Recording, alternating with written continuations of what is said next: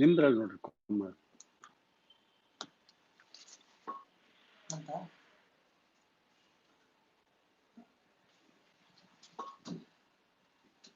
ಆತ್ಮೀಯ ಸ್ಪರ್ಧಾರ್ಥಿಗಳಿಗೆ ಇಂದಿನ ಕಾರ್ಯಕ್ರಮಕ್ಕೆ ಸ್ವಾಗತ.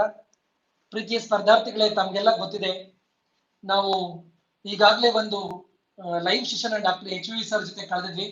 ಇದು ವಿದ್ಯಾರ್ಥಿಗಳ ಮತ್ತು ಎಲ್ಲ ಶಿಕ್ಷಣ ಪ್ರೇಮಿಗಳ ಒಂದು ಒತ್ತಾಸೆಯ ಮೇರೆಗೆ ಇವತ್ತು 2ನೇ ಲೈವ್ ಸೆಷನ್ ಕಾರ್ಯಕ್ರಮವನ್ನ ಹಮ್ಮಿಕೊಂಡಿದ್ದೇವೆ.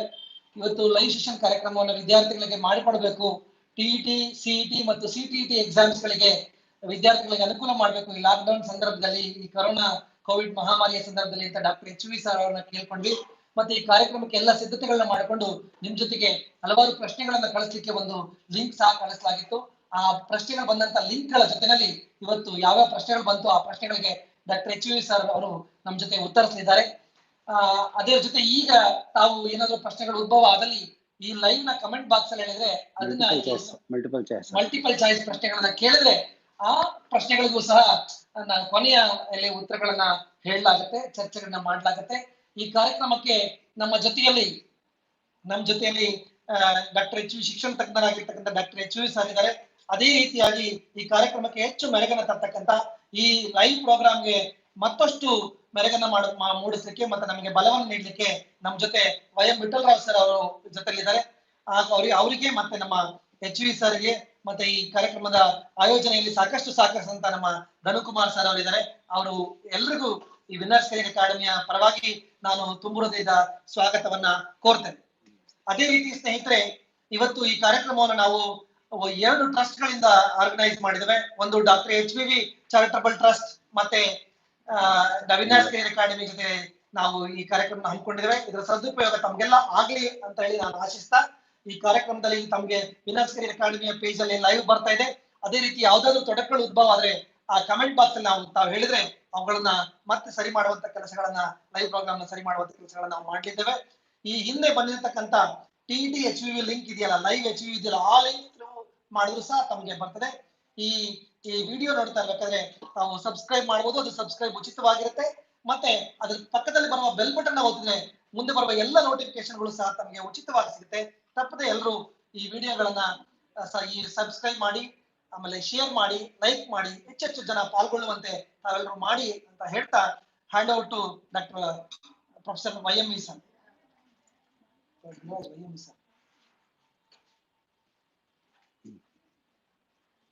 ಡಾಕ್ಟರ್ ವಾಮದೇವಪ್ಪನವರೇ, ಶಿವರಾಜ್ ಕಬ್ಬೂರ್ ಅವರೇ, ಈ ದಿನ ಕರ್ನಾಟಕ ಶಿಕ್ಷಣ ಅರ್ಹತಾ ಪರೀಕ್ಷೆ ಅಂದರೆ TET ಮಗುವಿನ ವಿಕಾಸ ಮತ್ತು ಬೋಧನಾ ಶಾಸ್ತ್ರಕ್ಕೆ ಸಂಬಂಧಿಸಿದಂತೆ ನೇರ ಪ್ರಶ್ನೆಗಳಿಗೆ ಉತ್ತರವನ್ನು ನೀಡುವಂತಹ ಕಾರ್ಯಕ್ರಮವನ್ನ ರೂಪಿಸಿಕೊಂಡಿರುವಂಥದ್ದು ತುಂಬಾ ಸಂತೋಷದಾಯಕವಾದಂಥದ್ದು.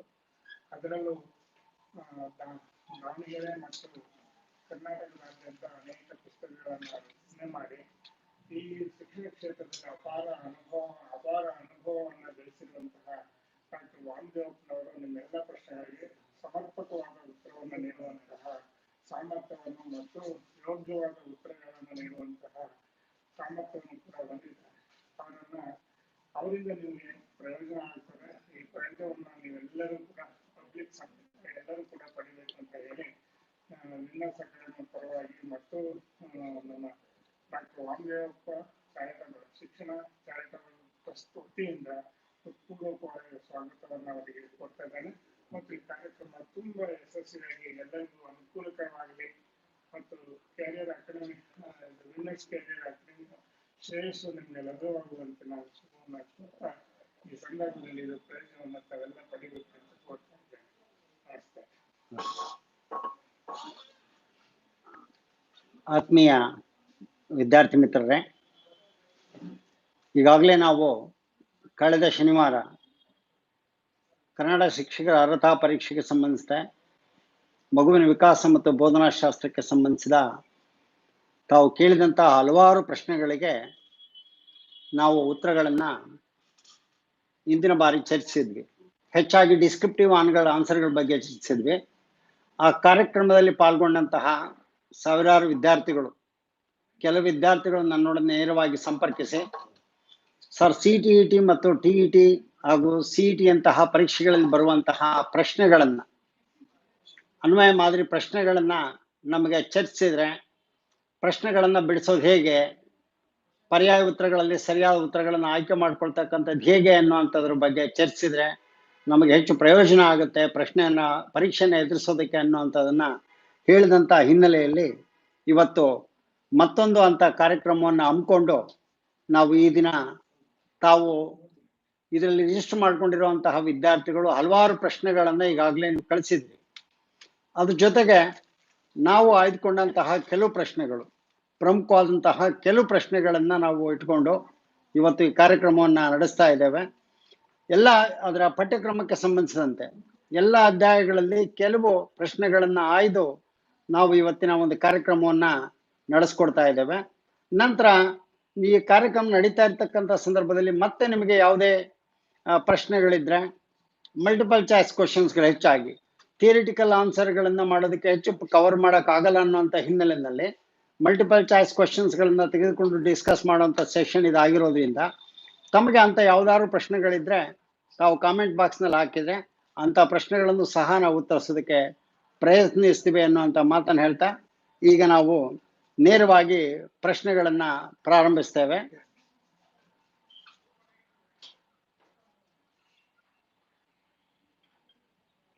ಫಸ್ಟ್ ಕಮೆಂಟ್ ಆನ್ ಮಾಡಿ, ಕಮೆಂಟ್ಸ್ ಆನ್ ಮಾಡಿ students. Please live chat on comments ಅದನ್ನ ಆನ್ ಮಾಡಿ, ಟರ್ನ್ ಆನ್ ಮಾಡಿ. ಇಶ್ಯೂ ಆಗಿದೆ, ಕ್ಲಿಕ್ ಮಾಡು. ಇಲ್ಲ ಇನ್ನೊಂದು ಕೇಳ್ಬೇಕು. ಸಿಲೆ ಶೈಕ್ಷಣಿಕ ಮನೋವಿಜ್ಞಾನಕ್ಕೆ ಸಂಬಂಧಿಸಿದಂತೆ ಇರುವಂತಹ ಪ್ರಶ್ನೆಗಳಲ್ಲಿ ಒಂದು ಪ್ರಶ್ನೆ ಇಲ್ಲಿದೆ. Educational psychology is primarily concerned with, ಶೈಕ್ಷಣಿಕ ಮನೋವಿಜ್ಞಾನ ಪ್ರಾಥಮಿಕವಾಗಿ ಸಂಬಂಧಿಸಿರ್ತಕ್ಕಂಥದ್ದು ಯಾವುದಕ್ಕೆ ಅಂತ. Clarifying the goals towards which the school is to strive, ಅಂದ್ರೆ ಶಾಲೆ ಯಾವ ಗುರಿಗಳನ್ನು ಸಾಧಿಸಬೇಕಾಗಿದೆಯೋ ಆ ಗುರಿಗಳನ್ನ ಸ್ಪಷ್ಟಗೊಳಿಸ್ತಕ್ಕಂಥದ್ದು. Determining the attainability of the various educational objectives, ಶೈಕ್ಷಣಿಕ ಉದ್ದೇಶಗಳನ್ನ ಸಾಧನೆಯನ್ನ ನಿರ್ಧರಿಸ್ತಕ್ಕಂಥದ್ದು. Developing taxonomy of sound educational objectives, ಶೈಕ್ಷಣಿಕ ಉದ್ದೇಶಗಳ ವರ್ಗೀಕರಣ ಶಾಸ್ತ್ರವನ್ನ ಅಭಿವೃದ್ಧಿಗೊಳಿಸ್ತಕ್ಕಂಥದ್ದು. Facilitating the process whereby educational goals can be achieved. ಈ 4 ಆಯ್ಕೆಗಳನ್ನ ನೀವು ನೋಡಿದಾಗ ಮೊದಲನೇ 3 ಆಯ್ಕೆಗಳಲ್ಲಿ ತಾವು ಕಾಣ್ತಕ್ಕಂಥದ್ದು ಏನಪ್ಪಾ ಅಂದ್ರೆ ಗುರಿಗಳನ್ನ ರೂಪಿಸ್ತಕ್ಕಂಥದ್ದು ಶೈಕ್ಷಣಿಕ ಮನೋವಿಜ್ಞಾನದ ಉದ್ದೇಶ ಅನ್ನುವಂಥದ್ದನ್ನು ನಾವು ನೋಡ್ತೀವಿ. ಗುರಿಗಳನ್ನ ನಿರ್ಧರಿಸ್ತಕ್ಕಂಥದ್ದು, ಗುರಿಗಳನ್ನ ಸ್ಪಷ್ಟಗೊಳಿಸ್ತಕ್ಕಂಥದ್ದು ಮತ್ತು ಗುರಿಗಳ ವರ್ಗೀಕರಣವನ್ನ ಮಾಡ್ತಕ್ಕಂಥದ್ದು. ಇದು ನೇರವಾಗಿ ಶೈಕ್ಷಣಿಕ ಮನೋವಿಜ್ಞಾನದ ಉದ್ದೇಶ ಅಲ್ಲ, ಇದು ಶಿಕ್ಷಣ ಶಾಸ್ತ್ರದ ಉದ್ದೇಶ, ಗುರಿಗಳನ್ನು ನಿರ್ಧರಿಸ್ತಕ್ಕಂಥದ್ದು. ಶೈಕ್ಷಣಿಕ ಮನೋವಿಜ್ಞಾನ ಏನ್ ಮಾಡುತ್ತೆ ಅಂದ್ರೆ it facilitates the process whereby educational goals can be achieved. ಈ ಶೈಕ್ಷಣಿಕ ಗುರಿಗಳನ್ನ ಸಾಧಿಸೋದಕ್ಕೆ ಬೇಕಾಗಿರ್ತಕ್ಕಂತಹ ಒಂದು ಪ್ರಕ್ರಿಯೆಯನ್ನ ಸುಗಮಗೊಳಿಸ್ತಕ್ಕಂಥ ಕೆಲಸವನ್ನ ಶೈಕ್ಷಣಿಕ ಮನೋವಿಜ್ಞಾನ ಮಾಡುತ್ತೆ. ಅದರಿಂದ ಮೊದಲನೇ 3 ಆಯ್ಕೆಗಳೇನಿದೆ ಅವು ಕೇವಲ ಗುರಿಗಳನ್ನ ನಿರ್ಧರಿಸೋದಕ್ಕೆ ಸಂಬಂಧಿಸಿರೋದಾಗಿರೋದ್ರಿಂದ ಅದು ಈ ಪ್ರಶ್ನೆಗೆ ಸರಿಯಾದ ಉತ್ತರ ಆಗೋದಿಲ್ಲ.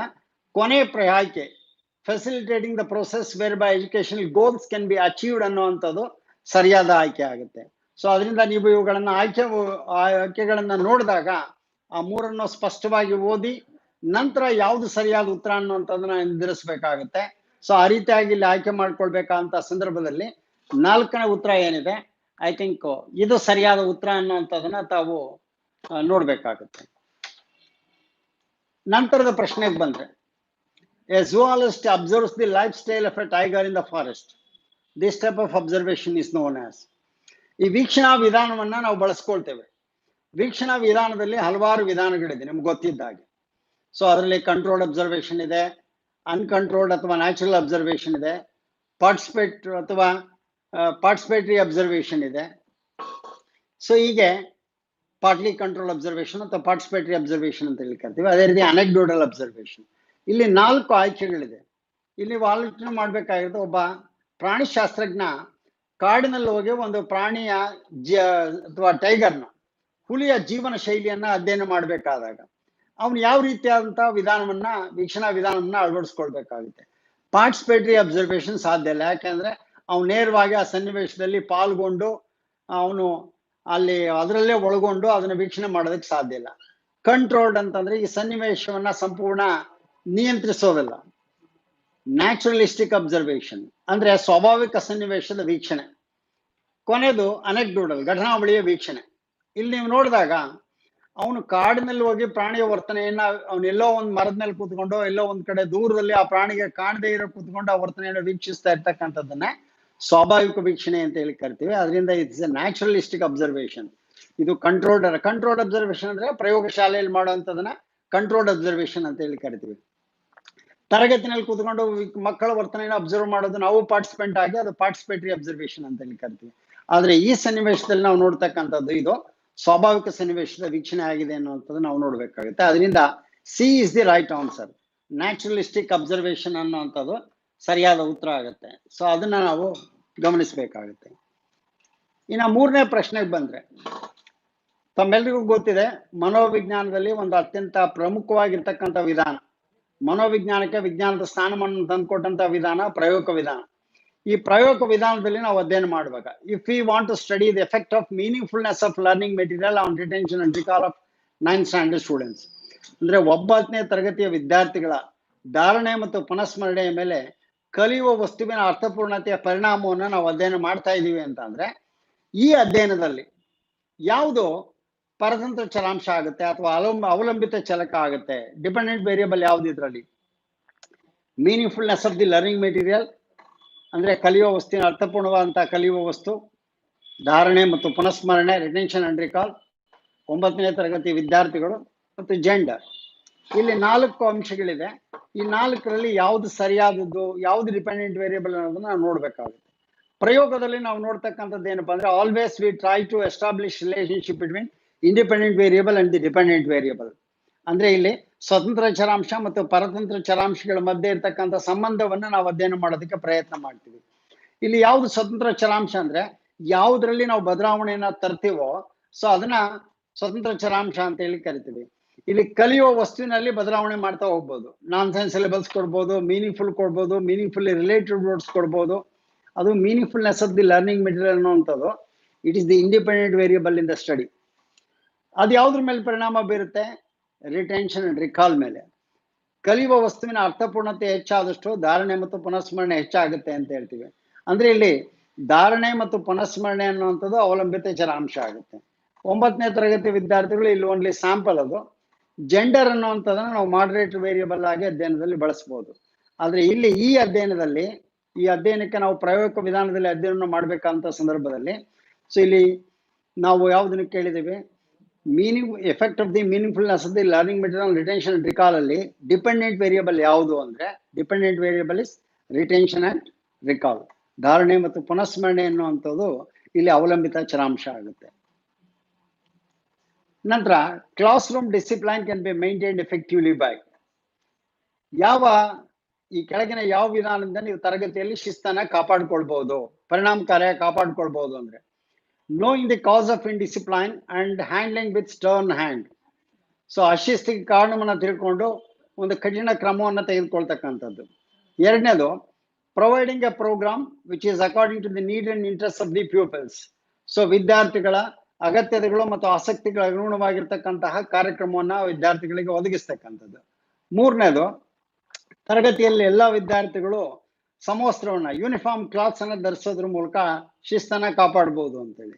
ಕೊನೆಯದು, by putting fine to the indiscipline students, ಯಾವ ಶಿಸ್ತನ್ನ ತೋರ್ತಾರೋ ಅವರಿಗೆ ದಂಡವನ್ನ ಹಾಕುವ ಮೂಲಕ ಅಂತೇಳಿ. ಇದರ ಈ 4ರಲ್ಲಿ ತಮ್ಮೆಲ್ಲರೂ ನೇರವಾಗಿ ಗೊತ್ತಾಗುತ್ತೆ. ಇದರಲ್ಲಿ ಬಹಳ ಮುಖ್ಯವಾಗಿ ನಾವು ಮಾಡ್ಬೇಕಾಗಿರ್ತಕ್ಕಂಥದ್ದು ಅಂದ್ರೆ, ವಿದ್ಯಾರ್ಥಿಗಳ ಅಗತ್ಯತೆಗಳು ಮತ್ತು ಆಸಕ್ತಿಗಳಿಗೆ ಅನುಗುಣವಾಗಿರುವಂತಹ ಕಾರ್ಯಕ್ರಮವನ್ನು ನಾವು ಒದಗಿಸ್ಕೊಟ್ಟಿದ್ದೆ ಆದ್ರೆ ಸಹಜವಾಗಿ ತರಗತಿಯಲ್ಲಿ ಶಿಸ್ತನ್ನ ನಾವು ಕಾಪಾಡಿಕೊಳ್ಳೋದಕ್ಕೆ ಸಾಧ್ಯ ಆಗುತ್ತೆ ಅಂತೇಳಿ. ಸೊ ಅದರಿಂದ I think second one is the right answer. Providing a programme which is according to the need and interest of the peoples ಅನ್ನುವಂಥದ್ದು ಸರಿಯಾದ ಉತ್ತರ. ಶಿಸ್ತು ಅಂತ ಅಂದ್ರೆ ನಾವು ನೋಡ್ತಕ್ಕಂಥದ್ದು ಯಾರು ಬಾಯಿ ಬಿಡದೆ ತರಗತಿನಲ್ಲಿ ಸೈಲೆಂಟ್ ಆಗಿ ಕುತ್ಕೊಳ್ಬೇಕು ಅನ್ನೋಂಥದ್ದಲ್ಲ.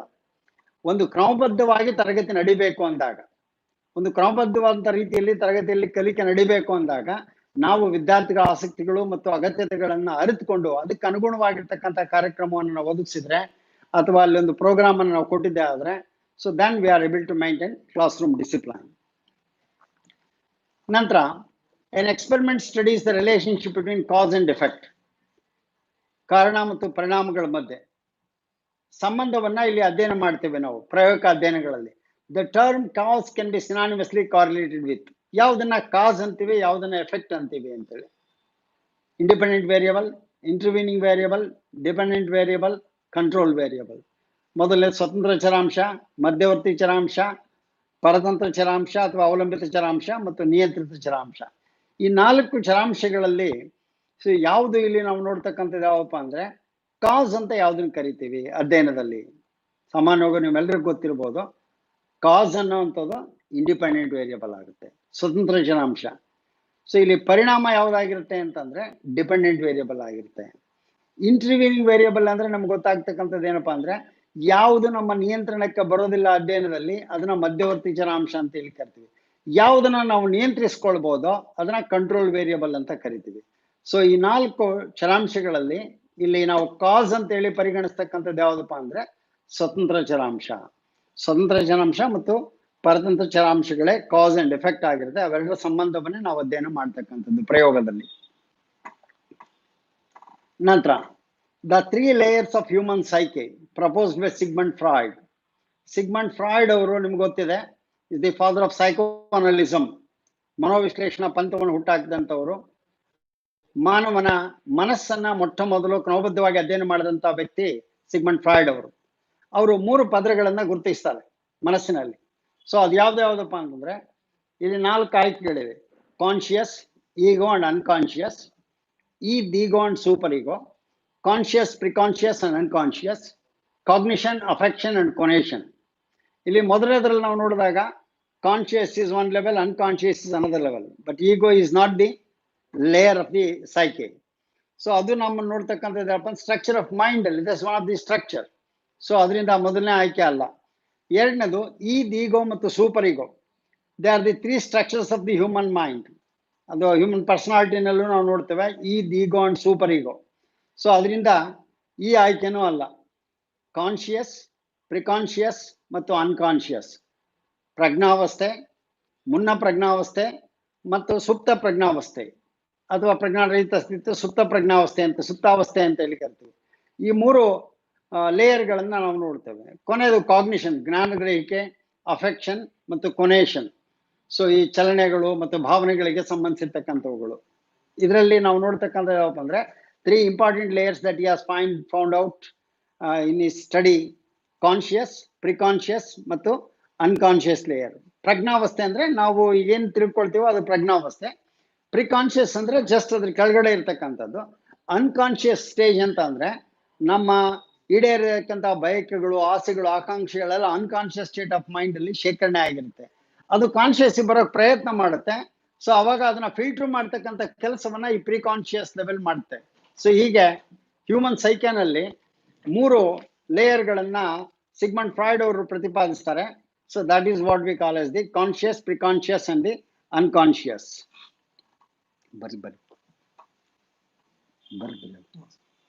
ಇನ್ನ ಗ್ರೋತ್ ಅಂಡ್ ಡೆವಲಪ್ಮೆಂಟ್ ಸಂಬಂಧಪಟ್ಟಂತೆ ಕೆಲವನ್ನ ನೋಡೋದಾದ್ರೆ, development spreads outward from the central axis of the body.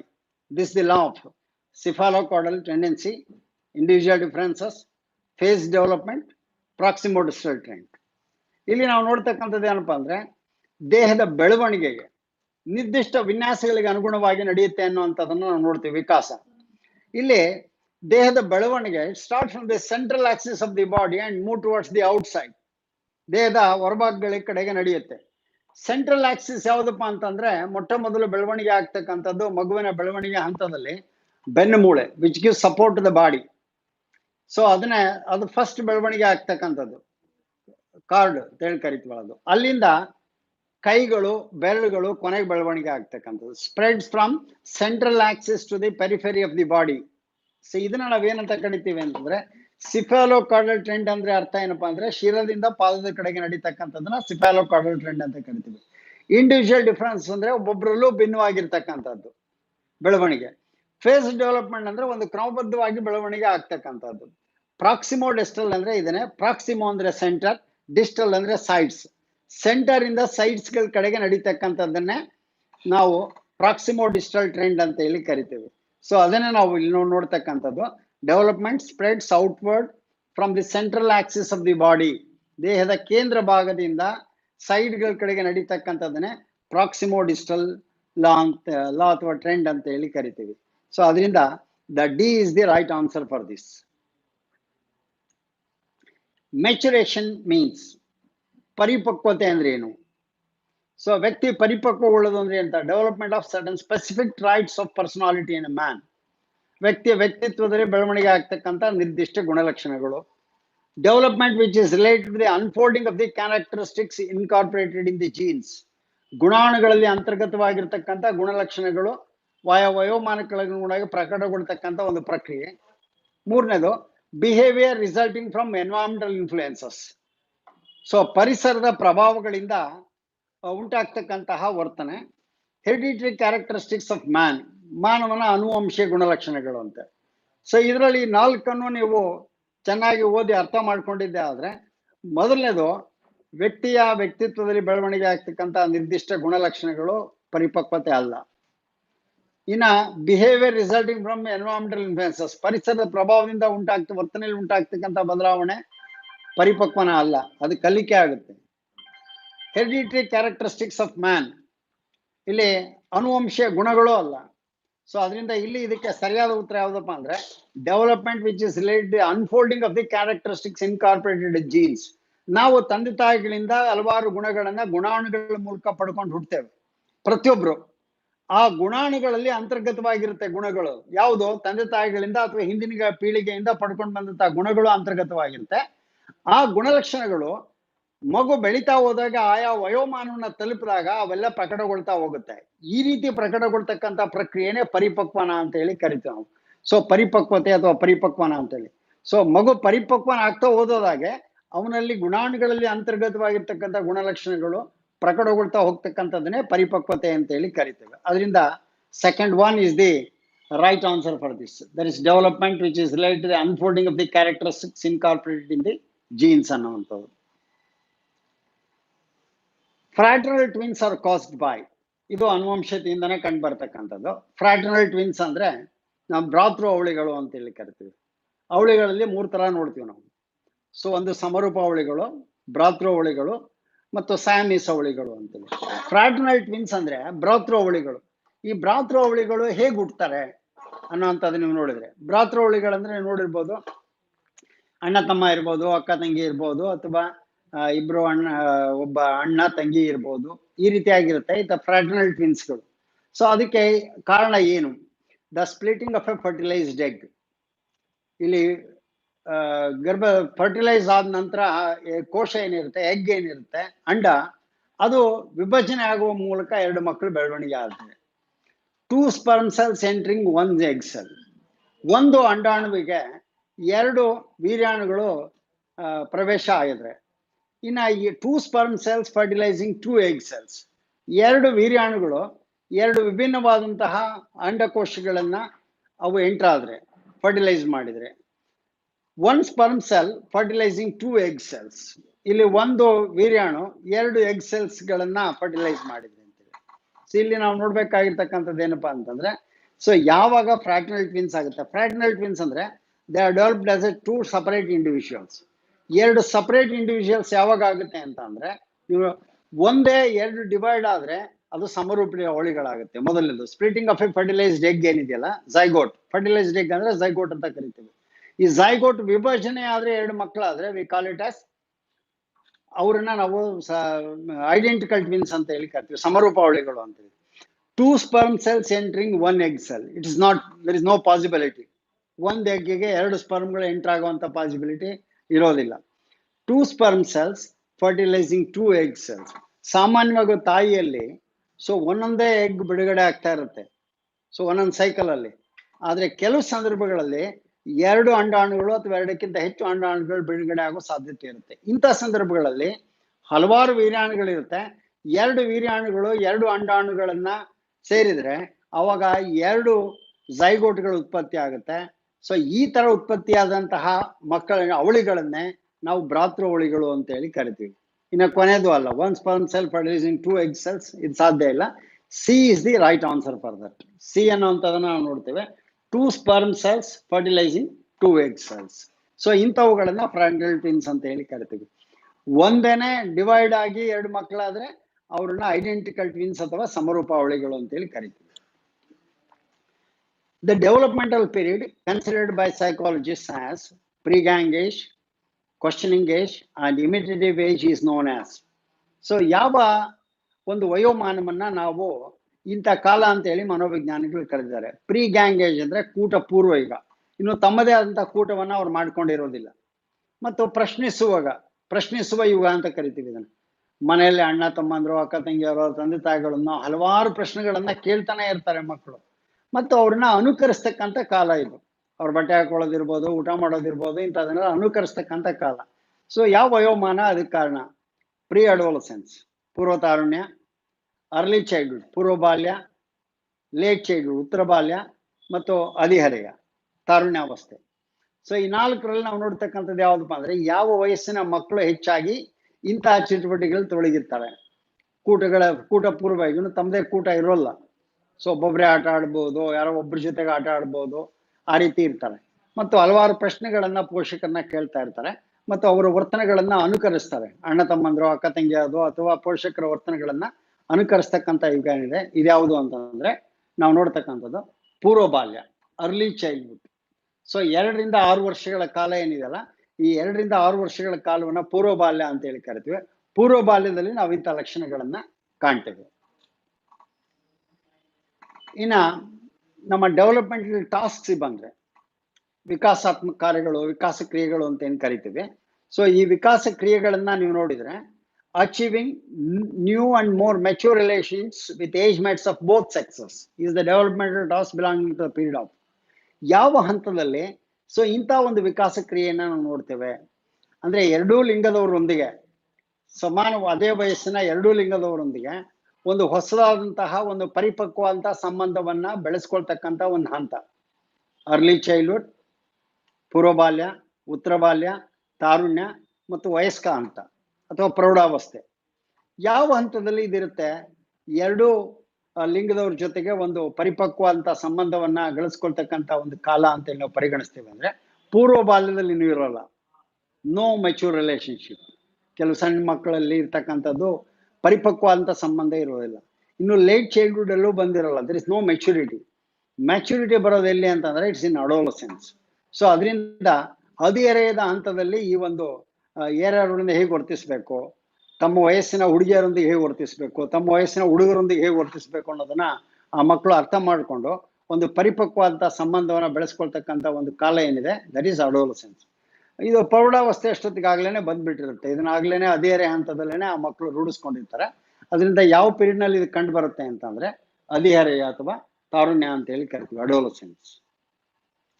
Next, an adolescent girl is unable to tolerate when her favorite hero Hrithik Roshan is criticized by her friends and she becomes hostile towards her friends. This type of tendency among adolescents is known as. ಒಬ್ಬ ಹುಡುಗಿಗೆ ಅವಳ favourite hero Hrithik Roshan, ಅವಳನ್ನ ಬೇರೆ ಸ್ನೇಹಿತರುಗಳು criticise ಮಾಡಿದಾಗ ಅವಳಿಗೆ ಅವ್ರ ಮೇಲೆ ಸಿಟ್ಟು ಬರುತ್ತೆ. ಸೊ ಇದಕ್ಕೆ ಕಾರಣ ಏನು ಅಂತ ನಾವು ನೋಡಿದ್ರೆ, ಒಂದು ಅವರು ರೋಲ್ ಮಾಡಲ್ ಇರ್ಬೋದು, ಎರಡನೇದು ಅವರ ಸಮವಯಸ್ಕರ ಪ್ರಭಾವ ಇರ್ಬೋದು, ಇನ್ನೊಂದು ಅಸೂಯೆ ಭಾವನೆ ಇರ್ಬೋದು, ಬೇರೆಲ್ಲ ನನ್ನನ್ನು ಆ ರೀತಿಯಾಗಿ ನೋಡ್ತಾರೆ ಅಂದ್ರೆ, ಇನ್ನೊಂದು ನಾಯಕ ಪೂಜೆ, ಒಬ್ಬ ನಾಯಕನನ್ನ ಅನುಕರಿಸಿ ಅವರನ್ನೇ ಪಾಲಿಸ್ತಕ್ಕಂಥದ್ದನ್ನ ನಾವು ಇದರಲ್ಲಿ ನೋಡ್ತೇವೆ. ಸೊ ಇದು ಅಡೋಲಸೆನ್ಸ್ ಅಲ್ಲಿ ಹೆಚ್ಚಾಗಿ ಕಂಡು ಬರ್ತಕ್ಕಂಥ ಅಂಶ ಯಾವುದಪ್ಪ ಅಂತಂದ್ರೆ ಇದರಲ್ಲಿ ದಟ್ ಈಸ್ ದಿ ಯಾವ ಟೆಂಡೆನ್ಸಿ, ರೋಲ್ ಮಾಡಲು ಇರುತ್ತೆ. ನಮಗೆ ನಾವು ಇಷ್ಟಪಡುವಂಥ ವ್ಯಕ್ತಿಯನ್ನ ಟೀಕಿಸಿದಾಗ ಬಹಳ ಸಿಟ್ಟು ಬರೋದಕ್ಕೆ ಕಾರಣ ಏನಂದ್ರೆ, we are worshipping that hero, ನಾವು ಅವರನ್ನ ಆರಾಧಿಸ್ತಾ ಇರ್ತೀವಿ. ಸೊ ಅಂತಹ ವ್ಯಕ್ತಿಗಳನ್ನ ನಾಯಕ ಪೂಜೆ ಅಂತ ಹೇಳಿ ಕರಿತೀವಿ. ಸೊ ಈ ನಾಯಕ ಪೂಜೆಯ ಮನೋಭಾವ ಯಾರೋ ಒಬ್ಬರ ಬಗ್ಗೆ, ಈಗ ಫ್ಯಾನ್ ಕ್ಲಬ್ಸ್ ಅದೆಲ್ಲ ಮಾಡ್ಕೊಳ್ತಾರೆ ನೋಡಿ, ಸೊ ಅವ್ರ ಎದುರಿಗೆ ನೀವು ಅವ್ರನ್ನ ಏನಾದ್ರು ಬೈದ್ರೆ ಅವ್ರು ಅಷ್ಟು ಸುಲಭವಾಗಿ ತಾಳ್ಕೊಳ್ಳೋದಿಲ್ಲ. ಸೊ ಅದ ಕಾರಣ ಹೀರೋ ವರ್ಷಿಪಿಂಗ್ ಟೆಂಡೆನ್ಸಿಯಿಂದ ಅವ್ರು ಆ ರೀತಿ ಸಿಟ್ಕೊಳ್ಳೋದಕ್ಕೆ ಕಾರಣ ಆಗ್ತಕ್ಕಂಥದ್ದನ್ನು ನಾವು ನೋಡ್ತೇವೆ. Deferred imitation, symbolic play, drawing, mental images and language development are found in which of the following stages of cognitive development according to Piaget. Piaget ಅವರ 4 ಹಂತಗಳು ತಮ್ಮೆಲ್ಲರಿಗೂ ಗೊತ್ತಿದೆ. Sensory motor period, pre operational period, concrete operational period ಮತ್ತು formal operational period ಅಂತ ಹೇಳಿ ಕರಿತೀವಿ. So ಈ 4 ಹಂತಗಳಲ್ಲಿ ಒಂದು ಸಂವೇದನಾಗತಿ ಹಂತ, ಅದೇ ರೀತಿ ಕಾರ್ಯಪೂರ್ವ ಹಂತ, ಮೂರ್ತ ಕಾರ್ಯಗಳ ಹಂತ ಮತ್ತು ಔಪಚಾರಿಕ ಕಾರ್ಯಗಳ ಹಂತ. ಈ 4 ಹಂತಗಳಲ್ಲಿ ಯಾವ ಹಂತದಲ್ಲಿ ಈ ಪರಿಕಲ್ಪನೆಗಳು ಮಕ್ಕಳಲ್ಲಿ ಕಂಡು ಬರುತ್ತೆ? ಡೆಫರ್ಡ್ ಇಮಿಟೇಷನ್, ವಿಳಂಬಿತ ಅನುಕರಣೆ ಅಂತೇಳಿ. ಈಗ ಉದಾಹರಣೆಗೆ ನಾವೇನೋ ಮಾಡಿದ್ದನ್ನ ನಾವು ಇಲ್ದಿರೋ ಸಂದರ್ಭದಲ್ಲಿ ಅವ್ರು ಮಾಡೋದಕ್ಕೆ ಪ್ರಯತ್ನ ಮಾಡ್ತಾರೆ. ಈಗ ಉದಾಹರಣೆ, ನೀವು ಮನೆಯಲ್ಲಿ ಕಂಪ್ಯೂಟರ್ ಆನ್ ಮಾಡಕ್ ಬಿಡ್ಲಿಲ್ಲ ಅಂತ ಇಟ್ಕೊಳ್ಳಿ, ಸಣ್ಣ ಮಕ್ಕಳಿಗೆ ನೀವು ಇಲ್ದೇ ಇದ್ದಾಗ ಆನ್ ಮಾಡಕ್ ಪ್ರಯತ್ನ ಮಾಡ್ತಾನೆ.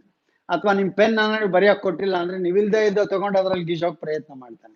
ಇದನ್ನ ಡೆಫರ್ಡ್ ಇಮಿಟೇಷನ್. ಅಥವಾ ಮನೇಲಿ ಬೀಗ ಟ್ರೈ ಮಾಡಿ ನೋಡ್ತಾನೆ, ಬೀಗ ತೆಗಿಯಕ್ ನೋಡ್ತಾನೆ. ಇದನ್ನ ನಾವು ವಿಳಂಬಿತ ಅನುಕರಣೆ ಅಂತ ಹೇಳಿ ಕರಿತೀವಿ. ಇನ್ನ ಸಾಂಕೇತಿಕ ಆಟಗಳು ಈ ಮಕ್ಕಳಲ್ಲಿ ಕಂಡು ಬರುತ್ತೆ. ಸಾಂಕೇತಿಕ ಆಟಗಳು ಯಾವ್ದಪ್ಪ ಅಂತಂದ್ರೆ, ಚಿಕ್ಕ ವಯಸ್ಸಿನ ಮಕ್ಕಳಲ್ಲಿ ನೀವು ನೋಡ್ತೀರಿ, ಒಂದು ಕೋಲ್ ಹಿಡ್ಕೊಂಡು ಅಜ್ಜನ ಕೋಲ್ ಇದು ನನ್ನ ಕುದುರೆ ಅಂತ ಆಟ ಆಡೋದಿರ್ಬೋದು. ಅಥವಾ ಒಂದು ಸಣ್ಣ ಮಗು, ಇನ್ನು ನಾವು ನೋಡ್ತೀವಿ 4-5 ವರ್ಷದಲ್ಲಿರುವಂತಹ ಒಂದು ಮಗು ಶಾಲೆಗೆ LKG UKG ಹೋಗಿ ಬಂದ್ಮೇಲೆ ನಾನು ಟೀಚರು ಎಲ್ಲ ಕುತ್ಕೊಳ್ರಿ ಅಂತೇಳಿ ಒಂದು ಕೋಲ್ ಹಿಡ್ಕೊಂಡು ಟೀಚರ್ ರೀತಿನಲ್ಲಿ ಆಕ್ಟ್ ಮಾಡೋದನ್ನ ನೋಡ್ತೀವಿ. ಇವೆಲ್ಲ ಸಾಂಕೇತಿಕ ಆಟಗಳು. ಒಂದು ಅಜ್ಜಿ ಪಾತ್ರ ಮಾಡೋಂಥದ್ದು ಇರ್ಬೋದು, ಒಂದು ಚಿಕ್ಕ ಮಗು. ಇದನ್ನ ಸಿಂಬಾಲಿಕ್ ಪ್ಲೇ ಅಂತ ಹೇಳಿ ಕರಿತೀವಿ. ಇನ್ನು ಚಿತ್ರಗಳನ್ನ ಬರೀತಕ್ಕಂಥ ಸಣ್ಣ ಸಣ್ಣ ಮಕ್ಕಳು ನಾವು ನೋಡ್ತೀವಿ. ಇನ್ನು ಮೆಂಟಲ್ ಇಮೇಜಸ್, ಮಾನಸಿಕ ಚಿತ್ರಣಗಳು ಆ ಮಕ್ಕಳಲ್ಲಿ ರೂಪುಗೊಳ್ಳುತ್ತೆ. ಉದಾಹರಣೆಗೆ ನಿಮ್ಮ ಮಕ್ಕಳನ್ನ ನೀವು ಒಂದು ಝೂಗೋ ಎಕ್ಸಿಬಿಷನ್ಗೋ ಎಲ್ಲ ಕರ್ಕೊಂಡು ಹೋಗಿ ಬರ್ತಿರ್ಕೊಳ್ಳಿ. ಮನೆಗೆ ಬಂದು ಅವ್ರಿಗೆಲ್ಲ ಹೇಳ್ತಾರೆ, ಸೊ ನಾವು ಝೂಗ್ ಹೋಗಿದ್ವಲ್ಲ, ಅಲ್ಲಿ ಜಿರಾಫೆ ಇತ್ತು, ಅದಕ್ಕೆ ಕತ್ತು ಇಷ್ಟುದ್ದ ಇತ್ತು ಗೊತ್ತಾ ಅಂತ ಮನೇಲಿರೋ ಅಜ್ಜಿಗೂ ಹೇಳಕ್ ಶುರು ಮಾಡ್ತಾರೆ. ಸೊ ಅದೇ ರೀತಿ ಭಾಷಾ ಬೆಳವಣಿಗೆ ಎಂತ ಹೆಚ್ಚು ಚುರುಕಾಗಿ ಬೆಳವಣಿಗೆ ಆಗ್ತಕ್ಕಂಥದ್ದು ನೋಡ್ತೀವಿ. ಇದನ್ನ ಯಾವ ಹಂತದಲ್ಲಿ ನಾವು ಪಿಯಾಜೆ ಅವರ ಬೆಳವಣಿಗೆಯ 4 ಹಂತಗಳಲ್ಲಿ ಯಾವ್ದ್ರಲ್ಲಿ ನಾವು ನೋಡ್ತೀವಿ ಅಂತಂದ್ರೆ, 2 ರಿಂದ 7 ವರ್ಷದವರೆಗೆ ಇರ್ತಕ್ಕಂಥ ಒಂದು ಹಂತ. ಸೊ ಅದು ಯಾವುದು ಅಂದ್ರೆ ನೀವೆಲ್ಲ ಈಗಾಗಲೇ ಗುರುತಿಸಿದ್ರಿ ಅನ್ಕೊಂಡಿದ್ದೇನೆ. ಸೊ 2 ರಿಂದ 7 ವರ್ಷದವರೆಗೆ ಬರ್ತಕ್ಕಂಥ ಹಂತ ಯಾವ್ದಪ್ಪ ಅಂದ್ರೆ ಪ್ರೀ ಆಪರೇಷನಲ್ ಪೀರಿಯಡ್, ಕಾರ್ಯಪೂರ್ವ ಹಂತದಲ್ಲಿ ಇಂತಹ ಪರಿಕಲ್ಪನೆಗಳನ್ನ ಬೆಳವಣಿಗೆ ಆಗ್ತಕ್ಕಂಥದ್ದನ್ನ ಪಿಯಾಜೆ ಅವರು ಗುರುತಿಸ್ತಾರೆ. ನೆಕ್ಸ್ಟ್, ಸೊ ಇದು ಅಷ್ಟೇ ಪಿಯಾಜೆ ಅವರ ಅಧ್ಯಯನಕ್ಕೆ ಸಂಬಂಧಿಸಿದ್ದು. ಯಾಕೆ ಪಿಯಾಜೆ ಅವ್ರ ಬಗ್ಗೆನೇ 2 ಪ್ರಶ್ನೆ ತೆಗೆದುಕೊಂಡಿದೆ ಅಂದ್ರೆ, 20ನೇ ಶತಮಾನದಲ್ಲಿ, ಮೊನ್ನೆ ತಾನೇ ನಾವು ಚರ್ಚಿಸ್ತಾ ಇದ್ವಿ, 20ನೇ ಶತಮಾನದಲ್ಲಿ ಶಿಕ್ಷಣ ಕ್ಷೇತ್ರದಲ್ಲಿ ಅತ್ಯಂತ ಹೆಚ್ಚು ಪ್ರಭಾವ ಬೀರಿದಂತ ಮನೋವಿಜ್ಞಾನಿ ಯಾರು ಇದ್ರೆ ಅದು ಜೀನ್ ಪಿಯಾಜೆ ಅವರು. So Swiss ಮನೋವಿಜ್ಞಾನಿ. ಸೊ ಅದರಿಂದ ಅವರ ಅಧ್ಯಯನಗಳನ್ನು ಆಧರಿಸಿ, ಅವರ ಸಿದ್ಧಾಂತವನ್ನು ಆಧರಿಸಿ ವಿಶ್ವದಾದ್ಯಂತ ಪಠ್ಯಕ್ರಮ ರೂಪಿತವಾಗಿರ್ತಕ್ಕಂಥದ್ದು ನಾವು ನೋಡ್ತೇವೆ. ಸೊ ಇಲ್ಲಿ ಏನ್ ಪರಿಕಲ್ಪನೆಗಳು ಬೆಳವಣಿಗೆ ಆಗಿದೆ, ಏನ್ ಸ್ಟೇಜಸ್ ಇದೆ ಅಂತ ಒಂದ್ ಕಡೆ ಕೊಟ್ಟಿದ್ದೀವಿ. ಪ್ರೀ ಆಪರೇಷನಲ್ ಪೀರಿಯಡ್ ಅಲ್ಲಿ ಯಾವ್ದು ಬೆಳವಣಿಗೆ ಆಗುತ್ತೆ, ಸೆನ್ಸಾರ್ ಮೋಟಾರ್ ಪೀರಿಯಡ್ ಅಲ್ಲಿ ಯಾವ್ದು ಬೆಳವಣಿಗೆ ಆಗುತ್ತೆ, ಫಾರ್ಮಲ್ ಆಪರೇಷನಲ್ ಪೀರಿಯಡ್ ಅಲ್ಲಿ ಯಾವ ಪರಿಕಲ್ಪನೆ ಬೆಳವಣಿಗೆ ಆಗುತ್ತೆ, ಕಾಂಕ್ರೀಟ್ ಆಪರೇಷನಲ್ ಪೀರಿಯಡ್ ಅಲ್ಲಿ ಯಾವ ಬೆಳವಣಿಗೆ ಆಗುತ್ತೆ. ಇಲ್ಲಿ 4 ಆಪ್ಷನ್ಸ್ಗಳಿದೆ: A1, B2, C3, D4. A1 ಅಂತಂದ್ರೆ pre operationally comprehension, B3 sensory ಮೋಟಾರ್ಗೆ concept of object permanence, formal ಆಪರೇಷನ್ಗೆ C3 concept of object permanence. So D4 concrete ಆಪರೇಷನ್ಗೆ ಸೆಲ್ಫ್ ಅವೇರ್ನೆಸ್. ಸೊ ಅದು ಅಲ್ಲ ನಿಮ್ಮನ್ನು ನಾವು ನೋಡ್ತಕ್ಕಂಥದ್ದು. ಇನ್ನು 2ನೇದಕ್ಕೆ ಬಂದ್ರೆ A4 ಪ್ರೀ ಆಪರೇಷನಲ್ ಪೀರಿಯಡ್ ಅಲ್ಲಿ self awareness develop. A1 A4 2ನೇದರಲ್ಲಿ, ಬಿ ಆಪ್ಷನ್ ಅಲ್ಲಿ ಶಾಶ್ವತ ಅನ್ನೋ ಪರಿಕಲ್ಪನೆ. C2 ಫಾರ್ಮಲ್ ಆಪರೇಷನ್ ಪೀರಿಯಡ್ ನಲ್ಲಿ ಸೈಂಟಿಫಿಕ್ ಥಿಂಕಿಂಗ್, ವೈಜ್ಞಾನಿಕವಾದಂತಹ ಚಿಂತನೆ ಪ್ರಾರಂಭ ಆಗುತ್ತೆ. ಇನ್ನು ಕಾಂಕ್ರೀಟ್ ಆಪರೇಷನಲ್ ಪೀರಿಯಡ್ ನಲ್ಲಿ D1 ಕಾಂಪ್ರಹೆನ್ಷನ್ ಬೆಳವಣಿಗೆ ಆಗುತ್ತೆ. ಸೊ ಅದರಿಂದ ಇಲ್ಲಿ ನೀವು 1, 2 ಚಾಯ್ಸ್ ನೋಡಿದಾಗ ಗೊತ್ತಾಗ್ಬಿಡುತ್ತೆ B is the right answer here ಅನ್ನುವಂಥದ್ದು. 4ನೇ ಆಪ್ಷನ್ಗಳನ್ನ ಮ್ಯಾಚ್ ದಿ ಫಾಲೋಯಿಂಗ್ ನೋಡಿದಾಗ ಯಾವ್ಯಾವ ಪೀರಿಯಡ್ ಅಲ್ಲಿ ಯಾವ್ಯಾವ ಪರಿಕಲ್ಪನೆಗಳು ಬೆಳವಣಿಗೆ ಆಗುತ್ತೆ ಪಿಯಾಜೆ ಅವ್ರ ಪ್ರಕಾರ ಅನ್ನೋಂಥದ್ದನ್ನ ಗುರುತಿಸ್ಬೇಕಾಗುತ್ತೆ. ಅದ್ರ ಪ್ರಕಾರ 2ನೇದು ರೈಟ್ ಆನ್ಸರ್. ಇನ್ನು ಉಳಿದಿದ್ದೆಲ್ಲ 1, 2 ತಪ್ಪುಗಳಿರುತ್ತೆ, ಅದನ್ನ ತಾವು ಗುರುತಿಸ್ಬೇಕಾಗುತ್ತೆ. According to Erikson's theory, Erikson ಬಗ್ಗೆ ನಿಮ್ಗೆ ಗೊತ್ತಿದೆ, who has propose the theory of psychosocial development. So ಮನೋಸಾಮಾಜಿಕ ವಿಕಾಸದ ಬಗ್ಗೆ ಅಧ್ಯಯನ ಮಾಡಿದಂಥವರು ಎರಿಕ್ಸನ್ ಅವರು. ಅವರ ಸಿದ್ಧಾಂತದ ಪ್ರಕಾರ ಮೇಜರ್ ಕ್ರೈಸಿಸ್ 8 ಸಂಘರ್ಷಗಳನ್ನ ಅವ್ರು ಗುರುತಿಸ್ತಾರೆ ವ್ಯಕ್ತಿಯ ಜೀವನದಲ್ಲಿ. ಬಾಲ್ಯದಿಂದ ಹಿಡಿದು, ಹುಟ್ಟಿದಂದಿನಿಂದ ಹಿಡಿದು ವಯಸ್ಸಾದಂಥವರವರೆಗೆ 8 ಸಂಘರ್ಷಗಳನ್ನ ಗುರುತಿಸ್ತಾರೆ. ಅದರಲ್ಲಿ ಹದಿಹರೆಯ ಹಂತದಲ್ಲಿ ಕಂಡು ಬರ್ತಕ್ಕಂಥ ಸಂಘರ್ಷ ಯಾವುದು ಅಂತ, ಅಡೋಲಸೆಂಟ್ ಏಜ್ ಅಲ್ಲಿ ಟ್ರಸ್ಟ್ ವರ್ಸಸ್ ಮಿಸ್ಟ್ರಸ್ಟ್, ನಂಬಿಕೆ ವರ್ಸಸ್ ಅಪನಂಬಿಕೆ, ಇಂಟಿಮಸಿ ವರ್ಸಸ್ ಐಸೋಲೇಷನ್, ಆತ್ಮೀಯತೆ ಮತ್ತು ಏಕಾಂತತೆ, ಐಡೆಂಟಿಟಿ ವರ್ಸಸ್ ರೋಲ್ ಕನ್ಫ್ಯೂಷನ್, ಅನನ್ಯತೆ ಮತ್ತು ಪಾತ್ರದ ಗೊಂದಲ, ಇಂಟೆಗ್ರಿಟಿ ವರ್ಸಸ್ ಡೆಸ್ಪೈರ್, ಸಮಗ್ರತೆ ಮತ್ತು ಹತಾಶೆ. ಈ 4 ಸಂಘರ್ಷಗಳನ್ನ ನೀವು ಗುರುತಿಸಿದಾಗ ಅವುಗಳ ವಯೋಮಾನವನ್ನ ಗುರುತಿಸಿದ್ರೆ ನಿಮಗೆ ಸುಲಭ ಆಗುತ್ತೆ, ಅರ್ಥವಾಗುತ್ತೆ. ಸೊ ಹದಿಹರೆಯ ಅಂತ ಅಂದ್ರೆ ನಾವು ನೋಡ್ತಕ್ಕಂಥದ್ದು ಅಂದ್ರೆ 12ರಿಂದ 18 ಅಥವಾ 19ನೇ ವಯಸ್ಸು. ಈ ವಯಸ್ಸಿನಲ್ಲಿ ಕಂಡು ಬರ್ತಕ್ಕಂಥದ್ದಂದ್ರೆ ಪ್ರತಿಯೊಂದು ಮಗುನು ಸಹ ಬೆಳೆಸ್ಕೊಳ್ಳೋದಕ್ಕೆ ಪ್ರಯತ್ನಿಸ್ತಕ್ಕಂಥದ್ದು ಐಡೆಂಟಿಟಿ, ತನ್ನತನವನ್ನ ಬೆಳೆಸ್ಕೊಳ್ತಕ್ಕಂಥದ್ದು, ಅನನ್ಯತೆಯನ್ನ ಬೆಳೆಸ್ಕೊಳ್ತಕ್ಕಂಥ ಒಂದು ಕಾಲ. ಸೊ ಅನನ್ಯತೆಯನ್ನ ಬೆಳೆಸ್ಕೊಂಡಂತ ವ್ಯಕ್ತಿ ಸರಿಯಾದ ದಾರಿಯಲ್ಲಿ ಮುನ್ನಡಿತಾನೆ. ರೋಲ್ ಕನ್ಫ್ಯೂಷನ್ ಇರ್ತಕ್ಕಂಥ ನಾನು ಏನ್ ಮಾಡ್ಬೇಕು, ಏನ್ ಓದ್ಬೇಕು, ಎಲ್ಲಿ ಹೋಗ್ಬೇಕು, ಯಾವ ಉದ್ಯೋಗ ಮಾಡ್ಬೇಕು, ಇದ್ರ ಬಗ್ಗೆ ಕನ್ಫ್ಯೂಷನ್ ಅಲ್ಲಿ ಇರುವಂತ ವ್ಯಕ್ತಿ ಜೀವನದಲ್ಲಿ ಏನೂ ಸಾಧನೆ ಮಾಡೋಕ್ಕಾಗಲ್ಲ. ಸೊ ಅದಕ್ಕೆ ಅಡೋಲಸೆಂಟ್ ಏಜ್ ಅಲ್ಲಿ ಯಾವ ವ್ಯಕ್ತಿ ಯಶಸ್ಸನ್ನ ಗಳಿಸ್ತಾನೆ ಅಂದ್ರೆ one has develop this identity. So ಅದಕ್ಕೆ ಇಲ್ಲಿ ಮುಖ್ಯವಾದಂತ ಅಂಶ ಐಡೆಂಟಿಟಿ ವರ್ಸಸ್ ರೋಲ್ ಕನ್ಫ್ಯೂಷನ್ ಅನ್ನೋದು ಇದಕ್ಕೆ ಸರಿಯಾದಂತ ಉತ್ತರ. ಟ್ರಸ್ಟ್ ಮಿಸ್ಟ್ರಸ್ಟ್ ಯಾವಾಗಿರುತ್ತೆ ಅಂದ್ರೆ ಹುಟ್ಟಿನಿಂದ 1.5 ವರ್ಷದೊಳಗೆ. ಇಂಟಿಮಸಿ ವರ್ಸಸ್ ಐಸೋಲೇಷನ್, ಆತ್ಮೀಯತೆ ವರ್ಸಸ್ ಏಕಾಂತತೆ 20 ವರ್ಷದಿಂದ 45 ವರ್ಷದವರೆಗೆ. ಇಂಟೆಗ್ರಿಟಿ ವರ್ಸಸ್ ಡೆಸ್ಪೈರ್, ಹತಾಶೆ ಮತ್ತು ಸಮಗ್ರತೆ ಮತ್ತು ಹತಾಶೆ ನೋಡ್ತಕ್ಕಂಥದ್ದು ಆಫ್ಟರ್ 65 ಇಯರ್ಸ್. ಸೊ ಇಲ್ಲಿ ವಯಸ್ಸಾದಂಥವ್ರಲ್ಲಿ ನಾವು ಕಾಣ್ತಕ್ಕಂಥದ್ದು. ಸೊ ಅದರಿಂದ ಈ 4ರಲ್ಲಿ ಹದಿಹರೆಯದ ಹಂತದವರೆಗೆ ಪ್ರಮುಖವಾಗಿ ಕಂಡು ಬರ್ತಕ್ಕಂಥ ಒಂದು ಸಂಘರ್ಷ ಯಾವ್ದಪ್ಪ ಅಂತಂದ್ರೆ ಈ ಅನನ್ಯತೆ ಮತ್ತು ಪಾತ್ರಗೊಂದಲ ಅನ್ನುವಂಥದ್ದನ್ನು ನಾವು ನೋಡ್ತೀವಿ. Identity versus role confusion. A male child is produced when, ಯಾವಾಗ ಒಂದು ಗಂಡು ಮಗು ಹುಟ್ಟುತ್ತೆ ಅಂತ ನೀವು ನೋಡಿದ್ರೆ, a male sperm carrying an X chromosome unites with an egg containing an X chromosome. 2, a male sperm carrying an X chromosome unites with an egg containing Y chromosome. A male sperm carrying a X Y chromosome unites with an egg containing X chromosome. A male sperm carrying Y chromosome unites with an egg containing Y chromosome. So ಇಲ್ಲಿ 4 options ಗಳನ್ನ ಕೊಟ್ಟಿದ್ದೇವೆ. ಈಗ ನಿಮಗೆ ಗೊತ್ತಿದೆ. So XY ಅನ್ನುವಂಥವುಗಳನ್ನ they are called a sex determining chromosomes ಅಂತ ಹೇಳಿ ಕರಿತೀವಿ. ಸೊ ತಾಯಿಯಲ್ಲಿರುವಂತಹ ಸೆಕ್ಸ್ ಕ್ರೋಮೋಸೋಮ್ಗಳನ್ನ XX ಅಂತ ಕರಿತೀವಿ. ತಂದೆಯಲ್ಲಿರುವಂತಹ ಕ್ರೋಮೋಸೋಮ್ಗಳನ್ನ XY ಅಂತ ಹೇಳಿ ಕರಿತೀವಿ. ಒಂದ್ ಜೊತೆಯನ್ನ 43 ಜೊತೆಯಲ್ಲಿ ಒಂದು ಜೊತೆ ಸೆಕ್ಸ್ ಕ್ರೋಮೋಸೋಮ್ ಇರುತ್ತೆ. ಅದನ್ನ ತಾಯಿಯಲ್ಲಿರುವಂತದನ್ನ XX ಅಂತ ಕರಿತೀವಿ, ತಂದೆಯಲ್ಲಿರುವಂತದನ್ನ XY ಅಂತ ಹೇಳಿ ಕರಿತೀವಿ. ಸೊ ಇಲ್ಲಿ ಯಾವಾಗ ಗಂಡು ಮಗು ಹುಟ್ಟುತ್ತೆ ಅಂತ ಅಂದ್ರೆ ಮೊದಲನೇ ಆಪ್ಷನ್ ಅಲ್ಲಿ ನೋಡಿದ್ರೆ male sperm carrying an X unites with an egg containing X. ತಂದೆಯಿಂದನೂ X ಕ್ರೋಮೋಸೋಮ್ ಅನ್ನು ತಾಯಿಯಿಂದನೂ X ಕ್ರೋಮೋಸೋಮ್ ಬಂದ್ರೆ ಹುಟ್ಟುವಂತ ಮಗು ಹೆಣ್ಣಾಗಿರುತ್ತೆ ಅಲ್ಲಿ. ಇನ್ನ ಎರಡನೇದು male sperm carrying an X chromosome unites with an egg containing Y chromosome ಅಂತ ಕೇಳಿದ್ವಿ. ಇಲ್ಲಿ ನೀವು ಅರ್ಥ ಮಾಡ್ಕೊಳ್ಬೇಕಾಗಿರೋದು ಎಗ್ನಲ್ಲಿ ಯಾವತ್ತು Y ಕ್ರೋಮೋಸೋಮ್ ಇರೋದೇ ಇಲ್ಲ. Female never carries Y chromosome. ಅದರಿಂದ ಎರಡನೇ ಆಯ್ಕೆ ತಪ್ಪು. ಇನ್ನು ಮೂರನೇದು male sperm carrying Y chromosome unites with an egg containing X chromosome.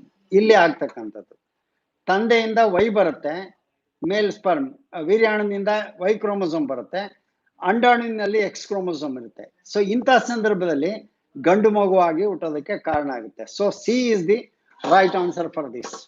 C ಅನ್ನೋಂಥದ್ದು right answer. Male sperm carrying Y chromosome unites with an egg containing X chromosome.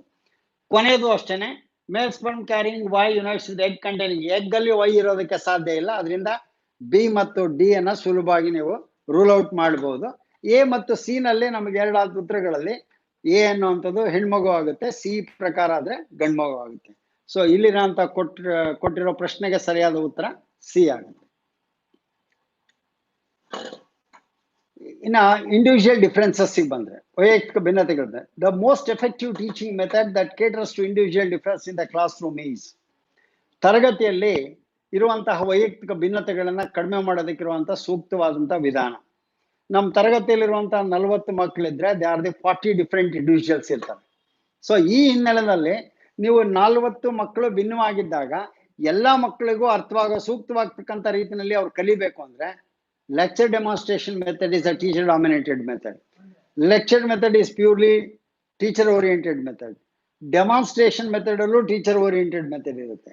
It is only programmed instruction which is based on the Skinnerian principle where there is it is a self learning device and self pacing irutte. Idralli ಪ್ರತಿಯೊಂದು ಮಗುವು ತನ್ನದೇ ಆದಂತಹ ವೇಗದಲ್ಲಿ ಕಲಿಯೋದಕ್ಕೆ ಅವಕಾಶ ಇದೆ. ಇದರಲ್ಲಿ ಕಾರ್ಯಕ್ರಮಾನ್ವಯ ಕಲಿಕೆ ಅಂತ ಹೇಳಿ ಕರಿತೀವಿ, ಪ್ರೋಗ್ರಾಮ್ಡ್ ಇನ್ಸ್ಟ್ರಕ್ಷನ್ ಅಂತೇಳಿ, ಅಥವಾ ಕ್ರಮಾನುಗತ ಬೋಧನೆ ಅಂತೇಳಿ.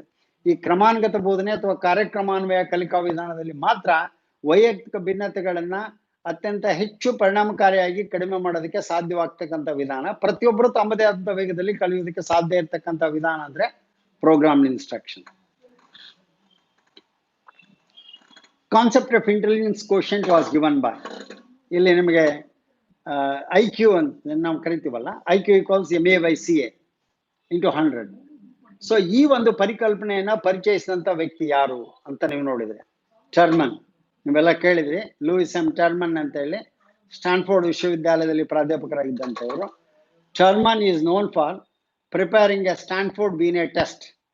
ಸ್ಟ್ಯಾನ್ಫೋರ್ಡ್ ಬೀನೆ ಟೆಸ್ಟ್ ಅನ್ನ 1916ರಲ್ಲಿ ಮೊಟ್ಟ ಮೊದಲು ರೂಪಿಸಿದಂತ ವ್ಯಕ್ತಿ. ಬೀನೆಯ ನಂತರ ಇನ್ನೊಬ್ಬ ಬುದ್ಧಿಶಕ್ತಿ ಪರೀಕ್ಷೆ ರೂಪಿಸಿದಂತ ವ್ಯಕ್ತಿ ಅಂದ್ರೆ ಟರ್ಮನ್. ಈ ಟರ್ಮನ್ ಮೊಟ್ಟ ಮೊದಲನೇ ಬಾರು ಅವನ ಪರೀಕ್ಷೆಯಲ್ಲಿ ಕಾನ್ಸೆಪ್ಟ್ ಆಫ್ IQ ಅನ್ನ ಯೂಸ್ ಮಾಡಿದ. But he has not given that concept. ಬಳಸ್ಕೊಂಡಂತ ಮೊದಲನೇ ವ್ಯಕ್ತಿ ಟರ್ಮನ್. ಇನ್ನ ಬೀನೆಯವರು, ಆಲ್ಫ್ರೆಡ್ ಬೀನೆಯವರು, ಫ್ರಾನ್ಸ್ನ ಆಲ್ಫ್ರೆಡ್ ಬೀನೆಯವರು ವಿಶ್ವದಲ್ಲಿ ಮೊಟ್ಟ ಮೊದಲನೇ ಬುದ್ಧಿಶಕ್ತಿಯನ್ನು ಪರೀಕ್ಷೆಯನ್ನು ರೂಪಿಸಿದಂತ ವ್ಯಕ್ತಿ.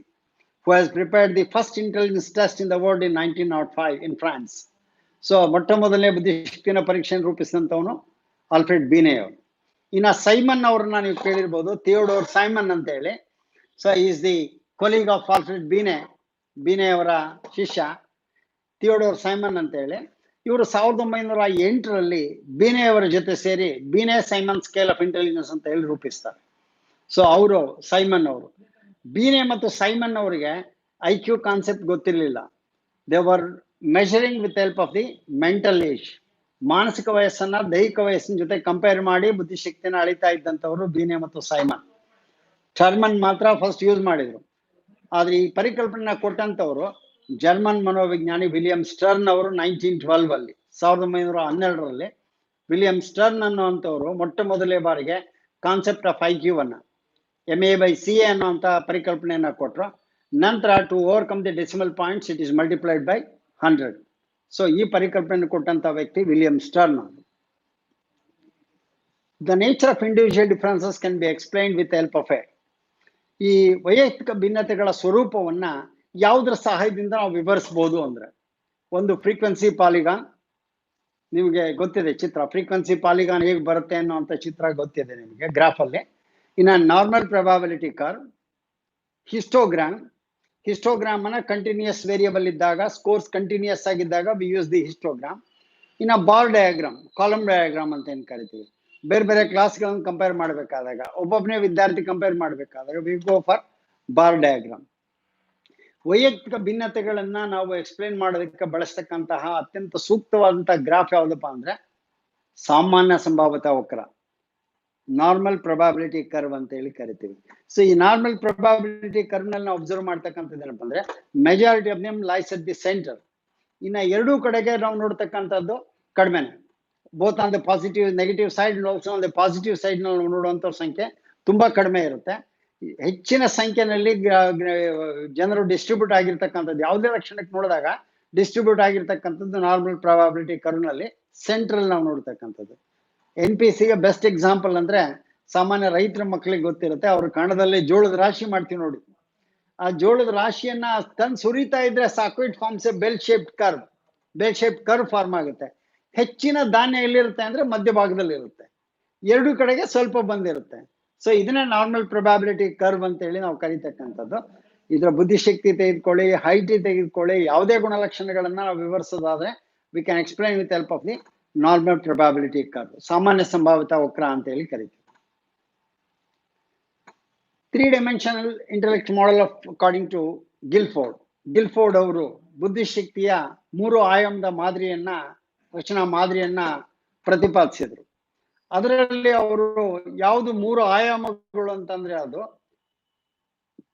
Contents, operations and products, contents, abilities and products, thinking, reasoning and problem solving and comprehension.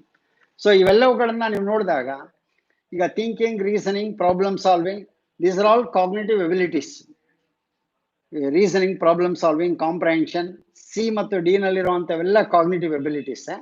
So ಇನ್ನು ಕಂಟೆಂಟ್ಸ್, ಎಬಿಲಿಟೀಸ್ ಅಂಡ್ ಪ್ರಾಡಕ್ಟ್ಸ್ ನಾವು ನೋಡ್ತೀವಿ. ಇಲ್ಲಿ ಪ್ರಾಡಕ್ಟ್ಸ್, ಕಂಟೆಂಟ್ಸ್ ಇದೆ, ಎಬಿಲಿಟೀಸ್ ಅಲ್ಲ, it is the operations, contents and the products. These are the 3 important dimensions. Operations, what the child does, on what the child operates ಅನ್ನೋದು contents, what they come out of this ಅನ್ನೋಂಥದ್ದೇ products. So ಈ ಮೂರು ಅಂಶಗಳು ಅದರಲ್ಲಿ ಒಳಗೊಂಡಿರುತ್ತೆ ಬುದ್ಧಿಶಕ್ತಿ ನಾವು ನೋಡ್ತಕ್ಕಂಥದ್ದು. ವಾಟ್ ದಿ ಚೈಲ್ಡ್ ಡಸ್ ಅನ್ನೋಂಥದ್ದು operations, on what the child operates ಅನ್ನೋಂಥದ್ದು ಕಂಟೆಂಟ್ಸ್, ಮತ್ತು ವಾಟ್ ಇಸ್ ದಿ ಔಟ್ಕಮ್ ಅನ್ನೋಂಥದ್ದನ್ನ ಪ್ರಾಡಕ್ಟ್ ಅಂತ ಹೇಳ್ಕೊಳ್ತೀವಿ. So these are the 3 important dimensions of the intellect model that has been developed by JP Guilford. This the ಮೊದಲನೇದು, content, operations and products ಅನ್ನೋಂಥದ್ದು. ಇಲ್ಲಿ ಒಂದನ್ನು ನೋಡಿ, the mental age of A person is 15 years 9 months and his chronological age is 13 years 4 months. Then his IQ is, ಅವಾಗ ಅವನ IQ ಎಷ್ಟಾಗುತ್ತೆ? 15 ವರ್ಷ 9 ತಿಂಗಳು ಮಾನಸಿಕ ವಯಸ್ಸನ್ನು ಹೊಂದಿರುವಂಥ ವ್ಯಕ್ತಿಯ ದೈಹಿಕ ವಯಸ್ಸು 13 ವರ್ಷ 4 ತಿಂಗಳಾದರೆ ಅವನ IQ ಎಷ್ಟಾಗುತ್ತೆ? ಈಸಿ, ನೀವು MA/CA × 100 ಅಕೌಂಟ್ ಮಾಡಿ. ಸೊ 15 year 9 monthsನ 13 year 4 months ಇಂದ ಡಿವೈಡ್ ಮಾಡಿ, multiplied by 100 and you will get the IQ. So ಇದನ್ನ ನಾವು ಕೆಲವು ಸಾರಿ ತಪ್ಪೇ ಮಾಡ್ತಾರೆ ಅಂದರೆ, ಕೆಲವರು 15.9 ಡಿವೈಡೆಡ್ ಬೈ 13.4 × 100 ಮಾಡ್ತಾರೆ. That's the wrong procedure. So ಇದನ್ನ ನೀವೇನು ಮಾಡಬೇಕು ಅಂತಂದರೆ, ಈ ಥರ ಕೊಟ್ಟಾಗ ಇಯರ್ಸ್ ಮಂತ್ಸ್ಗಳಲ್ಲಿ ಕೊಟ್ಟಾಗ ಕನ್ವರ್ಟ್ ದೆಮ್ ಇಂಟು ಮಂತ್ಸ್. ಈಗ 15 years ಅಂದರೆ 180 months ಪ್ಲಸ್ 9 189, 13 years ಅಂದರೆ 156 ಪ್ಲಸ್ 4 160, 189 ಡಿವೈಡೆಡ್ ಬೈ 160 × 100 ಮಾಡಿ ನೋಡಿ, you will get the answer. ಯಾವ್ದು ಬರುತ್ತೆ ಅಂತ ನಮ್ಗೆ ಗೊತ್ತಾಗುತ್ತೆ. 108, 118, 224, 200. ದ ರೈಟ್ ಆನ್ಸರ್ ಈಸ್, ನಿಮ್ಗೆ ಗೊತ್ತಿದೆ, probability is 118. 118 is the right answer. So that you will get. ಇದನ್ನ ಕ್ಯಾಲ್ಕುಲೇಟ್ ಮಾಡಿ ನೋಡಿ ನೀವು.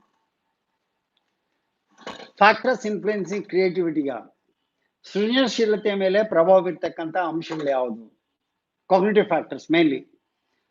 ಸೊ ಜ್ಞಾನಾತ್ಮಕವಾದಂಥ ಬೌದ್ಧಿಕ ಕಾರಕಗಳು ಅಂತ ಹೇಳಿ ಕರಿತೀವಿ, ಸೃಜನಶೀಲತೆ ಮೇಲೆ ಪ್ರಭಾವ ಬೀರ್ತಕ್ಕಂಥ ಅಂಶಗಳು. ಸೊ ಇದರಲ್ಲಿ fluency, flexibility and originality. Fluency ಅಂತಂದರೆ ಪಟುತ್ವ ಅಥವಾ ನಿರರ್ಗಳತೆ, ಫ್ಲೆಕ್ಸಿಬಿಲಿಟಿ ಅಂದರೆ ನಮ್ಯತೆ, ಒರಿಜಿನಾಲಿಟಿ ಅಂದರೆ ಮೂಲ ಕಲ್ಪನೆ ಅಥವಾ ಮೌಲಿಕತೆ. ಕಾಗ್ನಿಷನ್ ಜ್ಞಾನಗ್ರಹಿಕೆ, ಸ್ಮೃತಿ ಮೌಲ್ಯಮಾಪನ ಎರಡನೇದು. ಮೂರನೇದು ಡೈವರ್ಜೆಂಟ್ ಥಿಂಕಿಂಗ್ ವಿಭಿನ್ನಮುಖ ಚಿಂತನೆ, ಕನ್ವರ್ಜೆಂಟ್ ಥಿಂಕಿಂಗ್ ಏಕಾಗ್ರಮುಖ ಚಿಂತನೆ, ಮತ್ತು ಅಮೂರ್ತ ಚಿಂತನೆ ಅಬ್ಸ್ಟ್ರಾಕ್ಟ್ ಥಿಂಕಿಂಗ್. ಸ್ಪೇಷಿಯಲ್ ಎಬಿಲಿಟಿ ಸ್ಥಳಾವಕಾಶ ಸಾಮರ್ಥ್ಯ, ಪ್ರತ್ಯಕ್ಷಾನುಭವ ಸಾಮರ್ಥ್ಯ ಮತ್ತು ಸಂಖ್ಯಾ ಸಾಮರ್ಥ್ಯಗಳು.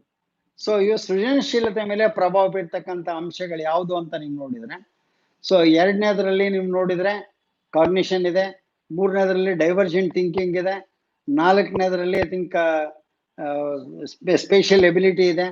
ಬಟ್ ಇಲ್ಲಿ ಮೂರು ಅಂಶಗಳನ್ನು ನಾವು ಪ್ರಮುಖವಾಗಿ ನೋಡ್ತಕ್ಕಂಥದ್ದು ಯಾವುದ್ರಲ್ಲಿ ಅಂದರೆ, ಮೊದಲನೇದರಲ್ಲಿ fluency, flexibility and originality. Fluency ಅಂದರೆ ನಿರರ್ಗಳತೆ. ನಿರರ್ಗಳತೆ ಅಂದರೆ ಅಲ್ಲಿ ನಾವು ನೋಡ್ತಕ್ಕಂಥದ್ದು ಏನಪ್ಪ ಅಂದರೆ, ಬರೀ ಮಾತಾಡೋದಷ್ಟೇ ಅಲ್ಲ, ನಾವು ಯಾವುದೇ ಒಂದು ವಿಚಾರಗಳನ್ನು ಮಾಡುವಾಗ, ವಿಚಾರಗಳನ್ನು ಉತ್ಪಾದನೆ ಮಾಡುವಾಗ ನಿರರ್ಗಳತೆ ಇರಬೇಕಾಗುತ್ತೆ. ಫ್ಲೂಯೆಂಟ್ ಆಗಿ ನಿರರ್ಗಳವಾಗಿ ವಿಚಾರಗಳನ್ನು ಉತ್ಪಾದನೆ ಮಾಡ್ತಾರೆ, ಪಟುತ್ವ ಅಂತ ಹೇಳಿ ಕರಿತೀವಿ. ಸೊ ವಿಚಾರಗಳ ಮನಸ್ಸಿನಲ್ಲಿ ವಿಚಾರಗಳ ಉತ್ಪಾದನೆ ಆಗ್ತಕ್ಕಂಥ ವೇಗ, ಅದನ್ನ ಪಟುತ್ವ ಅಂತ ಹೇಳಿ ಕರಿತೀವಿ. ಇನ್ನು ಫ್ಲೆಕ್ಸಿಬಿಲಿಟಿ ಅಂದರೆ ನಮ್ಯತೆ, ಸನ್ನಿವೇಶಕ್ಕೆ ಅನುಗುಣವಾಗಿ ಹೊಂದಾಣಿಕೆ ಮಾಡಿಕೊಂಡು ಸಮಸ್ಯೆಯನ್ನು ಪರಿಹರಿಸ್ತಕ್ಕಂಥದ್ದು. ಈಗ ಉದಾಹರಣೆಗೆ ಒಂದು ವಸ್ತುವನ್ನ ಯಾವ ಸಂದರ್ಭಕ್ಕೆ ಹೇಗೆ ಬಳಸ್ಕೊಳ್ಬೇಕು ಅನ್ನೋಂಥದ್ದು ಏನಿದೆಯಲ್ಲ, ದಟ್ ಈಸ್ ಕಾಲ್ಡ್ ಫ್ಲೆಕ್ಸಿಬಿಲಿಟಿ. ಬೇರೆ ಬೇರೆ ರೀತಿ ಬಳಸ್ಕೊಳ್ಬಹುದು. ಒಂದು ಹ್ಯಾಮರ್ ಇದೆ ಅಂತಂದ್ರೆ ಹಲವಾರು ರೀತಿ ಅದನ್ನ ಬಳಸ್ಕೊಳ್ಳೋದಕ್ಕೆ ಅವಕಾಶ ಇದೆ, ದಟ್ ಈಸ್ ಫ್ಲೆಕ್ಸಿಬಿಲಿಟಿ. ಒರಿಜಿನಾಲಿಟಿ ಅಂದ್ರೆ ಮೂಲ ಕಲ್ಪನೆ ಅಥವಾ ಮೂಲ ಚಿಂತನೆ ಅಂತ ಹೇಳಿ ಕರಿತೀವಿ. ಸೊ ಇಲ್ಲಿ ಈಗಾಗಲೇ ಇದ್ದಿದ್ದನ್ನ ನಾವು ಮತ್ತೆ ರೀಪ್ರೊಡ್ಯೂಸ್ ಮಾಡಿದ್ರೆ we do not call it as creativity, ಅದನ್ನ ಡಬ್ಬಿಂಗ್ ಅಂತೀವಿ ಕೆಲವು ಸಾರಿ. ಈಗ ಉದಾಹರಣೆಗೆ ಒಬ್ಬರು ಆಗ್ಲೇ ಮಾಡಿದ್ದನ್ನ ಇನ್ನೊಂದು ಭಾಷೆಗೆ ಬದಲಾಯಿಸ್ಕೊಳ್ಳೋಂಥದ್ದು, ಇನ್ನೊಂದು ಅದೇ ರೀತಿ ವಸ್ತು ತಯಾರಿಸೋದು ಇದೆಯಲ್ಲ, ದಟ್ ಇಸ್ ನಾಟ್ ಒರಿಜಿನಾಲಿಟಿ.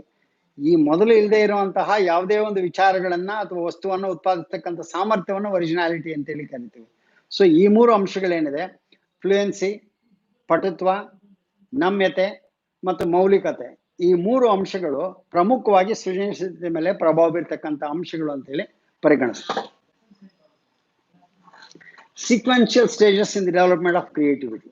ಸೃಜನಶೀಲತೆ ಬೆಳವಣಿಗೆಯಲ್ಲಿ ಕಂಡು ಬರ್ತಕ್ಕಂತಹ ಅನುಕ್ರಮ ಹಂತಗಳು ಯಾವ್ದ್ಯಾವುದು ಅಂತ ನೋಡಿದ್ರೆ, ಮೊದಲನೇದು ಇನ್ಕ್ಯುಬೇಷನ್, ಸುಪ್ತತೆ, ಸಿದ್ಧತೆ, ಇಲ್ಯುಮಿನೇಷನ್ ಅಂಡ್ ವೆರಿಫಿಕೇಶನ್.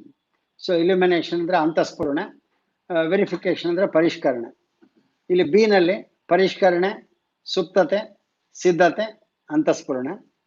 ಮೂರನೇದು ಸಿದ್ಧತೆ, ಸುಪ್ತತೆ, ಅಂತಃಸ್ಫುರಣೆ ಮತ್ತು ಪರಿಷ್ಕರಣೆ, illumination, preparation, incubation and verification. ಇದರಲ್ಲಿ ನೀವು ನೋಡಿದ್ರೆ ಬಹಳ ಮುಖ್ಯವಾಗಿ ಸೃಜನಶೀಲತೆಯಲ್ಲಿ ಮೊಟ್ಟ ಮೊದಲು ಆಗ್ಬೇಕಾಗಿರ್ತಕ್ಕಂಥದ್ದು ಯಾವತ್ತು ಅಂದ್ರೆ ಪ್ರಿಪರೇಷನ್. ಅದಕ್ಕೆ ಬೇಕಾದಂತ ಸಿದ್ಧತೆನ ಮಾಡ್ಕೊಳ್ತಕ್ಕಂಥದ್ದು. ಯಾವುದೇ ವಸ್ತುವನ್ನ ಸೃಷ್ಟಿಸಬೇಕಾದಾಗ ನೀವು ಮನಸ್ಸಿನಲ್ಲಿ ವಿಚಾರಗಳನ್ನ ನೀವು ಮೊದಲು ಆಲೋಚನೆ ಮಾಡ್ಕೊಳ್ಬೇಕಾಗ್ಬೋದು, ಅಥವಾ ಒಂದು ಟಿವಿ ಸೀರಿಯಲ್ ತಗೊಂಡು ಅದಕ್ಕೆ ಬೇಕಾದಂತ ಮಾಡ್ಕೊಳ್ತಾನೆ, ಒಂದು ಕಾವ್ಯ ರಚನೆ ಮಾಡೋ ಸಿದ್ಧತೆ ಮಾಡ್ಕೊಳ್ತಾನೆ. ಪ್ರತಿಯೊಂದು ಕ್ಷೇತ್ರದಲ್ಲಿ ಒಬ್ಬ ವಿಜ್ಞಾನಿ ಒಂದು ಪ್ರಯೋಗ ಮಾಡುವಂತ ವಸ್ತುಗಳನ್ನು ಸಿದ್ಧತೆ ಮಾಡ್ಕೊಳ್ತಾನೆ. That is preparation. ಇನ್ಕ್ಯುಬೇಷನ್ ಅಂತ ನಾವು ನೋಡುವಂಥದ್ದು ಸುಪ್ತವಾಗಿರುತ್ತೆ. ಕೆಲವು ಸಾರಿ ಅವನ ಪ್ರಯೋಗ ಮಾಡ್ತಾ ಇರ್ತಾನೆ, ಪರಿಹಾರ ಉಳಿಯೋದಿಲ್ಲ, ಸುಪ್ತವಾಗಿರುತ್ತೆ. ಇದನ್ನೇ ಇನ್ಕ್ಯುಬೇಷನ್ ಪೀರಿಯಡ್ ಅಂತ ಹೇಳಿ ಕರಿತೀವಿ. ಉದಾಹರಣೆಗೆ ಮೊಟ್ಟೆ ನಾವು ಕಾವಿಗಿಟ್ಟಾಗ, ಇನ್ಕ್ಯುಬೇಟರ್ ಇಟ್ಟಾಗ ಅದು ಯಾವುದೋ ಒಂದ್ ದಿವಸ ಹೊಡ್ಕೊಂಡು ಹೊರಗೆ ಬರುತ್ತೆ. ಆ ಸಂದರ್ಭದಲ್ಲಿ ಮೊಟ್ಟೆಯನ್ನ ನೋಡಿದಾಗ ಏನೂ ಬದಲಾವಣೆ ಆಗಿಲ್ಲ ಅಂತ ಹೊರಗಡೆ ಅನ್ನಿಸ್ತಾ ಇರುತ್ತೆ, ಆದ್ರೆ ಒಳಗಡೆ ಆ ಭ್ರೂಣ ಬೆಳವಣಿಗೆ ಆಗ್ತಾ ಇರುತ್ತೆ, ನಾವು ನೋಡ್ತೀವಿ. ಅದನ್ನೇ ಇನ್ಕ್ಯುಬೇಷನ್ ಪೀರಿಯಡ್ ಅಂತ ಹೇಳಿ ಕರಿತೀವಿ. ಇಲ್ಯುಮಿನೇಷನ್ ಅಂದ್ರೆ ಅಂತಃಸ್ಫುರಣೆ. ಮೊಟ್ಟೆ ಹೊಡ್ಕೊಂಡು ಇದ್ದಕ್ಕಿದ್ದಾಗ ಒಂದಿನ ಹೊರಗೆ ಬರುತ್ತಲ್ಲ ಮರಿ, ಹಾಗೇನೆ ನಮಗೊಂದು ಪರಿಹಾರ ಉಳಿಯುತ್ತೆ. That is what we call as illumination. Verification ಅಂದ್ರೆ ನಮ್ಗೆ ಒಳದಂತಹ ಪರಿಹಾರವನ್ನ ಮತ್ತೊಮ್ಮೆ ಪರಿಷ್ಕರಿಸ್ತಕ್ಕಂಥದ್ದು ಏನಿದೆಯಲ್ಲ ಅದನ್ನ ವೆರಿಫಿಕೇಶನ್ ಅಂತ ಹೇಳಿ ನಾವು ಕರೀತೇವೆ. ಸೊ ಅದರಿಂದ C is the right answer for that.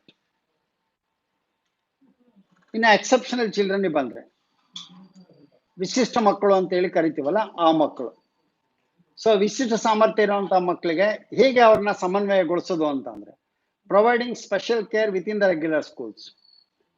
ಸಾಮಾನ್ಯ ಶಾಲೆಗಳಲ್ಲಿ ಅವರಿಗೆ ವಿಶೇಷ ಗಮನವನ್ನ ನೀಡ್ತಕ್ಕಂಥದ್ದು. Supporting regular teachers and administrators, ಸಾಮಾನ್ಯ ಶಿಕ್ಷಕರು ಮತ್ತು ಆಡಳಿತಗಾರರಿಗೆ ಬೆಂಬಲ ನೀಡ್ತಕ್ಕಂಥದ್ದು. Providing an appropriate individualise programme, ವೈಯಕ್ತಿಕ ಗಮನ ನೀಡ್ತಕ್ಕಂಥ ಕಾರ್ಯಕ್ರಮವನ್ನ ಒದಗಿಸಿಕೊಡ್ತಕ್ಕಂಥದ್ದು. Providing suitable education in special schools, ವಿಶೇಷ ಶಾಲೆಗಳಲ್ಲಿ ಸೂಕ್ತವಾದಂಥ ಶಿಕ್ಷಣವನ್ನು ನೀಡ್ತಕ್ಕಂಥದ್ದು. ಇಂಟಗ್ರೇಷನ್ ಆಫ್ ಎಕ್ಸೆಪ್ಷನಲ್ ಚಿಲ್ಡ್ರನ್, ಇಂಥ ವಿಶಿಷ್ಟ ಮಕ್ಕಳನ್ನ ಇಂಟಗ್ರೇಟ್ ಮಾಡೋದು ಅಂದ್ರೆ ಏನಪ್ಪಾ ಅಂದ್ರೆ ಸಾಮಾನ್ಯ ಮಕ್ಕಳ ಜೊತೆಗೆ ಸೇರಿಸೋದು ಅಂತ ಹೇಳಿ. ಈಗ ನಾವು ನೋಡ್ತಾ ಇರೋದು ಇನ್ಕ್ಲೂಸಿವ್ ಎಜುಕೇಶನ್ ಸೆಟಪ್ ಬಂದ್ಮೇಲೆ we cannot segregate the child. ಈ ಮಕ್ಕಳನ್ನ ಕಲ್ಸಕ್ ಸಾಧ್ಯ ಇಲ್ಲ, ನೀವು ಹೊರಗಡೆ ಹೋಗಿ ಅಂತ ಹೇಳಕ್ ಸಾಧ್ಯ ಇಲ್ಲ. We have to accept each and every child in a normal classroom. ಸಾಮಾನ್ಯ ತರಗತಿಗಳಲ್ಲೇ ಎಲ್ಲ ಮಕ್ಕಳಿಗೂ ಶಿಕ್ಷಣವನ್ನು ನೀಡಬೇಕಾಗುತ್ತೆ. ಸೊ ಅದರಿಂದ ಇಂಟಗ್ರೇಷನ್ ಮಾಡೋದು ಅಂತಂದ್ರೆ providing special care with in the regular schools, ಸಾಮಾನ್ಯ ಶಾಲೆಗಳಲ್ಲೇ ಆ ಮಕ್ಕಳನ್ನು ಇಟ್ಕೊಂಡು ಅವ್ರ ಬಗ್ಗೆ ವಿಶೇಷ ಗಮನ ಹರಿಸಬೇಕಾಗುತ್ತೆ, ವಿಶೇಷ ಅವರಿಗೆ ಸೌಲಭ್ಯಗಳನ್ನ ಕೊಡಬೇಕಾಗುತ್ತೆ. ಸೊ ಇದನ್ನ ನಾವು integration of the exceptional children ಅಂತ ಹೇಳಿ ಕರಿತೀವಿ. So first one is the right answer for that. In which of the following programs for the gifted children the positivity of the children not learning some basic concepts is more? So ಇಲ್ಲಿ ಪ್ರತಿಭಾನ್ವಿತ ಮಕ್ಕಳಿಗೆ ನೀವು ನೀಡ್ತಕ್ಕಂಥ ಕ್ರಮಗಳಲ್ಲಿ ಈ 4 ಕ್ರಮಗಳಿದೆ. ಪ್ರತಿಭಾನ್ವಿತ ಮಕ್ಕಳಿಗೆ ತೆಗೆದುಕೊಳ್ತಕ್ಕಂತಹ ಕ್ರಮಗಳು. ಇದರಲ್ಲಿ ಯಾವ ಕ್ರಮದಲ್ಲಿ ಕೆಲವು ಮೂಲ ಪರಿಕಲ್ಪನೆಗಳನ್ನ ಮಕ್ಕಳು ಕಲಿದೇ ಹೋಗೋದಕ್ಕೆ ಸಾಧ್ಯತೆ ಇದೆ ಅಂತೇಳಿ. ಎಬಿಲಿಟಿ ಗ್ರೂಪಿಂಗ್, ಸಾಮರ್ಥ್ಯ ಆಧಾರಿತ ಗುಂಪುಗಳನ್ನು ಮಾಡಿ ಬೋಧಿಸ್ತಕ್ಕಂಥದ್ದು. ಎನ್ರಿಚ್ಮೆಂಟ್ ಪ್ರೋಗ್ರಾಮ್, ಶಿಕ್ಷಣ ಕಾರ್ಯಕ್ರಮಗಳನ್ನು ಸಂಪದೀಕರಣಗೊಳಿಸ್ತಕ್ಕಂಥದ್ದು, ಅಂದ್ರೆ ಹೆಚ್ಚೆಚ್ಚು ಹೈಯರ್ ಲೆವೆಲ್ ಇನ್ಫಾರ್ಮೇಶನ್ ಅವರಿಗೆ ಕೊಡ್ತಕ್ಕಂಥದ್ದು. ಸಪರೇಟ್ ಸ್ಕೂಲ್ಗಳಲ್ಲಿ ಅವರಿಗೆ ಶಿಕ್ಷಣವನ್ನು ನೀಡ್ತಕ್ಕಂಥದ್ದು. ಈಗ ಕಾಂಪಿಟೇಟಿವ್ ಎಕ್ಸಾಮಿನೇಷನ್ಸ್ಗಳ ಮೇಲೆ ಇವತ್ತು ಕೆಲವು ವಿಶೇಷ ಶಾಲೆಗಳಿರುತ್ತೆ. ಸೊ ಅಂಥ ವಿಶೇಷ ಶಾಲೆಗಳಲ್ಲಿ ಶಿಕ್ಷಣ ನೀಡ್ತಕ್ಕಂಥದ್ದು. ಕೊನೆಯದು ವೇಗವರ್ಧನಗಳು, ಆಕ್ಸಿಲರೇಷನ್ ಅಂತ ಹೇಳಿ ಕರಿತೀವಿ. ಸೊ ವೇಗವರ್ಧನಗಳು ಅಂದ್ರೆ ಏನಪ್ಪಾ ಅಂತಂದ್ರೆ ಮಕ್ಕಳಿಗೆ ಡಬಲ್ ಪ್ರಮೋಷನ್ ಕೊಡೋದು ಅಂತ ಹೇಳಿ ಕರೀತಾರೆ. ಈಗ ಉದಾಹರಣೆ ಬುದ್ಧಿವಂತ ಮಕ್ಕಳಿದ್ರೆ 2ರಿಂದ 4ನೇ ಕ್ಲಾಸಿಗೆ ಕಳಿಸೋದು, ನೇರವಾಗಿ 3ರಿಂದ 5ಕ್ಕೆ ಕಳಿಸೋದು. ಸೊ ಈ ರೀತಿ ನಾವು ಮಾಡಿದಾಗ ಕೆಲವು ಮಕ್ಕಳು ಅದಕ್ಕೆ ಬೇಕಾದಂತ ರೀತಿಯಲ್ಲಿ ಸೂಕ್ತವಾಗಿ ಹೊಂದಾಣಿಕೆ ಮಾಡ್ಕೊಳ್ತಾರೆ, ಅವ್ರಿಗೆ ಸಾಮರ್ಥ್ಯ ಇರುತ್ತೆ. ಯಾಕೆಂದ್ರೆ ನಮ್ಮ ದೇಶದಲ್ಲಿ ಒಬ್ಬ ಹುಡುಗ ಅವತಾರ ತುಳಸಿ ಅನ್ನುವಂಥ ಒಬ್ಬ ಹುಡುಗ, ಬಿಹಾರದ ಒಬ್ಬ ಹುಡುಗ, ಈ past 10th standard the age of 9 years, 9ನೇ ವರ್ಷದಲ್ಲಿ ಅವನು SLC ಎಕ್ಸಾಮ್ ಅನ್ನ ಪಾಸ್ ಮಾಡಿದ್ದ. 12ನೇ ವರ್ಷದಲ್ಲಿ ಅವನು BSc ಅನ್ನ ಪಾಸ್ ಮಾಡಿದ್ದ ಪಾಟ್ನಾ ವಿಶ್ವವಿದ್ಯಾಲಯದಿಂದ. ಸೊ 13ನೇ ವರ್ಷಕ್ಕೆ MSc ಪಾಸ್ ಮಾಡ್ದ. See this is possible due to acceleration, ವೇಗವರ್ಧನಗಳಿಂದ ಇದು ಸಾಧ್ಯ ಆಗುತ್ತೆ. ಸೊ ಆದ್ರೆ ಈ ವೇಗವರ್ಧನಗಳಲ್ಲಿ ಒಂದು ಲಿಮಿಟೇಷನ್ ಏನಪ್ಪಾ ಅಂದ್ರೆ ಹಿಂದಿನ ತರಗತಿನಲ್ಲಿ ಕಲಿಬೇಕಾಗಿರ್ತಕ್ಕಂಥ ಕೆಲವು ಮೂಲ ಪರಿಕಲ್ಪನೆಗಳನ್ನ ಅವರು ಕಲಿದೇ ಹೋಗುವ ಸಾಧ್ಯತೆ ಇದೆ ಅಂತೇಳಿ. So that is the answer for that. The acceleration is the answer for this question, ವೇಗವರ್ಧನ ಅನ್ನೋದು. Remedial teaching is essential for, ಪರಿಹಾರ ಬೋಧನೆಯನ್ನ ಯಾವ ಮಕ್ಕಳಿಗೆ ನಾವು ಹೆಚ್ಚಾಗಿ ಒದಗಿಸ್ಕೊಡ್ಬೇಕು ಅಂತೇಳಿ. ಪ್ರತಿಭಾನ್ವಿತ ಮಕ್ಕಳು, ಟ್ಯಾಲೆಂಟೆಡ್, ಅತ್ಯಂತ ಪ್ರತಿಭಾನ್ವಿತರು, ಅವರೇಜ್ ಚಿಲ್ಡ್ರನ್, ಸರಾಸರಿಯ ಮಕ್ಕಳು, ಮತ್ತು ನಿಧಾನಗತಿಯಲ್ಲಿ ಕಲಿಯುವಂಥ ಮಕ್ಕಳು. ಸಹಜವಾಗಿ ನಿಮ್ಮೆಲ್ಲರಿಗೂ ಗೊತ್ತಾಗುತ್ತೆ ಪರಿಹಾರ ಬೋಧನೆಯನ್ನು ನಾವು ಮಾಡ್ತಕ್ಕಂಥದ್ದು ಯಾರಿಗೆ ಇದರಲ್ಲಿ ಅಂತ ಅಂದರೆ it is for the slow learners. ಮಂದಗತಿಯಲ್ಲಿ ಕಲಿಯುವಂಥ ಮಕ್ಕಳು ಯಾರಿರ್ತಾರೆ ಅವರಿಗೆ ನಾವು ಡಯಾಗ್ನೋಸ್ಟಿಕ್ ಟೆಸ್ಟ್ ಕೊಟ್ಟು, ನೈದಾನಿಕ ಪರೀಕ್ಷೆ ಕೊಟ್ಟು ಅವರ ಸಮಸ್ಯೆಗಳಿಗೆ ಕಾರಣಗಳನ್ನು ತಿಳ್ಕೊಂಡು ಅವರಿಗೆ ಪರಿಹಾರ ಬೋಧನೆಯನ್ನು ತೆಗೆದುಕೊಳ್ತೇವೆ. ಸೊ ಅದರಿಂದ ಸ್ಲೋ ಲರ್ನರ್ಸ್, ಮಂದಗತಿಯಲ್ಲಿ ಕಲಿಯುವಂಥ ಮಕ್ಕಳಿಗೆ ನಾವು ಪರಿಹಾರ ಬೋಧನೆಯನ್ನು ತೆಗೆದುಕೊಳ್ತೇವೆ. ಇನ್ನು mother is complaining about her girl child after detecting her extreme difficulty in reading. This complaint can be placed in the area of dyslexia, dyscalculia, mental retardation and dysgraphia. ಒಬ್ಬ ತಾಯಿ ತನ್ನ ಮಗು ಓದೋದ್ರಲ್ಲಿ ಇರೋ ತೊಂದರೆಯನ್ನ ಗುರುತಿಸ್ತಾಳೆ. ಓದೋದು ಮಾತ್ರ ಬಹಳ ತೊಂದರೆ ಇರುತ್ತೆ ಆ ಹೆಣ್ಮಗುವಿಗೆ, ತಾಯಿ ಅದನ್ನ ಗುರುತಿಸ್ತಾಳೆ. ಈ ತೊಂದರೆಯನ್ನ ನೀವು ಯಾವ ಗುಂಪಿನಲ್ಲಿ ಸೇರಿಸ್ತೀರಿ? ಡಿಸ್ಲೆಕ್ಸಿಕ್ ಗ್ರೂಪಲ್ಲಿ ಸೇರಿಸ್ತಿರೋ, ಡಿಸ್ಕ್ಯಾಲಿಕ್ಲಿಯಾದಲ್ಲಿ ಸೇರಿಸ್ತಿರೋ, ಡಿಸ್ಗ್ರಾಫಿಯಾದಲ್ಲಿ ಸೇರಿಸ್ತಿರೋ, ಅಥವಾ ಪೂರ್ಣ ಮಾನಸಿಕ ನ್ಯೂನತೆಯುಳ್ಳವರು ಅಂತ ಹೇಳ್ತಿರೋ ಅಂತೇಳಿ. ಸಾಮಾನ್ಯ ನಿಮಗೆ ಗೊತ್ತಿದೆ, these are learning disabled children ಅಂತ ಹೇಳಿ ಕರಿತೀವಿ. ಕಲಿಕಾ ದೌರ್ಬಲ್ಯ ಇರ್ತಕ್ಕಂಥ ಮಕ್ಕಳು. ಇದರಲ್ಲಿ ಪ್ರಮುಖವಾಗಿ 3 ರೀತಿ ನೋಡ್ತೇವೆ. ಡಿಸ್ಲೆಕ್ಸಿಯಾ ಅಂತಂದ್ರೆ ಯಾರಪ್ಪ ಅಂದ್ರೆ those are having problem in reading, ಓದಿನ ದೌರ್ಬಲ್ಯ ಇರ್ತಕ್ಕಂಥ ಮಕ್ಕಳು ಡಿಸ್ಲೆಕ್ಸಿಯಾ. ಡಿಸ್ಕ್ಯಾಲಿಕ್ಲಿಯಾ ಅಂದ್ರೆ ಅಂಕಗಣಿತದ ದೌರ್ಬಲ್ಯ ಇರ್ತಕ್ಕಂಥವ್ರು. ಡಿಸ್ಗ್ರಾಫಿಯಾ ಅಂದ್ರೆ ಬರವಣಿಗೆ ದೌರ್ಬಲ್ಯ ಇರ್ತಕ್ಕಂಥವ್ರು. ಇನ್ನು ಮಾನಸಿಕ ನ್ಯೂನತೆಯುಳ್ಳಂಥವ್ರು ಅಂದ್ರೆ ಅತ್ಯಂತ ಕಡಿಮೆ ಬುದ್ಧಿಶಕ್ತಿ, ಬಿಲೋ 70 IQ ಹೊಂದಿರುವಂಥವ್ರನ್ನ ಮಾನಸಿಕ ನ್ಯೂನತೆಯುಳ್ಳಂಥವ್ರು ಅಂತ ಹೇಳಿ ಕರಿತೀವಿ. ಸೊ ಇಲ್ಲಿ ತಾಯಿ ಗುರುತಿರ್ತಕ್ಕಂಥದ್ದು ಏನಪ್ಪಾ ಅಂದ್ರೆ there is difficulty in reading ಅಷ್ಟೇ, ಓದೋದ್ರಲ್ಲಿ ಸಮಸ್ಯೆ ಇದೆ ಅಂತೇಳಿ. ಓದಿನ ಸಮಸ್ಯೆ ಯಾವ್ದ್ರಲ್ಲಿ ಬರುತ್ತೆ ಅಂದ್ರೆ ಇಟ್ ಇಸ್ ದಿ ಡಿಸ್ಲೆಕ್ಸಿಯಾ, ಮೊದಲನೇದು ಎ ಅನ್ನುವಂಥದ್ದು ರೈಟ್ ಆನ್ಸರ್ ಆಗುತ್ತೆ. ಆಟಿಟ್ಯೂಡ್ಸ್ ಆರ್ ಮನೋಧೋರಣೆಗಳು, inherited behaviors, learned behaviors, both learned and inherited behaviors, natural behaviors. ಈ ಮನೋಧೋರಣೆಗಳು ಅನ್ನುವಂಥವು ಅನುವಂಶವಾಗಿ ಬಂದಂಥ ವರ್ತನೆಗಳು, ನಾವು ಕಲಿತ ವರ್ತನೆಗಳು, ಕಲಿತ ಮತ್ತು ಅನುವಂಶೀಯ ವರ್ತನೆಗಳು, ಸ್ವಾಭಾವಿಕ ವರ್ತನೆಗಳು. ಸಾಮಾನ್ಯ ನಿಮಗೆ ಗೊತ್ತಿದೆ, ಈ ಮನೋಧೋರಣೆಗಳು ಅನ್ನುವಂಥದ್ದು ಪರಿಸರದಿಂದ ಪ್ರಭಾವಿತವಾಗ್ತಕ್ಕಂಥ ಅಂಶಗಳು. ಪರಿಸರದಿಂದ ಪ್ರಭಾವಿತವಾಗ್ತಕ್ಕಂಥ ಅಂಶಗಳು ಅಂದ್ರೆ ನಾವು ಕಲಿತಂಥ ವರ್ತನೆಗಳಾಗಿರ್ತವೆ. ಇವ್ಯಾವ ಹುಡ್ತಾ ಬಂದಿರಲ್ಲ. ಈಗ ಉದಾಹರಣೆಗೆ ಕೆಲವು ಮಕ್ಕಳಿಗೆ ಶಾಲೆಗೆ ಹೋಗಕ್ಕೆ ಶುರು ಮಾಡಿದ್ಮೇಲೆ ಇಂಗ್ಲಿಷ್ ಕಷ್ಟ, ಗಣಿತ ಕಷ್ಟ, ಸೋಷಿಯಲ್ ಕಷ್ಟ ಅಂತ ಬೆಳೆಸ್ಕೊಳ್ತಾರೆ. ಸೊ ಇದು ಆಟಿಟ್ಯೂಡ್. ಅಥವಾ ಕೆಲವು ವಸ್ತುಗಳನ್ನ ಇಷ್ಟಪಡ್ತಾರೆ ತಿನ್ನೋದಕ್ಕೆ, ಅದ್ರ ಬಗ್ಗೆ ನೆಗೆಟಿವ್ ಆಟಿಟ್ಯೂಡ್ ಡೆವಲಪ್ ಮಾಡ್ಕೊಳ್ತಾರೆ. It's an attitude that is developed. ಅದರಿಂದ ಇದು ಲರ್ನ್ಡ್ ಬಿಹೇವಿಯರ್ ಆಗುತ್ತೆ, ಕಲಿತಂಥ ವರ್ತನೆಗಳಾಗಿರುತ್ತೆ ಮನೋಧೋರಣೆಗಳು. ಇವ್ಯಾವು ಅನುವಂಶೀಯವಾಗಿ ಹುಟ್ಟನೆ ಬಂದಿರತಕ್ಕಂಥ ಗುಣಗಳಲ್ಲ ಅನ್ನುವಂಥದ್ದನ್ನು ಅರ್ಥ ಮಾಡ್ಕೋಬೇಕು. A test which measures multi aptitude is, ನಮ್ಮಲ್ಲಿ ಹಲವಾರು ಅಭಿಕ್ಷಮತೆಗಳಿರುತ್ತೆ, ಸಹಜ ಸಾಮರ್ಥ್ಯಗಳು, ಅಭಿಕ್ಷಮತೆಗಳು ಅಂತ ಏನು ಕರಿತೀವಿ. ಈ ಅಭಿಕ್ಷಮತೆಗಳನ್ನ ಅಳೆಯೋದಕ್ಕೆ, ಮಲ್ಟಿ ಆಪ್ಟಿಟ್ಯೂಡ್ ಅನ್ನು ಅಳೆಯೋದಕ್ಕೆ ಈ ಕೆಳಗಿನವುಗಳಲ್ಲಿ ಯಾವ ಪರೀಕ್ಷೆ ಹೆಚ್ಚು ಸೂಕ್ತವಾಗಿದೆ ಅಂತೇಳಿ. ಒಂದು RPM. ಕೆಲವು ಸಾರಿ ಬರೀ ಈ ಅಬ್ರಿವೇಷನ್ ಕೊಟ್ಬಿಟ್ಟಿರ್ತಾರೆ.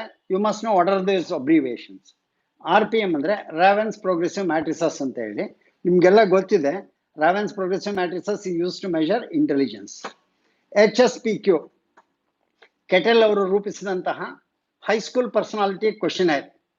ಮೊದಲನೇದು ರೇವನ್ ಅವರು ರೂಪಿಸಿದ್ದು ರಾವೆನ್ಸ್ ಪ್ರೋಗ್ರೆಸಿವ್ ಮ್ಯಾಟ್ರಿಸಸ್. ಎರಡನೇದು HSPQ ಹೈಸ್ಕೂಲ್ ಪರ್ಸನಾಲಿಟಿ ಕ್ವಶನೇರ್ ಅಂತೇಳಿ ಪ್ರೌಢಶಾಲಾ ಮಕ್ಕಳ ವ್ಯಕ್ತಿತ್ವವನ್ನು ಅಳೆಯೋದಕ್ಕೆ ಕೊಡುವಂತಹ ಪ್ರಶ್ನಾವಳಿ. ಇದನ್ನು ರೂಪಿಸಿದಂಥವ್ರು ಕೆಟೆಲ್ ಅವರು. ಇದು ವ್ಯಕ್ತಿತ್ವವನ್ನು ಅಳಿತಕ್ಕಂಥದ್ದು.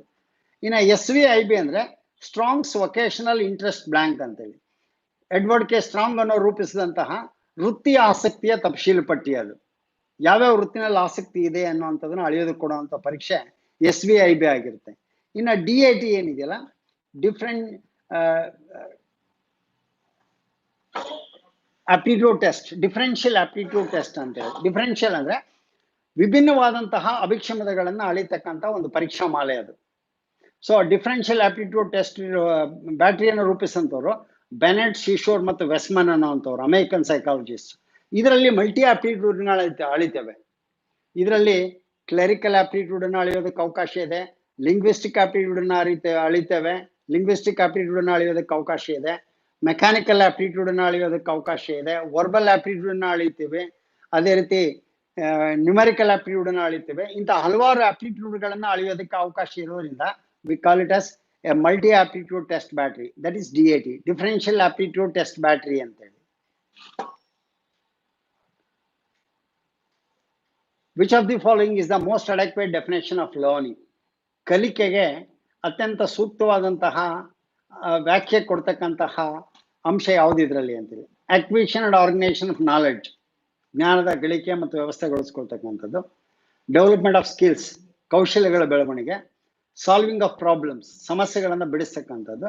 ಡಿಮಾಡಿಫಿಕೇಶನ್ ಆಫ್ ದಿ ಬಿಹೇವಿಯರ್, ವರ್ತನೆಯ ಮಾರ್ಪಡಿಸುವಿಕೆ. ಇದರಲ್ಲಿ ಯಾವುದು ಹೆಚ್ಚು ಸೂಕ್ತವಾದಂತಹ ವ್ಯಾಖ್ಯೆ ಅನ್ನುವಂಥದ್ದನ್ನು ನೀವು ನೋಡಿದರೆ, ಈ ಜ್ಞಾನ ಅನ್ನೋದು ಬರುತ್ತೆ, ಅದರಲ್ಲಿ ಕೌಶಲ್ಯಗಳು ಬರುತ್ತೆ, ಸಮಸ್ಯೆ ಪರಿಹಾರನೂ ಬರುತ್ತೆ. ಇವೆಲ್ಲವುಗಳನ್ನು ಒಳಗೊಳ್ಳುವಂತ ಪದ ಎಲ್ಲಿದೆ ಅಂದ್ರೆ ಮಾಡಿಫಿಕೇಶನ್ ಆಫ್ ದಿ ಬಿಹೇವಿಯರ್. ಆ ಬಿಹೇವಿಯರ್ ನಲ್ಲಿ ನಾಲೆಡ್ಜು ಇರ್ಬೋದು, ಸ್ಕಿಲ್ಸು ಇರ್ಬೋದು, ಪ್ರಾಬ್ಲಮ್ ಸಾಲ್ವಿಂಗು ಇರ್ಬೋದು. That is why the most adequate definition ಯಾವುದಪ್ಪ ಅಂದ್ರೆ it is the modification of behaviour, ವರ್ತನೆಯ ಮಾರ್ಪಾಟು ಅನ್ನುವಂಥದ್ದನ್ನ ಈ ಕಲಿಕೆಯ ಒಂದು ವ್ಯಾಖ್ಯೆ ಅನ್ನೋದನ್ನ ಪರಿಗಣಿಸ್ತೇವೆ. In learning curve the plateau stage indicates. ಇಲ್ಲಿ ಸಮತಟ್ಟಾಗಿರೋ ಪ್ರದೇಶವನ್ನ ಸೂಚಿಸ್ತಕ್ಕಂಥದ್ದು ಯಾವುದು? ಲರ್ನಿಂಗ್ ಕರ್ವ್ ನಲ್ಲಿ, ಕಲಿಕಾ ವಕ್ರದಲ್ಲಿ, ಕಲಿಕಾ ವಕ್ರ ರೇಖೆನಲ್ಲಿ ಸಮತಟ್ಟಾದದನ್ನು ಸೂಚಿಸ್ತಕ್ಕಂಥ ಪ್ಲೇಟ್ಯೂ ಸ್ಟೇಜ್. ಪ್ಲೇಟ್ಯೂ ಅಂತಂದ್ರೆ ಸಮತಲ ಅಂತ ಹೇಳಿ. ಸಮತಲವನ್ನು ಸೂಚಿಸೋದು ಯಾವಾಗ? ಸ್ಲೋ ಲರ್ನಿಂಗ್ ಇದ್ದಾಗ ಒಂದು ಕರ್ವ್ನಲ್ಲಿ, ಸ್ಲೋ ಲರ್ನಿಂಗ್ ಇದ್ದಾಗ, ರ್ಯಾಪಿಡ್ ಲರ್ನಿಂಗ್ ಇದ್ದಾಗ, ಒಂದು ಮಾಡರೇಟ್ ಲೆವೆಲ್ ಲರ್ನಿಂಗ್ ಇದ್ದಾಗ, ಇನ್ನೊಂದು ಸ್ಟಾಗ್ನೇಟೆಡ್ ಲರ್ನಿಂಗ್ ಇದ್ದಾಗ. ಸ್ಟಾಗ್ನೇಟೆಡ್ ಲರ್ನಿಂಗ್ ಅಂದ್ರೆ ನಿಲುಗಡೆ ಆಗುತ್ತೆ ಕೆಲವು ಸರಿ ಕಲಿಕೆ. ಕೆಲವು ಸಂದರ್ಭಗಳಲ್ಲಿ ಯಾವುದೇ ಪ್ರಗತಿ ಕಂಡು ಬರೋಲ್ಲ. We call it as ಪ್ಲೇಟ್ಯೂ.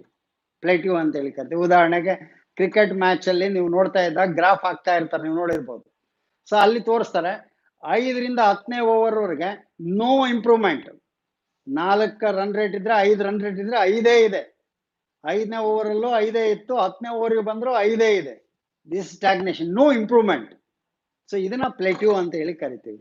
ಕಲಿಕೆನಲ್ಲಿ ಯಾವಾಗ ಪ್ಲೇಟ್ಯೂ ಬರುತ್ತೆ ಅಂತಂದ್ರೆ when we lose interest in learning. ಕಲಿಕೆಯಲ್ಲಿ ಆಸಕ್ತಿಯನ್ನು ಯಾವಾಗ ಕಳ್ಕೊಳ್ತೀವೋ ಸಮತಲಗಳು ನಿರ್ಮಾಣ ಆಗುತ್ತೆ. ಅದಕ್ಕೆ ನಿರಂತರ ಆಸಕ್ತಿ ಇದ್ರೆ ಸಮತಲಗಳಿರೋದಿಲ್ಲ, ನಿರಂತರವಾಗಿ ಕಲಿಕೆ ಉಂಟಾಗುತ್ತೆ ಅಂತೇಳಿ. ಅದಕ್ಕೆ ಪ್ಲೇಟ್ಯೂ ಅನ್ನೋಂಥದ್ದನ್ನ ನಾವು ಗುರುತಿಸ್ತೇವೆ. ಸ್ಟಾಗ್ನೇಟೆಡ್ ಲರ್ನಿಂಗ್ ಅನ್ನುವಂಥದ್ದು ಉತ್ತರ. Verbal guidance would be least effective in the learning of. ಈ ಕೆಳಗಿನ ಯಾವ ಕಲಿಕೆನಲ್ಲಿ ನಿಮ್ಮ ಶಾಬ್ದಿಕ ಮಾರ್ಗದರ್ಶನ ಹೆಚ್ಚು ಉಪಯುಕ್ತ ಆಗೋಲ್ಲ? ವುಡ್ ಬಿ ಲೀಸ್ಟ್ ಎಫೆಕ್ಟಿವ್, ಕಡಿಮೆ ಪರಿಣಾಮಕಾರಿ ಆಗ್ತಕ್ಕಂಥದ್ದು ಯಾವ್ದು ಇದರಲ್ಲಿ ಅಂತ ನೀವು ನೋಡಿದ್ರೆ, ಒಂದು ಮನೋಧೋರಣೆಗಳ ಕಲಿಕೆ, ಪರಿಕಲ್ಪನೆಗಳ ಕಲಿಕೆ, ನೈಜ ಸಂಗತಿಗಳ ಕಲಿಕೆ, ಅದೇ ರೀತಿ ಕೌಶಲ್ಯಗಳ ಕಲಿಕೆನಲ್ಲಿ ಯಾವುದರಲ್ಲಿ ಕೇವಲ ನಮ್ಮ ವರ್ಬಲ್ ಎಕ್ಸ್ಪ್ಲನೇಷನ್ ಹೆಚ್ಚು ಉಪಯೋಗ ಆಗಲ್ಲ ಅಂತಂದ್ರೆ ನಿಮ್ಗೆಲ್ಲರೂ ಸುಲಭವಾಗಿ ಗುರುತಿಸ್ಬೋದು. ಮನೋಧೋರಣೆಗಳ ಬಗ್ಗೆ ನೀವು ವರ್ಬಲ್ ಆಗಿ ಹೇಳ್ಬೋದು, ಇದನ್ನ ಈ ರೀತಿ ಮನೋಧೋರಣೆ ಬೆಳೆಸ್ಕೊಳ್ಬೇಕು ಅನ್ನೋದ್ರ ಬಗ್ಗೆ. ಪರಿಕಲ್ಪನೆಗಳನ್ನ ಅರ್ಥ ಮಾಡಿಸ್ಬೋದು ವಿವರಣೆ ಮಾಡಿ, ಸಂಗತಿಗಳನ್ನ ವಿವರಣೆ ಮಾಡಿ ನಿಮ್ಗೆ ಹೇಳಿಸ್ಬೋದು. ಆದ್ರೆ ಕೌಶಲ್ಯಗಳನ್ನ ಕಲಿಬೇಕಾದಾಗ we needs practice. Verbal guidance is of no use. For example, ನಾನು ಸಮಾಜ ಯಾವಾಗಲೂ ಹೇಳ್ತಿರ್ತೇನೆ, I can give a lecture on swimming for 2 hours without knowing swimming ಅಂತ.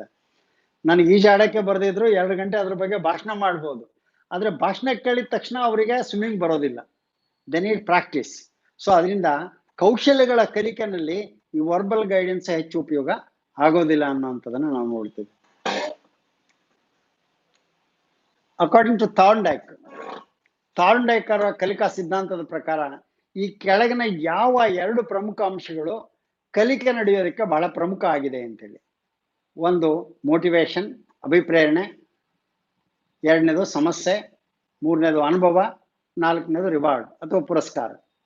ಈ 4ರಲ್ಲಿ ಯಾವ 2 ಅಂಶಗಳು ಈ ಕಲಿಕೆ ಥಾರ್ನ್ಡೈಕನ್ ಪ್ರಕಾರ ಕಲಿಕೆ ನಡೆಯೋದಕ್ಕೆ ಬಹಳ ಮುಖ್ಯ ಅಂತ ಅವನು ಹೇಳ್ತಾನೆ ಅಂತಂದ್ರೆ, they are the 2 important things that are essential for learning to occur. ಒಂದನೇದು 1 and 2 ಅಂದ್ರೆ ಮೋಟಿವೇಶನ್ ಮತ್ತು ಪ್ರಾಬ್ಲಮ್, ಅಭಿಪ್ರೇರಣೆ ಮತ್ತು ಸಮಸ್ಯೆ. 2ನೇದು 2 and 3 problem and experience. C 2 and 4 problem and reward. D 1 and 4. ಈ 2ರಲ್ಲಿ ಯಾವ್ದು ಬಹಳ ಮುಖ್ಯ ಅಂತ ನೀವು ನೋಡಿದ್ರೆ, ಮೊದಲನೇ ಥಾರ್ನ್ಡೈಕ್ನ ಪ್ರಯೋಗದಲ್ಲಿ ಬಹಳ ಮುಖ್ಯವಾಗಿ ನಾವು ಅಬ್ಸರ್ವ್ ಮಾಡುವಂಥದ್ದು ಏನಪ್ಪಾ ಅಂದ್ರೆ ಒಂದು ಲಾ ಆಫ್ ರೆಡಿನೆಸ್ ಹೇಳ್ತಾನೆ. ಲಾ ಆಫ್ ರೆಡಿನೆಸ್ ಅಂತ ಅಂದ್ರೆ ಇಲ್ಲಿ ನಾವು ಬಹಳ ಮುಖ್ಯವಾಗಿ ನಾವು ನೋಡ್ತಕ್ಕಂಥದ್ದು ಏನಪ್ಪಾ ಅಂದ್ರೆ ಪ್ರಾಣಿಯಲ್ಲಿ ಸಿದ್ಧತೆ ಇರಬೇಕು, ಕಲಿಯುವಂತ ವ್ಯಕ್ತಿಯಲ್ಲಿ ಸಿದ್ಧತೆ ಇರಬೇಕು ಅಂತೇಳಿ. ದಟ್ ಈಸ್ ಮೋಟಿವೇಶನ್ ಅಂತ ಅವನು. ಸೊ ಅಲ್ಲಿ ಅವನು ಏನ್ ಮಾಡ್ದ, ಹಸಿದ ಪ್ರಾಣಿಗಳನ್ನ ತೆಗೆದುಕೊಂಡ. ಆ ಹಸಿವು ಅನ್ನುವಂಥದ್ದು ಪ್ರಾಣಿಯನ್ನ ಮೋಟಿವೇಟ್ ಮಾಡ್ತಾ ಇತ್ತು ಕಲಿಕೆಗಾಗಿ. ಅದಕ್ಕೆ ಕಲಿತಕ್ಕಂಥ ವ್ಯಕ್ತಿನಲ್ಲಿ ಮೋಟಿವೇಶನ್ ಅನ್ನೋದಿರ್ಬೇಕು, ಜ್ಞಾನದ ಹಸಿವಿರ್ಬೇಕು ನಮ್ಮಲ್ಲಿ. ಅದೇ ರೀತಿ ಆ ಪ್ರಾಣಿಯಲ್ಲಿ ಅವನೇನು ಹಸಿದ ಪ್ರಾಣಿಗಳನ್ನ ಯಾಕೆ ಪ್ರಯೋಗ ತೆಗೆದುಕೊಳ್ತಾ ಇದ್ದ ಅಂತಂದ್ರೆ ಆ ಹಸಿವು ಅದನ್ನ ಮೋಟಿವೇಟ್ ಮಾಡುತ್ತೆ ಅಂತ ಹೇಳಿ. ಇನ್ನ ಎರಡನೇದು ಬಹಳ ಮುಖ್ಯವಾಗಿ, ಈ ಬೆಕ್ಕು ಅವನ ಪ್ರಯೋಗದಲ್ಲಿ ಬಹಳ ಕಷ್ಟಪಟ್ಟು ಅದು ಓಪನ್ ಮಾಡಿ ಬೋಗನ್ನ ಓಪನ್ ಮಾಡ್ಕೊಂಡು ಹೊರಗೆ ಬರುತ್ತೆ ಅಂತ ಇಟ್ಕೊಂಡು, ಅವನು ಹೊರಗೆ ಬಂದಂತ ಸಂದರ್ಭದಲ್ಲಿ ಅದಕ್ಕೆ ಮೀನ್ ಕೊಡದೇ ಇದ್ದಾಗೆ ಮತ್ತೆ ಬೆಕ್ಕನ್ನ ಒಳಗೆ ಹಾಕಿದ್ರೆ ಅದು ಪ್ರಯತ್ನ ಮಾಡುತ್ತಾ? It will never try.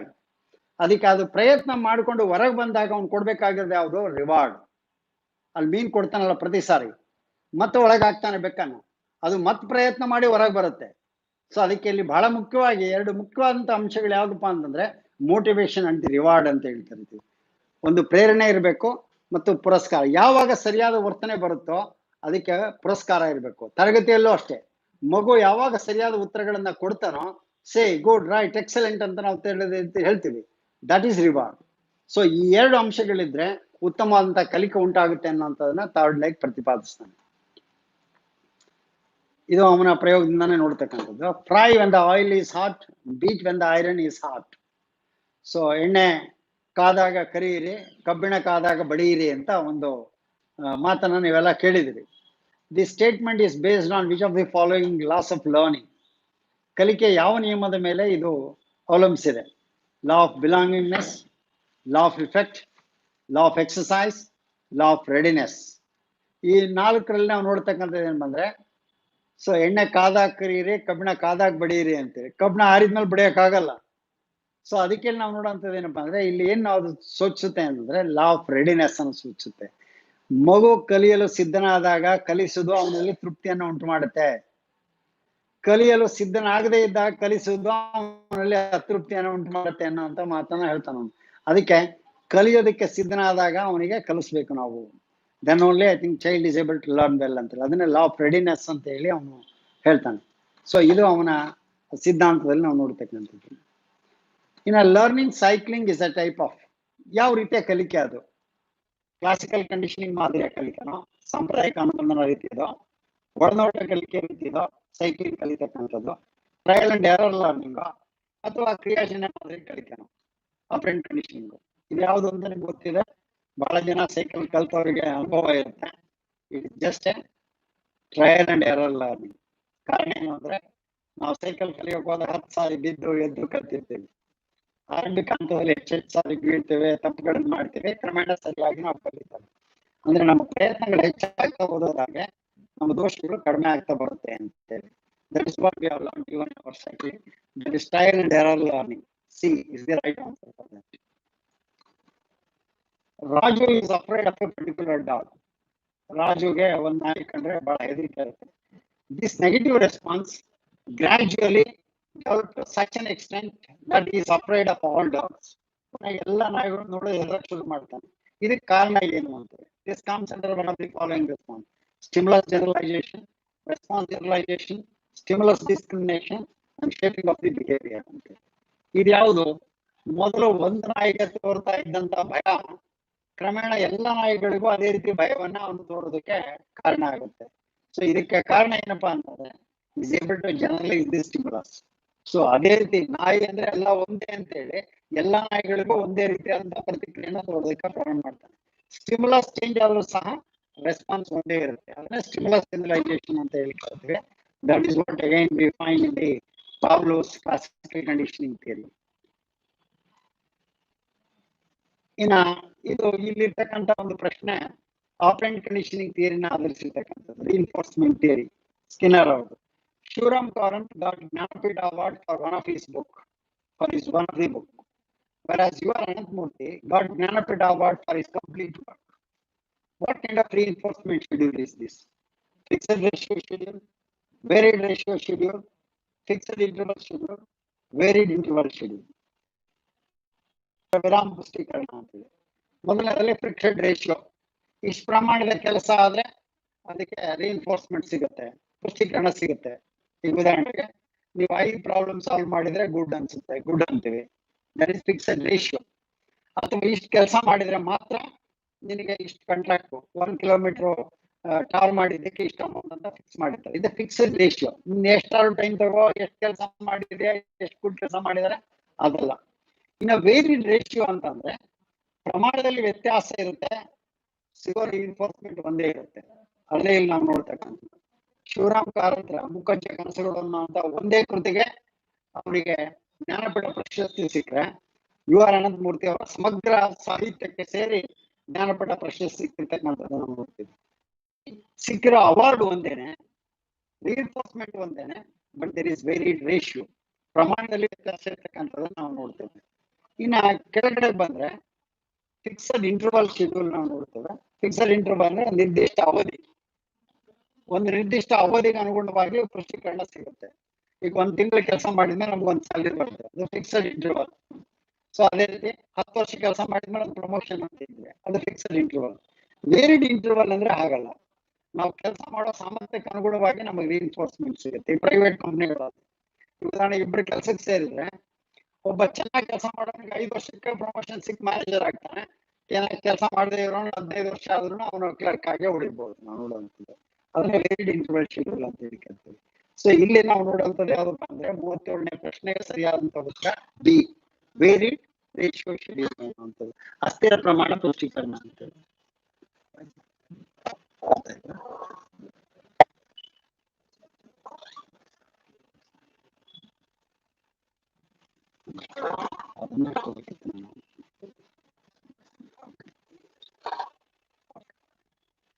Now you'll see, when you are teaching children on the basis of the insightful learning, how do you view the learning material? ಒಳನೋಟ ಕಲಿಕಾ ಸಿದ್ಧಾಂತವನ್ನು ಆಧರಿಸಿ ನಿಮ್ಮ ಮಕ್ಕಳಿಗೆ ಬೋಧನೆ ಮಾಡೋದಾದ್ರೆ ಕಲಿಯುವ ಸಾಮಗ್ರಿಯನ್ನ ಯಾವ ರೀತಿಯಾಗಿ ನೋಡ್ತೀರಿ? ಪಾರ್ಟ್ ಬೈ ಪಾರ್ಟ್ ತೆಗೆದುಕೊಂಡು ಬೋಧನೆ ಮಾಡ್ತಿರೋ, ಪೀಸ್ ಬೈ ಪೀಸ್ ವಿಷಯಗಳನ್ನ ಕಲಿಸ್ತಾ ಹೋಗ್ತಿರೋ, ಒಂದು ಸಮಗ್ರ ದೃಷ್ಟಿಕೋನವನ್ನ ಇಟ್ಕೊಂಡು ನೀವು ಕಲಿಸ್ತೀರ ಹೋಲಿಸ್ಟಿಕ್ ವ್ಯೂ ನಲ್ಲಿ, ಅಥವಾ ಪಾರ್ಟ್ಲಿ ಒಂದ್ ಭಾಗ ಒಂದ್ಸಾರಿ, ಮತ್ತೊಂದು ಭಾಗ ಒಂದ್ಸಾರಿ, ಮತ್ತೊಂದು ಭಾಗ ಒಂದ್ಸಾರಿ, ಆ ರೀತಿಯಾಗಿ ಕಲಿಸ್ತಿರೋ ಅಂತೇಳಿ. ಇನ್ಸೈಟ್ಫುಲ್ ಲರ್ನಿಂಗ್ ನ ಒಂದು ಪ್ರಮುಖ ತತ್ವ ತಮ್ಮೆಲ್ಲರಿಗೂ ಗೊತ್ತಿರ್ಬೋದು, the whole is more than mere sum of the parts ಅನ್ನುವಂಥದ್ದು. ಇಡೀ ಯಾವಾಗಲೂ ಅದರ ಬಿಡಿ ಭಾಗಗಳಿಗಿಂತ ಹೆಚ್ಚು ಅರ್ಥಪೂರ್ಣವಾಗಿರುತ್ತೆ ಅನ್ನುವಂತಹ ಒಂದು ತತ್ವವನ್ನ ಅವರ ಸಿದ್ಧಾಂತದಲ್ಲಿ ನಾವು ನೋಡ್ತೇವೆ. ಅಂದ್ರೆ ಯಾವುದೇ ವಿಷಯವನ್ನ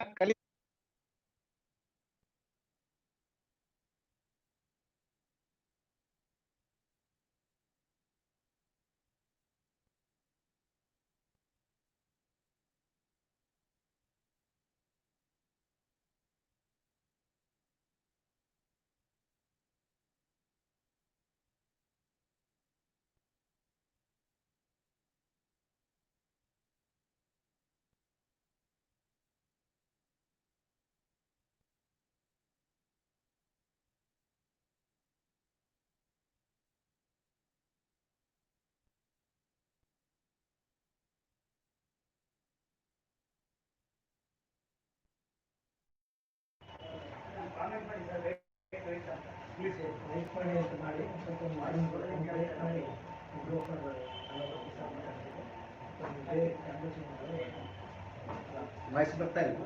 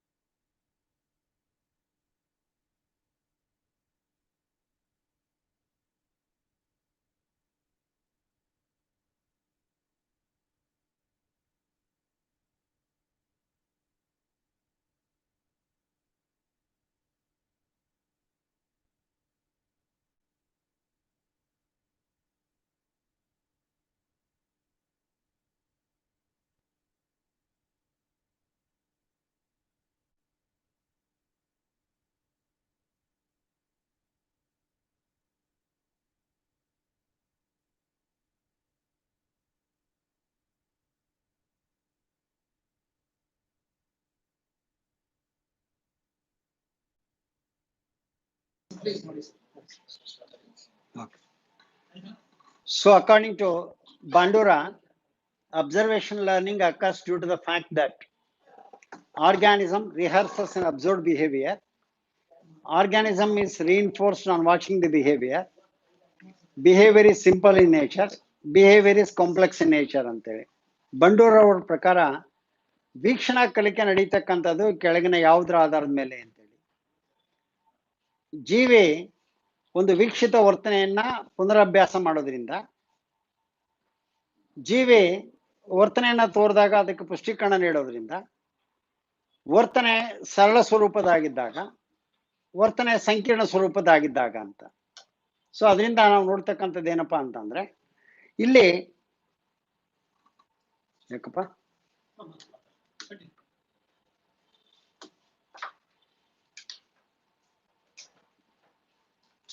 ಅದಕ್ಕೆ ನಾನು ಆಗ್ಲೇ ಹೇಳಿದೆ ಇದು ಯಾಕೋ ಕಡಿಮೆ ಆಗ್ತಾ ಇದೆ ಅಂತ.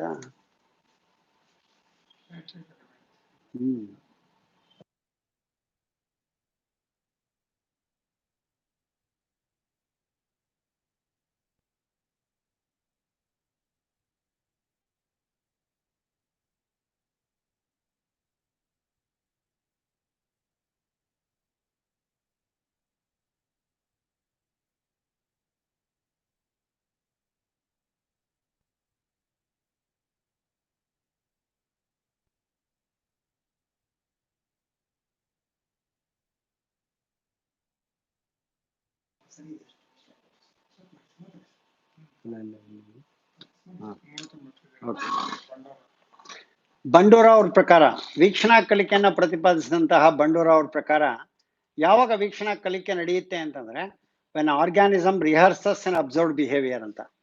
ಒಂದು ವೀಕ್ಷಿಸಿದ ವರ್ತನೆಯನ್ನ ಪುನರಭ್ಯಾಸ ಮಾಡಿದ್ರೆ ಆವಾಗ ವ್ಯಕ್ತಿನಲ್ಲಿ ಉತ್ತಮವಾದಂತಹ ಕಲಿಕೆ, ವೀಕ್ಷಣಾ ಕಲಿಕೆ ಉಂಟಾಗಲಿಕ್ಕೆ ಸಾಧ್ಯ ಆಗುತ್ತೆ ಅಂತೇಳಿ. ಈಗ ಫಾರ್ ಎಕ್ಸಾಂಪಲ್, ಒಬ್ಬ ಕ್ರಿಕೆಟ್ ಅನ್ನ ಕಲಿಬೇಕಾದಾಗ ಎಷ್ಟು ರಿಹರ್ಸ್ ಇಟ್, ಹಲವಾರು ಬಾರಿ ಅದನ್ನ ಪ್ರಾಕ್ಟೀಸ್ ಮಾಡಿದ್ಮೇಲೆ ಆ ವರ್ತನೆ ಅವನಲ್ಲಿ ರೂಢಿತವಾಗೋದಕ್ಕೆ ಸಾಧ್ಯತೆ.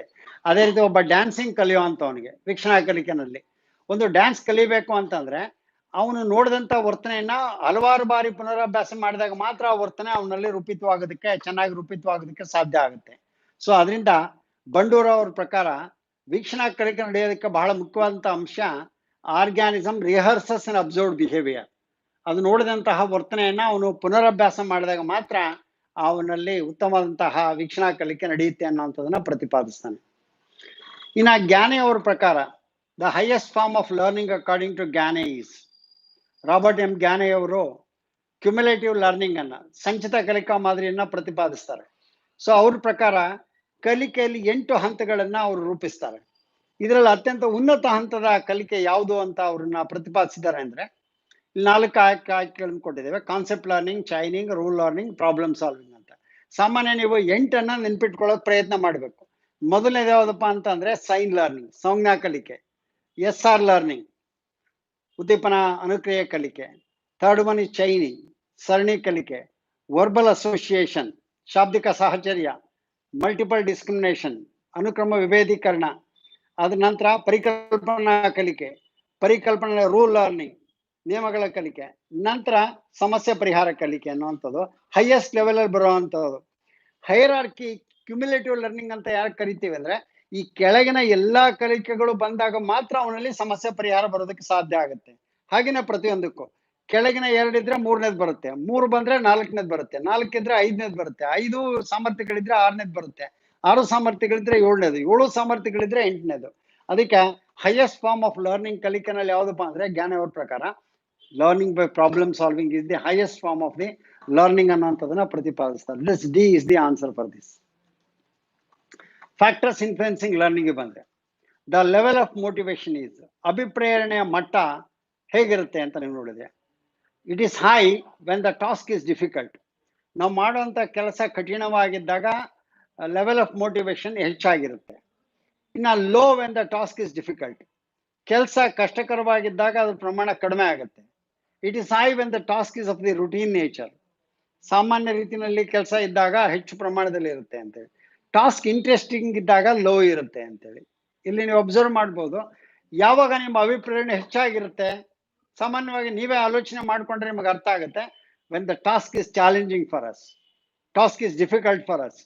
ನಮ್ಮ ಕೆಲಸ ನಮ್ಮ ಮುಂದೆ ಇರ್ತಕ್ಕಂಥದ್ದು ಕಠಿಣವಾಗಿದ್ರೆ, ಚಾಲೆಂಜಿಂಗ್ ಆಗಿದ್ರೆ, ನಮ್ಮ ಅಭಿಪ್ರೇರಣೆ ಮಟ್ಟ ಯಾವಾಗಲೂ ಹೆಚ್ಚಾಗಿರುತ್ತೆ. ಸೊ ಅದರಿಂದ it should be high when the task is difficult. Next, headmaster announces that one who secure highest marks in the exam will get a gold medal. Which type of motivation is used here?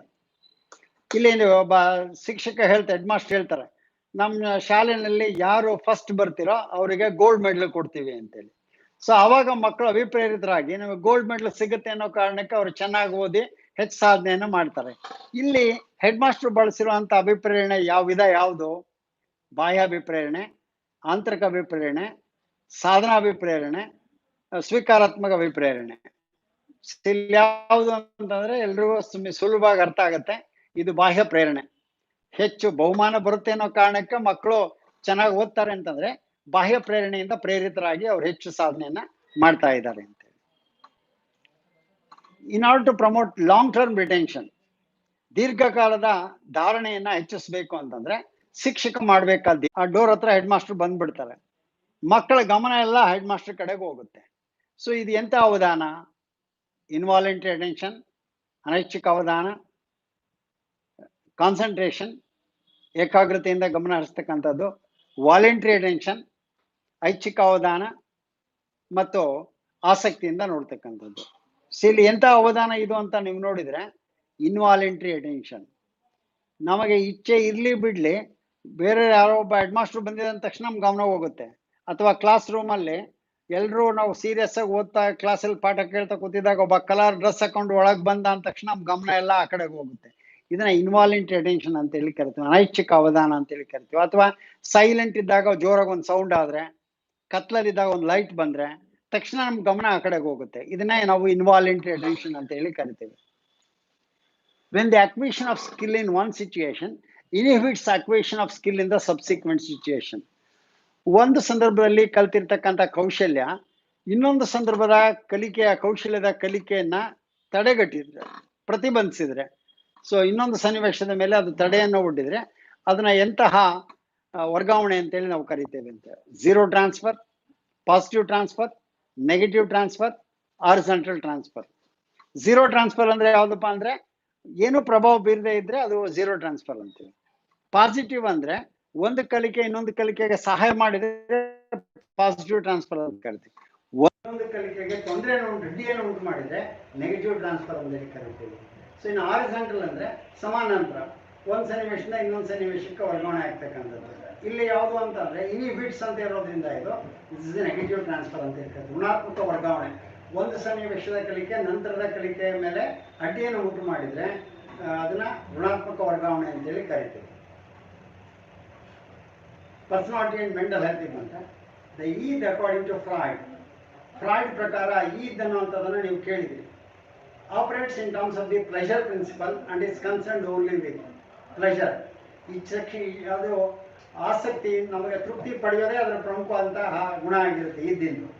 So ಅಲ್ಲಿ ಯಾವುದ್ರ ಪ್ರಕಾರ ಅದು ವರ್ತಿಸುತ್ತೆ ಅಂತಂದ್ರೆ immediate gratification, ತಕ್ಷಣದ ಇಚ್ಛಾ ತೃಪ್ತಿಯೇ ಅದರ ಒಂದು ಬಯಕೆ ಆಗಿರುತ್ತೆ.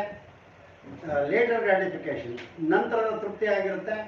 ಐದರ್ ಆಫ್ ದಿ ARB, ಎರಡೂ ಇರ್ಬೋದು, ಈ ಎರಡು ಯಾವುದೂ ಅಲ್ಲ. ಈದ್ ಅನ್ನುವಂಥದ್ದು ಬಹಳ ಮುಖ್ಯವಾಗಿ ನಮಗೆ ತಕ್ಷಣದ ಇಚ್ಛಾ ತೃಪ್ತಿಯೇ ಅದರ ಪ್ರಮುಖವಾದಂತಹ ಗುಣ. ಈಗ ಉದಾಹರಣೆಗೆ ಬಹಳ ಹಸ್ದಿರುವಂಥ ಮಗುವಿಗೆ ಇನ್ನೊಬ್ಬನ ಕೈಯಲ್ಲಿ ಬ್ರೆಡ್ ಇದ್ರೆ ಹೋಗೋದನ್ನ ಕಿತ್ಕೊಳ್ಬೇಕು ಅನ್ಸುತ್ತೆ, ಅದನ್ನ ಕಿತ್ಕೊಂಡು ತಿನ್ನೋ ಪ್ರಯತ್ನ ಮಾಡ್ತಾನೆ. ಸೊ ಇದು immediate gratification, that is Eid urge ಅಂತ ಹೇಳಿ ಕರಿತೀವಿ. ಬ್ಯಾಡ್ ಅರ್ಜಸ್, ಕೆಟ್ಟ ಆಲೋಚನೆಗಳು ಮನಸ್ಸಲ್ಲಿ ಬರೋದು, ಇದನ್ನ ನಾವು ಈದ್ ಅರ್ಜಸ್ ಅಂತ ಹೇಳಿ ಕರಿತೇವೆ.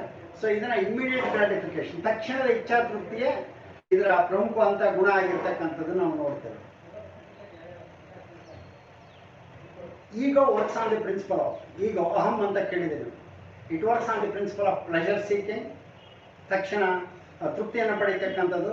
ಯೂನಿವರ್ಸಲ್ ಬ್ರದರ್ಹುಡ್, ಎಲ್ಲರೂ ಸಹೋದರರು ಅನ್ನುವಂಥ ಭಾವನೆ.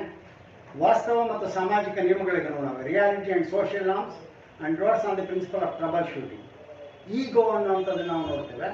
ದಟ್ ಈಸ್ ಮೂರು ಲೇಯರ್ಗಳಿಂದ ego and super ego.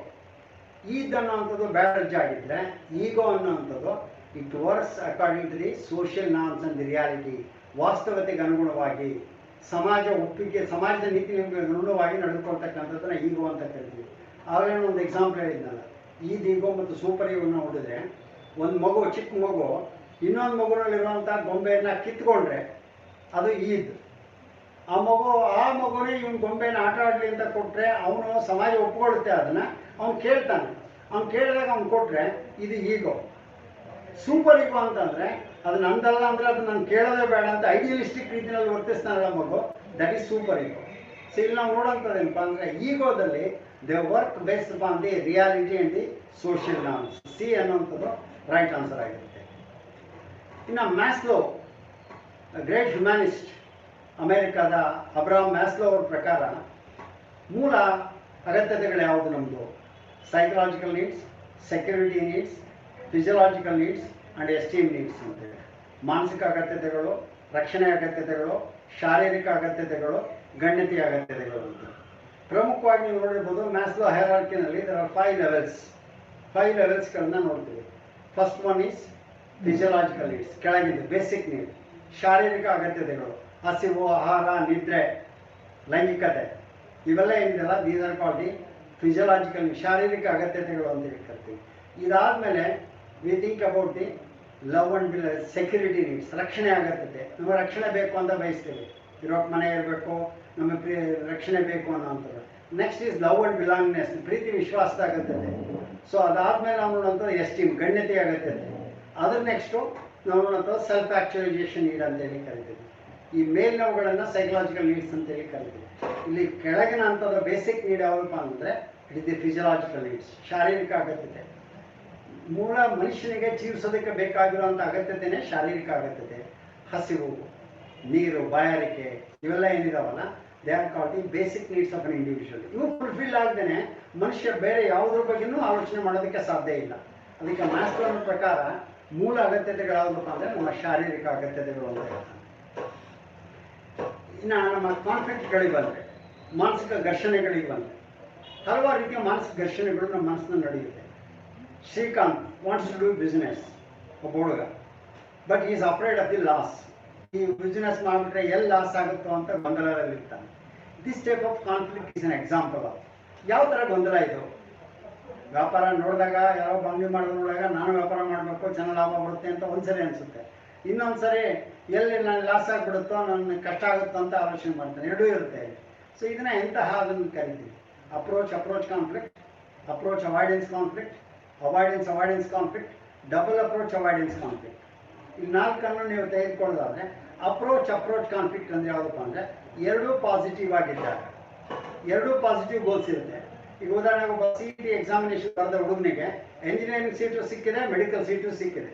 But there is a dilemma. ಅವನಿಗೆ ಇಂಜಿನಿಯರಿಂಗ್ ಸೇರಲು, ಮೆಡಿಕಲ್ ಸೇರಲು ಅಂತ ಡೈಲಮ್ ಇದ್ದರೆ we call it as approach conflict. ಎರಡೂ ಪಾಸಿಟಿವ್ ಗೋಲ್ಸ್ಗಳಿದ್ದಾಗ we call it as approach. ಧನ ಘರ್ಷಣೆ, ಆಗಮ ಘರ್ಷಣೆ ಅಂತೇಳಿ ಕರಿತೀವಿ. ಇನ್ನು ಅಪ್ರೋಚ್ ಅವಾಯ್ಡೆನ್ಸ್, ಆಗಮ ನಿರ್ಗಮ. ಇಲ್ಲಿ ಒಂದು ಪಾಸಿಟಿವ್, ಒಂದು ನೆಗೆಟಿವ್ ಗೋಲ್ ಇರುತ್ತೆ. ಈ ಉದಾಹರಣೆಗೆ ಇದರಲ್ಲಿ ಮೇಲಿಂದ ನೋಡ್ತೀವಿ. ಈ ವಾಂಟ್ಸ್ ಟು ಡೂ ಬಿಸ್ನೆಸ್ ಅನ್ನೋಂಥದ್ದು ಪಾಸಿಟಿವ್ ಆದರೆ, ಲಾಸ್ ಆಗುತ್ತೆ ಅನ್ನೋಂಥದ್ದು ಅವಾಯ್ಡೆನ್ಸ್. ಒಂದು ಪಾಸಿಟಿವ್ ಗೋಲು, ಒಂದು ನೆಗೆಟಿವ್ ಗೋಲ್ ಇದ್ದಾಗ ಘರ್ಷಣೆ ಮನಸ್ಸಲ್ಲಿ ಉಂಟಾಗುತ್ತೆ. ಮಾಡಲೋ ಬೇಡವೋ, ಬಿಸ್ನೆಸ್ ಸ್ಟಾರ್ಟ್ ಮಾಡಲೋ ಬೇಡವೋ, ಇಂಥ ಗೊಂದಲ ಇರೋದನ್ನು ನೋಡ್ತೀವಿ. ಇದು ಅಪ್ರೋಚ್ ಅವಾಯ್ಡೆನ್ಸ್. ಇನ್ನು ಅವಾಯ್ಡೆನ್ಸ್ ಎರಡೂ ನೆಗೆಟಿವ್ ಇರುತ್ತೆ. ಅದಕ್ಕೆ ಅದನ್ನ ಹೇಳ್ತಾರೆ is caught between devil and deep sea ಅಂತ. ಸೊ ಎರಡೂ ಕಡೆ, ಒಂದು ಕಡೆ ಎರಡೂ ಕಡೆನೂ ಕಷ್ಟ ಇದೆ ಅವನಿಗೆ. ಯಾವುದನ್ನು ಎದುರಿಸೋಕೆ ಹೋದ್ರೂ ಒಂದು ತೊಂದರೆಯನ್ನೇ ಎದುರಿಸಬೇಕಾಗಿರುತ್ತೆ. ಸೊ ಇಂಥವುಗಳನ್ನು ಅವಾಯ್ಡೆನ್ಸ್ ಅಂತ ಹೇಳಿ ಕರಿತೀವಿ. ಈ ಉದಾಹರಣೆಗೆ ವಿದ್ಯಾರ್ಥಿಗೆ ನಾವು ಹೋಮ್ವರ್ಕ್ ಮಾಡೋಕೆ ಕೊಟ್ಟಿದ್ವಿ, ಹೋಮ್ವರ್ಕ್ ಮಾಡಿಲ್ಲ ಅವನು. ಶಾಲೆಗೆ ಹೋದರೆ ಟೀಚರ್ ಹೊಡಿತಾರೆ, ಮನೇಲಿದ್ದರೆ ಪೇರೆಂಟ್ಸ್ ಬೈತಾರೆ ಯಾಕೋ ಸ್ಕೂಲ್ಗೆ ಹೋಗಿಲ್ಲ ಅಂತ. ಎರಡೂ ಕಡೆಯೂ ನೆಗೆಟಿವ್ ಅವನಿಗೆ. ಇದನ್ನು ಅವಾಯ್ಡ್ ಮಾಡೋಕ್ಕೆ ಪ್ರಯತ್ನ ಮಾಡ್ತಾನೆ. ಸೊ ಇದನ್ನು ಅವಾಯ್ಡೆನ್ಸ್ ಅಂತ ಹೇಳಿ ಕರಿತೀವಿ. ಇನ್ನೊಂದು ಡಬಲ್ ಅಪ್ರೋಚ್ ಅವಾಯ್ಡೆನ್ಸ್ ಅಂತ ಹೇಳಿ ಕರಿತೀವಿ. ಡಬಲ್ ಅಪ್ರೋಚ್ ಅವಾಯ್ಡೆನ್ಸ್ ಅಂದ್ರೆ ಅರ್ಥ ಏನಪ್ಪ ಅಂತಂದರೆ ಎರಡು ಪಾಸಿಟಿವ್, ಎರಡು ನೆಗೆಟಿವ್ ಇರುತ್ತೆ. ಸೊ ಯಾವ್ದು ಮಾಡಲಿ ಅನ್ನೋಂಥ ಗೊಂದಲ ಇರುತ್ತೆ. ಉದಾಹರಣೆಗೆ ಒಬ್ಬನಿಗೆ ಕೆಲಸ ಹೋಗ್ತಾ ಇರ್ತಾನೆ, ಅವನಿಗೆ ಒಂದು ಕೆಲಸ ಸಿಗುತ್ತೆ. ಬಾಂಬೆನಲ್ಲಿ ಕೆಲಸ ಮಾಡಿದರೆ ಅವನಿಗೆ 50,000 ರೂಪಾಯಿ ಸಂಬಳ ಬರುತ್ತೆ. ಅವನೂರಲ್ಲೇ ಕೆಲಸ ಮಾಡಿದರೆ 20,000 ಸಿಗುತ್ತೆ. ಇಲ್ಲಿ ಎರಡು ಘರ್ಷಣೆ ಅವನಿಗೆ. ಒಂದು ದೂರ ಹೋಗಬೇಕು, ಮನೆಯಿಂದ ದೂರ ಇರಬೇಕು ಅನ್ನೋವಂಥದ್ದು ಒಂದು ನೆಗೆಟಿವ್ ಆದರೆ, ಸಂಬಳ ಜಾಸ್ತಿ ಬರೋದು ಪಾಸಿಟಿವ್ ಅಲ್ಲಿ. ಇನ್ನು ಇಲ್ಲಿ ಹತ್ರ ಇದೆ, ನಮ್ಮೂರಲ್ಲೇ ಕೆಲಸ ಸಿಗುತ್ತೆ, ಸೊ ಇಲ್ಲಿ ಸಂಬಳ ಮಾತ್ರ ಕಡಿಮೆ, ಆದರೆ ನಮ್ಮ ಮನೆಯಲ್ಲೇ ಇರ್ಬೋದು, ಇಲ್ಲಿ ಎರಡೂ ಇರುತ್ತೆ. ಒಂದು ಪಾಸಿಟಿವ್ ಆದರೆ ಒಂದು ನೆಗೆಟಿವ್ ಇರುತ್ತೆ. ಎರಡೂ ಕಡೆ ಡಬಲ್ ಅಪ್ರೋಚ್ ಅವಾಯ್ಡೆನ್ಸ್ ಅಂತ ಹೇಳಿ ಕರಿತೀವಿ. ಎರಡರಲ್ಲೂ ಒಂದು ಪಾಸಿಟಿವ್ ಒಂದು ನೆಗೆಟಿವ್ ಇರುತ್ತೆ. Still there is a dilemma. ನಾನು ಬಾಂಬೆಗೆ ಹೋಗಿ ಕೆಲಸ ಮಾಡಲ್ಲ, ನಮ್ಮೂರಲ್ಲೇ ಕೆಲಸ ಮಾಡಲ್ಲ. ಸೊ ಈ ಥರ ಘರ್ಷಣೆಗಳೇನಿದೆ ಅದನ್ನು ಡಬಲ್ ಅಪ್ರೋಚ್ ಅವಾಯ್ಡೆನ್ಸ್ ಕಾನ್ಫ್ಲಿಕ್ಟ್ ಅಂತ ಹೇಳಿ ಕರಿತೀವಿ. ಸೊ ಇಲ್ಲಿ ನೀವು ನೋಡುವಂಥದ್ದು ಈ ಪ್ರಶ್ನೆಗಿರುವಂಥ ಉತ್ತರ ಅಪ್ರೋಚ್ ಅವಾಯ್ಡೆನ್ಸ್ ಕಾನ್ಫ್ಲಿಕ್ಟ್ ಅಂತ ಹೇಳಿ. ಸೊ ಇಲ್ಲಿ ಆಗಮ ನಿರ್ಗಮ ಘರ್ಷಣೆ ಅಂತೇಳಿ ಕರಿತೀವಿ ಅದನ್ನು ನಾವು.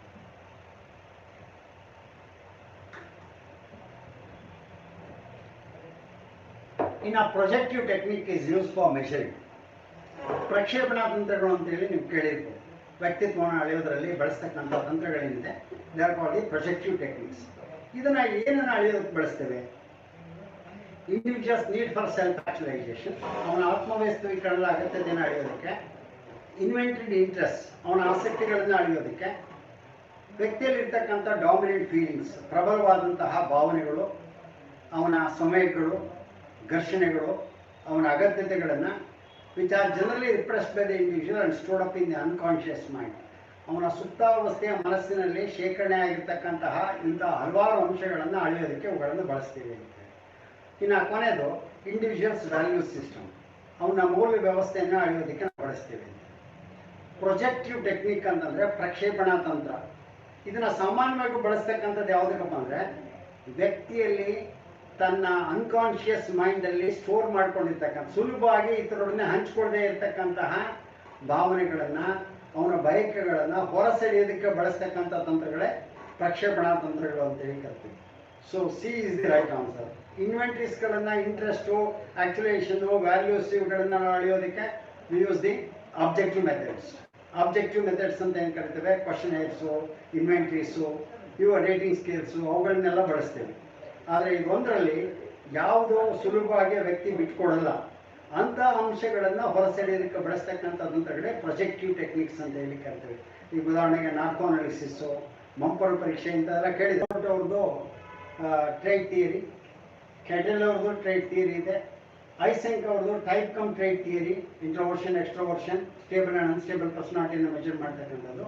ಇನ್ನು ಸಿಗ್ಮಂಡ್ ಫ್ರಾಯ್ಡ್ ಅವರು ಸೈಕೋಅನಾಲಿಟಿಕ್ ಥಿಯರಿ ಆಫ್ ಪರ್ಸನಾಲಿಟಿಯನ್ನು ಪ್ರೆಸೆಂಟ್ ಮಾಡುವಂಥವ್ರು. ಅದ್ರ ಜೊತೆಗೆ ಅವರ ಈಗೋ ತತ್ವವನ್ನು ಬಳಸ್ಕೊಂಡು ರಕ್ಷಣಾ ತಂತ್ರಗಳನ್ನು ಹೇಗೆ ವ್ಯಕ್ತಿ ತನ್ನ ವ್ಯಕ್ತಿತ್ವವನ್ನು ರಕ್ಷಿಸಿಕೊಳ್ಳೋದಕ್ಕೆ ಬಳಸ್ತಾನೆ ಅನ್ನುವಂಥದ್ದನ್ನು ಮೊಟ್ಟ ಮೊದಲು ರಕ್ಷಣಾ ತಂತ್ರಗಳ ಪರಿಕಲ್ಪನೆಯ ಪರಿಚಯಿಸಿದಂಥ ವ್ಯಕ್ತಿ ಸಿಗ್ಮಂಡ್ ಫ್ರಾಯ್ಡ್ ಅವರು.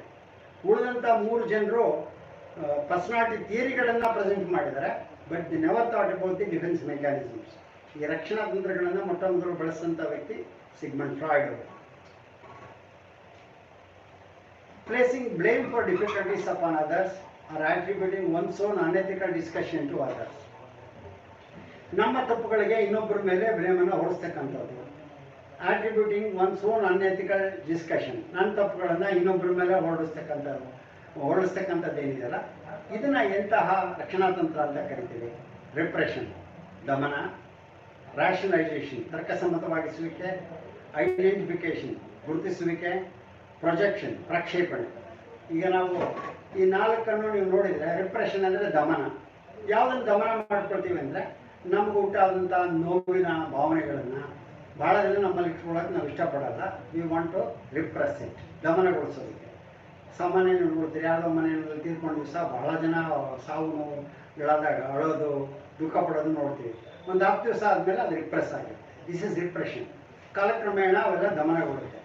ರ್ಯಾಷನಲೈಸೇಷನ್ ಅಂದರೆ ತರ್ಕಸಮ್ಮತವಾಗಿಸ್ತಕ್ಕಂಥದ್ದು, ನನ್ನದೇ ಸರಿ ಅಂತ ಹೇಳುವಂಥದ್ದು. ಅದಕ್ಕೆ ಬೆಸ್ಟ್ ಎಕ್ಸಾಂಪಲ್ ಅಂದರೆ ಸವರ್ ಗ್ರೇಪ್ಸ್ ಆಟಿಟ್ಯೂಡ್. ದ್ರಾಕ್ಷಿ ಹುಳಿ ಅಂದ್ಕೊಂಡು ಇದು ನರಿ ಅಂತ ಹೇಳ್ತೀವಿ.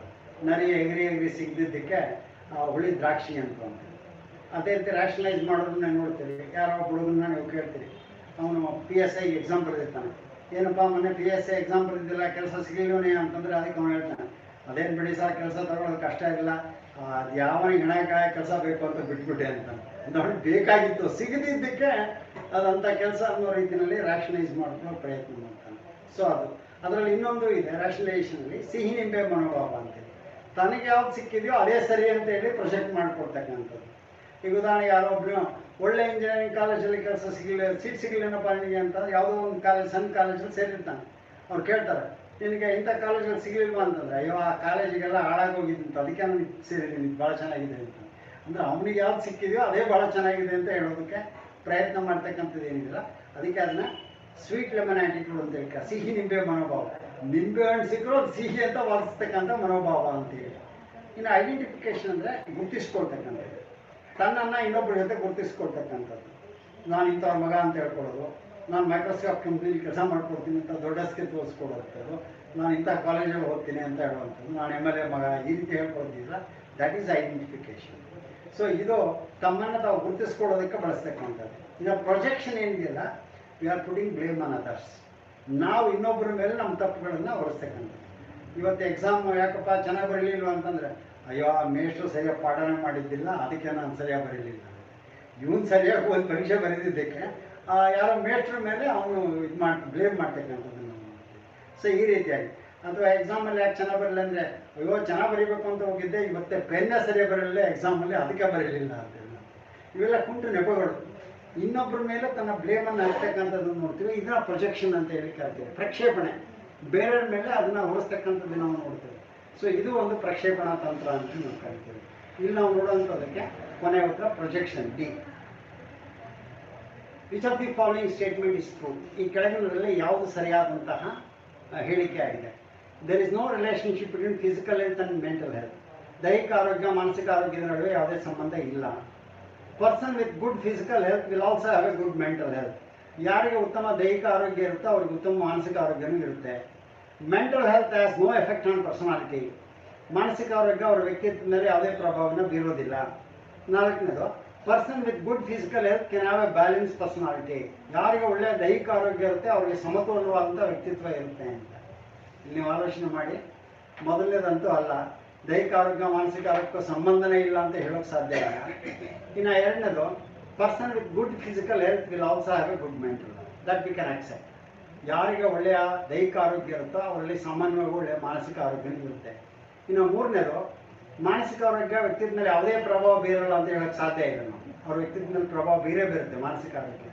ಅದೇ ರೀತಿ ಒಳ್ಳೆಯ ದೈಹಿಕ ಆರೋಗ್ಯ ಇದ್ದ ತಕ್ಷಣವೇ ಅವನು ಬ್ಯಾಲೆನ್ಸ್ ಪರ್ಸನಾಲಿಟಿ, ಸಮತೋಲನವಂತ ವ್ಯಕ್ತಿತ್ವ ಇದೆ ಅಂತ ಹೇಳೋದಕ್ಕೂ ಸಾಧ್ಯ ಇಲ್ಲ. ಅದರಿಂದ B is the right answer for this. Person with good physical health will also have a good mental health ಅನ್ನೋಂಥದ್ದು ಸರಿಯಾದಂಥ ಉತ್ತರ ಆಗುತ್ತೆ. ಇನ್ನು ಗ್ರೂಪ್ ಡೈನಾಮಿಕ್ಸ್ ಬಂದರೆ, teacher needs to have a thorough knowledge of the principles of group dynamics. ಗುಂಪಿನ ವರ್ತನಾಶಾಸ್ತ್ರ ಅಂತ ಏನು ಕರಿತೀವಿ, ಸಮೂಹದ ಶಾಸ್ತ್ರ ಅಥವಾ ಗುಂಪಿನ ವರ್ತನಾಶಾಸ್ತ್ರ. ಇದಕ್ಕೆ ಯಾಕೆ ಥರೋ ನಾಲೆಡ್ಜ್ ಶಿಕ್ಷಕನಿಗೆ ಇರಬೇಕು ಅಂತಂದರೆ, they need to detect when group cohesiveness has reach a danger point. ಗುಂಪಿನ ಒಂದು ಒಗ್ಗೂಡ್ತಕ್ಕಂಥ ಸಾಮರ್ಥ್ಯ ಯಾವಾಗ ಡೇಂಜರ್ ಪಾಯಿಂಟ್ ರೀಚ್ ಆಗಿದೆ ಅನ್ನೋದನ್ನು ತಿಳ್ಕೊಳ್ಳೋದಕ್ಕಾಗಿ, ಮಕ್ಕಳಿಗೆ ಶಿಕ್ಷಣ ನೀಡೋದಕ್ಕಾಗಿ group exert a major influence upon the attainment of the goal of education. ಶಿಕ್ಷಣದ ಗುರಿ ತಲುಪೋದಕ್ಕೆ ಸಹಾಯ ಮಾಡುತ್ತೆ ಗುಂಪು. The modern classroom has become more and more of the group situation. ಈಗ ತರಗತಿಯ ಕ್ಲಾಸ್ ರೂಮ್ಗಳು ಹೆಚ್ಚಾಗಿ ಗ್ರೂಪ್ಗಳಿರೋದ್ರಿಂದ ಇದನ್ನು ಬಳಸ್ತೀವಿ ಅಂತೇಳಿ. ಮುಖ್ಯವಾಗಿ ಸಮೂಹ ಗತಿಶಾಸ್ತ್ರವನ್ನು ಯಾಕೆ ಅರ್ಥ ಮಾಡ್ಕೊಳ್ಬೇಕು ಅಂತಂದರೆ, ತರಗತಿಯಲ್ಲಿರ್ತಕ್ಕಂತಹ ನಮ್ಮ ಗುಂಪು ಹೇಗಿದೆ, ಗುಂಪಿನ ಗುರಿಗಳು ಹೇಗಿದೆ, ಗುಂಪಿನಲ್ಲಿರೋ ಸಾಮರ್ಥ್ಯಗಳು ಹೇಗಿದೆ, ಗುಂಪನ್ನು ಯಾವ ರೀತಿಯಾಗಿ ನಾವು ಮುನ್ನಡೆಸಬೇಕು ಅನ್ನೋಂಥದ್ದನ್ನು ನಾವು ಅರ್ಥ ಮಾಡಿಕೊಂಡಾಗ ಮಾತ್ರ ಗುಂಪಿನ ನಾವು ಏನು ಗುರಿಗಳನ್ನು ಸಾಧನೆ ಮಾಡಬೇಕು ಅಂತ ಇದೀವೋ ಆ ಗುರಿಗಳನ್ನು ಸಾಧನೆ ಮಾಡೋದಕ್ಕೆ ಸಾಧ್ಯ ಆಗುತ್ತೆ. ಗುರಿಗಳ ಸಾಧನೆಯಲ್ಲಿ ಸಮೂಹ ಗತಿಶಾಸ್ತ್ರದ ತತ್ವಗಳು ಬಹಳಷ್ಟು ಪ್ರಭಾವವನ್ನು ಬೀರುತ್ತೆ. ಅದರಿಂದ ಪ್ರತಿಯೊಬ್ಬ ಶಿಕ್ಷಕನು ತನ್ನ ತರಗತಿಯಲ್ಲಿರ್ತಕ್ಕಂಥ ವಿದ್ಯಾರ್ಥಿಗಳ ಸಮೂಹ ಗತಿಶಾಸ್ತ್ರವನ್ನು ಅರ್ಥ ಮಾಡಿಕೊಂಡ್ರೆ ವಿದ್ಯಾರ್ಥಿಗಳ ಗುರಿಗಳನ್ನು ಸಾಧಿಸೋದಕ್ಕೆ ಸಾಧ್ಯ ಆಗುತ್ತೆ ಅಂತೇಳಿ. ಸೊ ಅದರಿಂದ C is the right answer for this. The most important use of this sociometric technique is to, ಸಮಾಜ ನೀತಿ ತಂತ್ರವನ್ನು ಈ ಕೆಳಗಿನ ಯಾವುದಕ್ಕೆ ಬಳಸ್ತೇವೆ? To find out starts with their qualities. ತರಗತಿಯಲ್ಲಿರುವಂತಹ ತಾರೆಗಳನ್ನು ಗುರುತಿಸೋದಕ್ಕೆ, ಅವರ ಗುಣಗಳನ್ನು ತಿಳ್ಕೊಳ್ಳೋದಕ್ಕೆ. ತರಗತಿಯಲ್ಲಿರೋ ಒಂಟಿಗಳನ್ನು ಪತ್ತೆ ಹಚ್ಚೋದಕ್ಕೆ. ಟು ಇಂಪ್ರೂವ್ ಲೀಡರ್ಶಿಪ್ ಕ್ವಾಲಿಟೀಸ್, ನಾಯಕತ್ವದ ಗುಣಗಳನ್ನು ಅವರಲ್ಲಿ ಬೆಳೆಸೋದಕ್ಕೆ. To improve relationship among the members of the group. ನಾಲ್ಕನೇದು, ತರಗತಿಯಲ್ಲಿರ್ತಕ್ಕಂತಹ ಗುಂಪಿನಲ್ಲಿರೋ ವಿದ್ಯಾರ್ಥಿಗಳಲ್ಲಿ ಉತ್ತಮ ಸಂಬಂಧಗಳನ್ನು ಬೆಳೆಸ್ತಕ್ಕಂಥದ್ದು. ಈ ಸೋಷಿಯೋಮೆಟ್ರಿಕ್ ಟೆಕ್ನಿಕ್ನ ಮುಖ್ಯವಾದಂಥ ಉದ್ದೇಶ ಮೇಲಿನ ಮೂರರ ಜೊತೆಗೆ ಕೊನೆಯದೇ ಬಹಳ ಮುಖ್ಯವಾಗಿರುವಂಥದ್ದು. ತರಗತಿಯ ಗುಂಪಿನ ಸಂಬಂಧವನ್ನು ನಾವು ಸುಧಾರಿಸುವಾಗ ಮೇಲಿನ ಎಲ್ಲವನ್ನೂ ನಾವು ಮಾಡ್ತೀವಿ. ಯಾರು ಸ್ಟಾರ್ ಅಂತ ನೋಡ್ತೀವಿ, ಅವನಿಗೇನು ಜವಾಬ್ದಾರಿ ಕೊಡಬೇಕು, ಐಸೋಲೇಟಿಸ್ ಇದ್ದರೆ ಅವನ್ನ ಸೋಷಲೈಸ್ ಮಾಡೋದು ಹೇಗೆ, ಯಾವ ಮಕ್ಕಳಲ್ಲಿ ನಾಯಕತ್ವ ಗುಣಗಳಿದೆ ಅವ್ರನ್ನ ಹೇಗೆ ಬೆಳೆಸಬೇಕು, ಇದನ್ನೆಲ್ಲದೂ ತಿಳ್ಕೊಳ್ಳೋದಕ್ಕೆ ಸಾಧ್ಯ ಆಗ್ತಕ್ಕಂಥದ್ದು. ನಾನು variable to understand the relationship among the members of the group. ತರಗತಿಯಲ್ಲಿರ್ತಕ್ಕಂಥ ಮಕ್ಕಳಲ್ಲಿ ಯಾವ ರೀತಿಯ ಸಂಬಂಧಗಳಿದೆ, ಆ ಸಂಬಂಧಗಳನ್ನು ಹೇಗೆ ಸುಧಾರಿಸಬೇಕು ಅನ್ನೋಂಥದ್ದನ್ನು ನಾವು ಅರ್ಥ ಮಾಡಿಕೊಂಡಾಗ ಸಹಜವಾಗಿ ಈ ಸಮಾಜ ತಂತ್ರ ನಮಗೆ ಹೆಚ್ಚು ಉಪಯುಕ್ತ ಆಗುತ್ತೆ ಅಂತ. Effective teacher adapts norms of the ಯಾವ society? Democratic society, licence based society, autocratic society, all the above according to the situation. ಯಾವ ಸಮಾಜದ ತತ್ವಗಳನ್ನು ಒಬ್ಬ ಪರಿಣಾಮಕಾರಿ ಶಿಕ್ಷಕ ತನ್ನ ತರಗತಿಗಳಲ್ಲಿ ಅಳವಡಿಸ್ಕೊಳ್ಬೇಕು? ಪ್ರಜಾಸತ್ತಾತ್ಮಕ ಸಮಾಜದಿಂದ ತೆಗೆದುಕೊಳ್ಬೇಕಾ, ನಿರ್ಬಂಧರಹಿತ ಸಮಾಜದಿಂದ ತೆಗೆದುಕೊಳ್ಬೇಕಾ, ಅಥವಾ ಸರ್ವಾಧಿಕಾರ ಧೋರಣೆ ಸಮಾಜದಿಂದ ತೆಗೆದುಕೊಳ್ಬೇಕು? ಸಾಮಾನ್ಯವಾಗಿ ನಾವು ನಮ್ಮ ನೋಡುವಂಥದ್ದು, because our country is a democratic society, we need to be democratic in our classroom. ನಮ್ಮಲ್ಲಿ ಪ್ರಜಾಸತ್ತಾತ್ಮಕ ಧೋರಣೆ ಇರಬೇಕು. ಪ್ರಜಾಸತ್ತಾತ್ಮಕ ಮೌಲ್ಯಗಳನ್ನು ನಮ್ಮ ಮಕ್ಕಳಲ್ಲಿ ನಾವು ಬೆಳೆಸಬೇಕು ಅಂತ ಅಂದರೆ ನಾವು ಪ್ರಜಾಸತ್ತಾತ್ಮಕ ಧೋರಣೆಯನ್ನು, ಸಮಾಜದ ಗುಣಗಳನ್ನು ನಮ್ಮಲ್ಲಿ ಅಳವಡಿಸ್ಕೊಳ್ಬೇಕು ಅಂತ. We should be a democratic teacher. ಎಲ್ಲ ಮಕ್ಕಳಿಗೂ ಸಮಾನ ಅವಕಾಶಗಳನ್ನು ಕೊಡಬೇಕು, ಮಕ್ಕಳ ಜೊತೆ ಬೆರೀಬೇಕು. We should grow love and affection to the children. ಅವು ಎರಡನ್ನೂ ಅವರಿಗೆ ಬಳಸ್ತಕ್ಕಂಥ, ಪ್ರೈಸ್ ಆ್ಯಂಡ್ ಬ್ಲೇಮ್ ಎರಡನ್ನೂ ಬಳಸ್ತಕ್ಕಂಥ. ಲೈಸೆನ್ಸ್ ಬೇರ್ ಟೀಚರ್ ಯಾರಪ್ಪ ಅಂತಂದರೆ, ತಾನಾಯಿತು, ತನ್ನ ಕೆಲಸ ಆಯಿತು, ನನಗೂ ಮಕ್ಕಳಿಗೂ ಸಂಬಂಧ ಇಲ್ಲ, ನಾನು 45 ನಿಮಿಷ ಪಾಠ ಮಾಡಿ ನನಗೂ ಅವ್ರಿಗೂ ಏನೂ ಸಂಬಂಧ ಇಲ್ಲ ಅಂತ. ಲೈಸೆನ್ಸ್ ಬೇಸ್ ಸೊಸೈಟಿ ನಾವೆಲ್ಲಿ ನೋಡ್ತಿದ್ವಿ ಅಂತಂದರೆ 16ನೇ ಲೂಯಿ ಫ್ರೆಂಚ್ ರೆವಲ್ಯೂಷನಲ್ಲಿ ತಾನಾಯಿತು, ತನ್ನ ಜೀವನ ಆಯಿತು, ತನ್ನ ವೈಭವ ಜೀವನದಲ್ಲಿ ತೊಡಗಿದ್ದೇ ಹೊರತು ಜನರ ಕಲ್ಯಾಣದ ಬಗ್ಗೆ ಅವನು ಯಾವತ್ತೂ ಚಿಂತನೆಯನ್ನು ಮಾಡ್ತಾ ಇರಲಿಲ್ಲ. ಅದು ಲೈಸೆನ್ಸ್ ಬೇಸ್ ಸೊಸೈಟಿ, ಅದಾಗಬಾರ್ದು. ಇನ್ನು ಆಟೋಕ್ರಾಟಿಕ್ ಸೊಸೈಟಿ ಅಂತಂದರೆ ಹಿಟ್ಲರ್ದು ನಾವು ನೋಡೋವಂಥದ್ದು. ಹಿಟ್ಲರ್, ಮುಸ್ಲೋನಿ ಇವರಲ್ಲಿ ನೋಡ್ತೀವಲ್ಲ, ಅದು ಆಟೋಕ್ರಾಟಿಕ್ ಸೊಸೈಟಿ, ಸರ್ವಾಧಿಕಾರಿ ಧೋರಣೆ. ಶಿಕ್ಷಕ ಮಕ್ಕಳಿಗೆ ಫ್ರೀಡಮ್ ಆಗಿ ಕೊಡದೇ ಇದ್ದರೆ, ನಾನು ಹೇಳಿದ್ದು ಅಷ್ಟೇ ಕೇಳಬೇಕು, ನಾನು ಹೇಳ್ದಂಗೆ ನಡಿಬೇಕು ಅಂತಂದರೆ ಅದು ಆಟೋಕ್ರಾಟಿಕ್ ಸೊಸೈಟಿ, ಅದು ಇರಬಾರ್ದು ಅಂತ. We should follow the norms of the democratic society, then only we are able to develop the democratic balance in our children ಅಂತ ಹೇಳಿ. ಇನ್ನು chief objective of guidance is to bring about in peoples. ಮಾರ್ಗದರ್ಶನದ ಮುಖ್ಯವಾದಂಥ ಉದ್ದೇಶ ಏನು ನಮ್ಮ ಮಕ್ಕಳಲ್ಲಿ ತರೋದಕ್ಕೆ ಅಂದರೆ, increase responsibility for self direction, development of their major weak points, attainability of mastery of the subject matter, ability to compete successfully with others. ಇಲ್ಲಿ ನಾವು ಮಾಡಬೇಕಾಗಿರೋದು ಯಾವುದಪ್ಪ ಅಂತಂದರೆ, increase responsibility for self direction.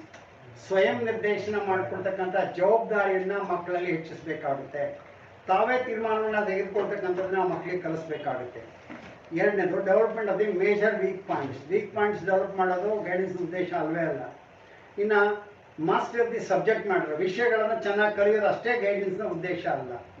ಮತ್ತು ಸಮವಯಸ್ಕರ ಜೊತೆ ಸ್ಪರ್ಧೆಗಿಳಿಯೋದು ಇದರ ಉದ್ದೇಶ ಅಲ್ಲ. The first one is the right answer. Increase responsibility for self direction. ಸ್ವಯಂ ನಿರ್ದೇಶನ ಮಾಡಿಕೊಳ್ಳೋದಕ್ಕೆ ಅವರಲ್ಲಿ ಜವಾಬ್ದಾರಿನ ಹೆಚ್ಚಿಸ್ತಕ್ಕಂಥದ್ದು ಇದರ ಪ್ರಮುಖವಾಗಿರ್ತಕ್ಕಂಥ ಉದ್ದೇಶ ಆಗಿದೆ. ಇನ್ನು guidance differs from counselling service on the following aspect. Guidance is preventive and curative measure. Guidance is preventive and counseling is remedial measure. Guidance is a timely given service. Counseling is a complex process. ಈ ನಾಲ್ಕನ್ನು ನೋಡಿದರೆ guidance is preventive and curative. ಇದು ಮಾರ್ಗದರ್ಶನ ಕೊಡ್ತಕ್ಕಂಥದ್ದು ಮುನ್ನೆಚ್ಚರಿಕಾ ಕ್ರಮ ಮತ್ತು ಚಿಕಿತ್ಸಾ ಕ್ರಮ ಅಂತ. ಅದು ಚಿಕಿತ್ಸಾ ಕ್ರಮ ಅಲ್ಲ ಆ್ಯಕ್ಚುಲಿ ನೋಡೋದು. ಗೈಡೆನ್ಸ್ ಅನ್ನೋದು ಮುನ್ನೆಚ್ಚರಿಕೆಗಾಗಿ ತೆಗೆದುಕೊಳ್ತೇವೆ. ಕೌನ್ಸೆಲಿಂಗ್ ಮಾಡೋದು ಮುಖ್ಯವಾಗಿ ಪರಿಹಾರ ಕ್ರಮಗಳಿಗಾಗಿ. ಕೌನ್ಸೆಲಿಂಗ್ ಅನ್ನೋ ಗೈಡೆನ್ಸ್ ಅನ್ನೋಂಥದ್ದು ಟೈಮ್ಲಿ ಸರ್ವಿಸ್ಗಾಗಿ ಅಲ್ಲ. ಕೌನ್ಸೆಲಿಂಗ್ ಅನ್ನೋಂಥದ್ದು ಬರೀ ಕಾಂಪ್ಲೆಕ್ಸ್ ಪ್ರೋಸೆಸ್ ಅನ್ನೋಂಥದ್ದಲ್ಲ. The second one is the right answer here. Guidance is preventive and counselling is a remedial measure. Counselling ಮಾಡೋ ಉದ್ದೇಶ ಅವರ ಸಮಸ್ಯೆಗಳಿಗೆ ಪರಿಹಾರಗಳನ್ನು ಕಂಡುಕೊಳ್ತಕ್ಕಂಥದ್ದು ಮುಖ್ಯ. ಬರೀ ಮಾರ್ಗದರ್ಶನ ಮಾಡಿಬಿಟ್ರೆ ಉಪಯೋಗ ಇಲ್ಲ, ಅವರಲ್ಲಿ ಪರಿಹಾರವನ್ನು ನಾವು ಕಾಣ್ತಕ್ಕಂಥದ್ದು ಮುಖ್ಯ ಆಗುತ್ತೆ ಅಂತ. ಇನ್ನು ಮೌಲ್ಯಮಾಪನದಲ್ಲಿ for the purpose of evaluation specific instructional objective should be stated in terms of ಯಾವ ರೀತಿ ನಮ್ಮ ಬೋಧನಾ ಉದ್ದೇಶಗಳನ್ನು ನಾವು ಬರಿಬೇಕು ಮೌಲ್ಯಮಾಪನದ ಉದ್ದೇಶಕ್ಕಾಗಿ. Expected changes in the students knowledge and understanding, ಅವರ ಜ್ಞಾನ ಮತ್ತು ತಿಳುವಳಿಕೆಯಲ್ಲಿ ಆಗ್ತಕ್ಕಂತಹ ಬದಲಾವಣೆಗಳನ್ನು ತಿಳಿದುಕೊಳ್ತಕ್ಕಂಥ ರೀತಿಯಲ್ಲಿ. It is based on the teaching points to be covered. ನಮ್ಮ ಆಬ್ಜೆಕ್ಟಿವ್ಸಲ್ಲಿ ಬರೀ ಟೀಚಿಂಗ್ ಪಾಯಿಂಟ್ಸ್ ಕವರ್ ಮಾಡಿದರೆ ಸಾಕು. Learning experience to be provided, ಕಲಿಕಾ ಅನುಭವಗಳಲ್ಲಿ ಏನು ಒದಗಿಸ್ತೀವೋ ಅದನ್ನು ಕವರ್ ಮಾಡ್ತಕ್ಕಂಥದ್ದು. Expected changes in the students behaviour, ವಿದ್ಯಾರ್ಥಿಗಳ ವರ್ತನೆಯಲ್ಲಿ ನಿರೀಕ್ಷಿತ ಬದಲಾವಣೆಗಳನ್ನು ನಮ್ಮ ಇನ್ನು ಬೋಧನಾ ಉದ್ದೇಶಗಳಲ್ಲಿ ನಾವು ಪರಿಗಣಿಸಬೇಕು ಅನ್ನುವಂಥದ್ದು. ಯಾವಾಗಲೂ ಬರಿಬೇಕಾದಾಗ instructional objective should be written in terms of observable behavioural terms ಅಂತೀವಿ. ವೀಕ್ಷಣೀಯ ವರ್ತನಾ ಪದಗಳಲ್ಲಿ ಬರೀಬೇಕು. ಮಕ್ಕಳ ವರ್ತನೆಗಳಲ್ಲಿ ಯಾವ ಬದಲಾವಣೆಗಳನ್ನು ನಾವು ಕಾಣಬೇಕು ಅನ್ನೋಂಥ ರೀತಿಯಲ್ಲಿ ನಾವು ಬರೀತಕ್ಕಂಥದ್ದು ಭಾಳ ಮುಖ್ಯ ಆಗುತ್ತೆ. Instruction objective. I think the last one, the 4 characteristics we should essentially look for before using a particular instrument of evaluation in the school are. ಒಂದು ಪರೀಕ್ಷೆಯನ್ನು ಶಾಲೆಯಲ್ಲಿ ಬಳಸಬೇಕಾದಾಗ what are the qualities of a good test ಅಂತ ಹೇಳ್ತಾರೆ. ಯಾವ ಪರೀಕ್ಷೆಯನ್ನು ಒಂದು ಅತ್ಯುತ್ತಮವಾದಂಥ ಪರೀಕ್ಷೆ ಅಂತೇಳಿ ನಾವು ಪರಿಗಣಿಸ್ತೇವೆ. ಸುಮ್ಮನೆ ನಾನು ಟೆಸ್ಟ್ ಕೊಡ್ತೀನಿ ಅಂತೇಳಿ ಮಕ್ಕಳಿಗೆ ಯಾವುದನ್ನ ಪ್ರಶ್ನೆ ಬರೆದು ಕೊಟ್ಟ ತಕ್ಷಣ that is not called the good test. ಒಂದು ಗುಡ್ ಟೆಸ್ಟ್ ಅಂತ ನಾವು ರೂಪಿಸಬೇಕಾದಾಗ, ಒಂದು ಟೂಲನ್ನು ನಾವು ಬಳಸಬೇಕಾದಾಗ ಅಥವಾ ಒಂದು ಟೆಸ್ಟನ್ನು ನಾವು ಬಳಸಬೇಕಾದಾಗ it should be a valid tool. So ಅದನ್ನು ಆ ಟೂಲ್ ಅನ್ನುವಂಥದ್ದು it should be based on a blue print ನಾವು ತಯಾರು ಮಾಡಬೇಕಾಗುತ್ತೆ. ಅದರಿಂದ 4 ಗುಣಗಳಿರಬೇಕಾಗುತ್ತೆ. Validity, objectivity, usability, subjectivity. Validity ಅಂದರೆ ಸಮಂಜಸತೆ, ವಸ್ತುನಿಷ್ಠತೆ, ಉಪಯೋಗಾರ್ಹತೆ ಮತ್ತು ವ್ಯಕ್ತಿನಿಷ್ಠತೆ, ಸಬ್ಜೆಕ್ಟಿವಿಟಿ ಅಂತ. ಎರಡನೇದು ಸಮಂಜಸತೆ, ವಿಶ್ವಸನೀಯತೆ, ವಸ್ತುನಿಷ್ಠತೆ, ಪ್ರಯೋಗಾರ್ಹತೆ.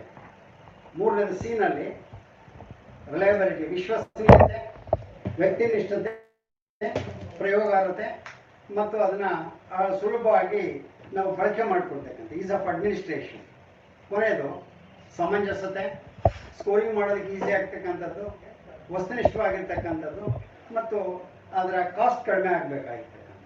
ಈ 4 ಆಪ್ಷನ್ಸ್ಗಳನ್ನು ನಾವು ನೋಡಿದರೆ ಮೊದಲನೇದರಲ್ಲಿ 3 ಸರಿಯಾಗಿದೆ, 1 ಅಲ್ಲ. Subjectivity should not be the characteristics of the good test. ಅದರಿಂದ 1 ಮತ್ತು 3ರಲ್ಲಿ ನೀವು ನೋಡುವಂಥದ್ದು there are 2 important 2 points. One point ಏನಿದೆ subjectivity, that's why it is not a good test. ಕೊನೆಯದರಲ್ಲಿ ನಾವು ನೋಡ್ತಕ್ಕಂಥದ್ದು it is not just the testing is not assessed based on the cost. So second one is the right answer that we are having. Validity ಅಂದರೆ ಸಮಂಜಸತೆ. ಸಮಂಜಸತೆ ಅಂದರೆ ನಾವು ನೋಡಬೇಕಾಗಿರ್ತಕ್ಕಂಥದ್ದು ಏನಪ್ಪ ಅಂದರೆ ಅಳತೆಯಲ್ಲಿರ್ತಕ್ಕಂಥ ನಿಖರತೆ, the ಪರ್ಪರ್ಟ್ನೆಸ್. So ಏನನ್ನು ನಿಖರವಾಗಿ ನಾವು ಅಳಿಬೇಕು ಅಂತ ಇದ್ದೀವೋ ಅದೇ ಸಾಮರ್ಥ್ಯವನ್ನು ನಮ್ಮ ಪರೀಕ್ಷೆ ಅಳಿತಾ ಇದ್ರೆ V call it as a valid test. ಈಗ ಒಂದು ಅಪ್ಲಿಕೇಶನನ್ನು ಅಳಿಬೇಕು ಅಂತ ನಾನು ಕೊಟ್ಟಂಥ ಪರೀಕ್ಷೆ ಅದು ನಾಲೆಡ್ಜನ್ನು ಅಳಿತಾ ಇದ್ರೆ that is not A valid question. ಅದಕ್ಕೆ ವ್ಯಾಲಿಡಿಟಿ ಅಂತಂದರೆ ನಿಖರತೆ ಇರಬೇಕು ಅಳತಿನಲ್ಲಿ. ವಿಶ್ವಸನೀಯತೆ ಅಂತಂದರೆ ರಿಲಯಬಿಲಿಟಿ ಅಂತಂದರೆ ಯಾವುದೇ 2 ಸಂದರ್ಭಗಳಲ್ಲಿ ಅಳೆದಾಗಲೂ ನಮ್ಮ ಅಳತೆಯಲ್ಲಿ ವ್ಯತ್ಯಾಸ ಬರಲಿಲ್ಲ ಅಂದರೆ V call it as A reliable tool. So ಆ ವಿಶ್ವಸನೀಯತೆ ಬೇಕಾಗುತ್ತೆ. ಆಬ್ಜೆಕ್ಟಿವಿಟಿ ಅಂತಂದರೆ ಯಾರೇ ವ್ಯಾಲ್ಯೂ ಮಾಡಲಿ ಅದು ವಸ್ತುನಿಷ್ಠವಾಗಿರುತ್ತೆ. ಇನ್ನು ಪ್ರಾಕ್ಟಿಕಬಿಲಿಟಿ ಅಂತಂದರೆ ಪ್ರಯೋಗಕ್ಕೆ ಅರ್ಹವಾಗಿರಬೇಕು. ಅಂದರೆ ವಿದ್ಯಾರ್ಥಿಗಳ ಮಟ್ಟಕ್ಕೆ ಅನುಗುಣವಾಗಿರಬೇಕು. ಆ ವಿದ್ಯಾರ್ಥಿಗಳು ನಾವು ಕೊಟ್ಟಂಥ ಸಮಯದ ಒಳಗಡೆ ಆನ್ಸರ್ ಮಾಡೋದಕ್ಕೆ ಅವಕಾಶ ಇರಬೇಕು. ಸ್ಕೋರಿಂಗ್ ಮಾಡೋದಕ್ಕೆ ಈಸಿ ಇರಬೇಕು. ಇವುಗಳನ್ನೆಲ್ಲ ಪ್ರಾಕ್ಟಿಕಬಿಲಿಟಿ ಅಂತ ಹೇಳ್ತೀವಿ. ಸೊ ಅದರಿಂದ ಒಂದು ಅತ್ಯುತ್ತಮ ಪರೀಕ್ಷೆಯ 4 ಪ್ರಮುಖ ಗುಣಲಕ್ಷಣಗಳು ಯಾವುದಪ್ಪ ಅಂತಂದರೆ ಸಮಂಜಸತೆ, ವಿಶ್ವಸನೀಯತೆ, ವಸ್ತುನಿಷ್ಠತೆ ಮತ್ತು ಪ್ರಯೋಗಾರ್ಹತೆ. Validity, reliability, objectivity and practicability. So these are the 4 important characteristics that we are having. So ಇದಿಷ್ಟು ಕೆಲವು ಇಂಪಾರ್ಟೆಂಟ್ ಪ್ರಶ್ನೆಗಳನ್ನು ಆಯ್ಕೆ ಮಾಡಿಕೊಂಡು ನಾವು ಇದರಲ್ಲಿ ಚರ್ಚಿಸೋದಕ್ಕೆ ಪ್ರಯತ್ನವನ್ನು ಮಾಡಿದ್ದೀವಿ. ಇನ್ನು ಎಲ್ಲರೂ ಕೇಳಿದ್ದಾರೆ ಕೇಸ್ ಸ್ಟಡಿಗೂ ಕ್ಲಿನಿಕಲ್ ಮೆಥಡ್ಗೂ ಏನು ವ್ಯತ್ಯಾಸ ಇದೆ ಅಂತೇಳಿ. ಸೊ ನಮ್ಮ ಕ್ಲಿನಿಕಲ್ ಮೆಥಡ್ ಅಂತ ಅಂದರೆ ಅದೊಂದು ಸಂಪೂರ್ಣ ಚಿಕಿತ್ಸಾ ವಿಧಾನ ನಾವು ನೋಡ್ತೇವೆ. So one of the clinical ಮೆಥಡಿಂದನೇ ನಾವು ಕೇಸ್ ಸ್ಟಡಿನ ಬಳಸ್ಕೊಂಡಿರ್ತಕ್ಕಂಥದ್ದು ಶಿಕ್ಷಣಕ್ಕೆ. DFT ಬುಕ್ಸ್ ಅನ್ನೋಂಥನು ಒಂದು ಕ್ಲಿನಿಕಲ್ ಟೆಕ್ನಿಕ್ ಆಗಿ ಇದನ್ನು ಬಳಸ್ಕೊಳ್ತಾ ಇದ್ದ. ಸೊ ಅದರಿಂದ ನಾವು ಕೇಸ್ ಸ್ಟಡಿನ ಬೆಳೆಸ್ಕೊಂಡಿದ್ದೇವೆ. ಈ ವ್ಯಕ್ತಿ ಅಧ್ಯಯನ ಅನ್ನುವಂಥದ್ದು ಪ್ರಮುಖವಾಗಿ ಒಂದು ಸಮಸ್ಯಾತ್ಮಕ ಮಗುವನ್ನು ಆಳವಾಗಿ ಅಧ್ಯಯನ ಮಾಡಿ ಅವನ ಸಮಸ್ಯೆಗಳಿಗೆ ಪರಿಹಾರವನ್ನು ನೀಡ್ತಕ್ಕಂಥದ್ದು ಇದರ ಪ್ರಮುಖವಾದಂತಹ ಉದ್ದೇಶ ಆಗಿರುತ್ತೆ ಅಂತ. ಇನ್ನು ಬ್ರೈನ್ ಸ್ಟಾರ್ಮಿಂಗ್ ಅನ್ನುವಂಥ ಪ್ರಶ್ನೆಯನ್ನು ಒಬ್ಬರು ಕೇಳಿದರೆ, ಬ್ರೈನ್ ಸ್ಟಾರ್ಮಿಂಗ್ ಅನ್ನುವಂತಹ ಒಂದು ತಂತ್ರ ಏನಿದೆ ಅದು ಪ್ರಮುಖವಾಗಿ ಮಕ್ಕಳಲ್ಲಿ ಸೃಜನಶೀಲತೆಯನ್ನು ಬೆಳೆಸೋದಕ್ಕೆ ಬಳಸ್ತಕ್ಕಂಥ ಒಂದು ತಂತ್ರ. ಬ್ರೈನ್ ಸ್ಟಾರ್ಮಿಂಗ್ ಅಂತ ಅಂದರೆ ಟು ಪ್ರಮೋಟ್ ಐಡಿಯೇಷನಲ್ ಫ್ಲೂಯೆನ್ಸಿ ಅಥವಾ ಡೈವರ್ಜೆಂಟ್ ಥಿಂಕಿಂಗ್. ಒಂದು ಸಮಸ್ಯೆಗೆ ಹಲವಾರು ಪರಿಹಾರಗಳಿದೆ ಅನ್ನುವಂಥ ರೀತಿಯಲ್ಲಿ ಮಕ್ಕಳು ಆಲೋಚನೆ ಮಾಡೋ ರೀತಿಯಲ್ಲಿ ಅವರನ್ನು ಪ್ರೇರೇಪಿಸ್ತಾರೆ. ಒಂದು ಸಮಸ್ಯೆಗೆ ಒಂದೇ ಪರಿಹಾರ ಇರೋದಿಲ್ಲ, there are different ways to solve a problem. ಹಾಗೆ ಒಂದು ಸಮಸ್ಯೆಯನ್ನು ಮಕ್ಕಳ ಮುಂದೆ ಇಟ್ಟು ಈ ಸಮಸ್ಯೆಯನ್ನು ಹೇಗೆ ಪರಿಹರಿಸ್ಬೋದು ಅಂತ ಕೇಳಿದಾಗ 10 ರೀತಿಯ ಪರಿಹಾರಗಳನ್ನು ಮಕ್ಕಳು ಕೊಡೋದಕ್ಕೆ ಸಾಧ್ಯ ಆಗುತ್ತೆ. ಸೊ ಅಂತಹ ಪರಿಹಾರವನ್ನು ಆ ಮಕ್ಕಳು ಆಲೋಚನೆ ಮಾಡುವಂತೆ ಮಾಡಬೇಕು ಅಂತಂದ್ರೆ ನಾವು ಅದಕ್ಕೆ ಅವಕಾಶವನ್ನ ಮಾಡಿಕೊಡ್ಬೇಕಾಗುತ್ತೆ.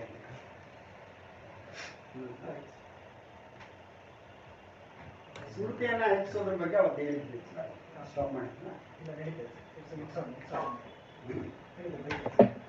ಇದನ್ನ ಸಿಗ್ಮಂಡ್ ಫ್ರಾಯ್ಡ್ ಅವರ ಮನೋವಿಶ್ಲೇಷಣಾ ಪಂಥದಲ್ಲಿ ಸುಪ್ತ ಮನಸ್ಸಿನಲ್ಲಿರೋ ಭಾವನೆಗಳನ್ನ ಹೇಗೆ ಹೊರಸೆಯಬಹುದು ಅಂದ್ರೆ ಈಗ ನಾನು ಹೇಳ್ತಿದ್ದೆ, ಅದಕ್ಕೆ ವಿವರಣೆಯನ್ನು ಕೊಟ್ಟಿದ್ದೀನಿ. ಅದಕ್ಕೆ ಪ್ರೊಜೆಕ್ಟಿವ್ ಟೆಕ್ನಿಕ್ಸ್ ಗಳನ್ನ ಅವ್ರು ಡೆವಲಪ್ ಮಾಡಿದ್ದು. ಸೊ ಮನೋವಿಶ್ಲೇಷಣಾ ಪಂಥದಲ್ಲಿ ಸುಪ್ತ ಮನಸ್ಸಿನಲ್ಲಿ ಅಡಗಿರೋ ಭಾವನೆಗಳನ್ನ ಹೊರಸೆಳೆಯೋದಕ್ಕೆ ಈ TAT ಅಂತ ಪರೀಕ್ಷೆಗಳು, ಥಿಮ್ಯಾಟಿಕ್ ಅಪರ್ಸೆಪ್ಷನ್ ಟೆಸ್ಟ್, ಅದೇ ರೀತಿ sentence completion test, word association test, ink blot test, Rorschach ink blot test, ಇಂಥ ಪರೀಕ್ಷೆಗಳೇನಿದೆಯಲ್ಲ ಅಂಥ ಪರೀಕ್ಷೆಗಳನ್ನ ಬಳಸ್ಕೊಳ್ಳುವ ಮೂಲಕ ಆ ಮಕ್ಕಳಲ್ಲಿರುವಂತಹ ಅಡಗಿರ್ತಕ್ಕಂಥ ಭಾವನೆಗಳನ್ನ ಹೊರಸೆಳೆಯೋದಕ್ಕೆ ಇದರಿಂದ ಸಾಧ್ಯತೆ ಇದೆ. ಅಕ್ಷರಾಂಶಗಳ ಬಗ್ಗೆ ಈಗಾಗಲೇ ತಮಗೆ ಪರಿಚಯ ಮಾಡಿಕೊಟ್ಟಿದ್ದೀನಿ.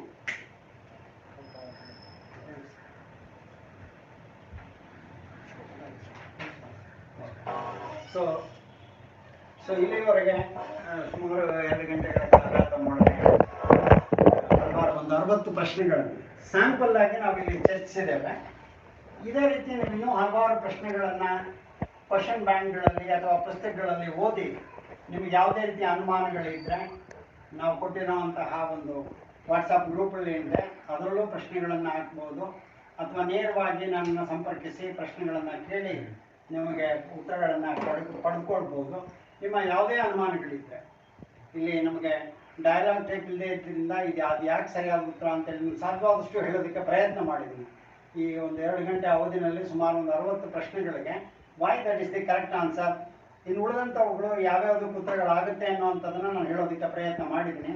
ನೀವು ಒಂದು ಆಲ್ಟರ್ನೇಟಿವ್ಸ್ಗಳಲ್ಲಿ 4 ಯಾವ್ಯಾವುದಕ್ಕೆ ಉತ್ತರ ಅಂತ ತಿಳ್ಕೊಂಡ್ರೆ ಇದು 4 ಟೈಮ್ಸ್ ಪ್ರಶ್ನೆಗಳನ್ನು ನಿಮ್ಗೆ ಆನ್ಸರ್ ಮಾಡೋದು ಸಾಧ್ಯ ಆಗುತ್ತೆ.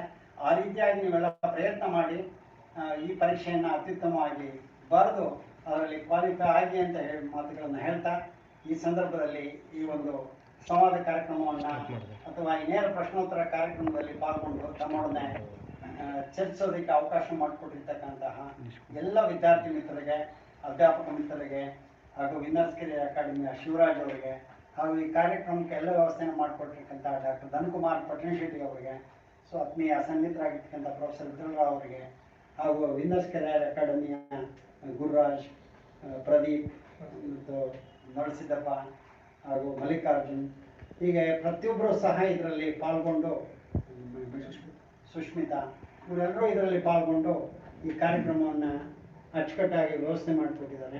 ಇದರ ಸಂಪೂರ್ಣ ಪ್ರಯೋಜನವನ್ನು ತಾವೆಲ್ಲ ಪಡ್ಕೊಂಡಿದ್ದೀರಿ ಅಂತ ನಾನು ಭಾವಿಸ್ತೇನೆ.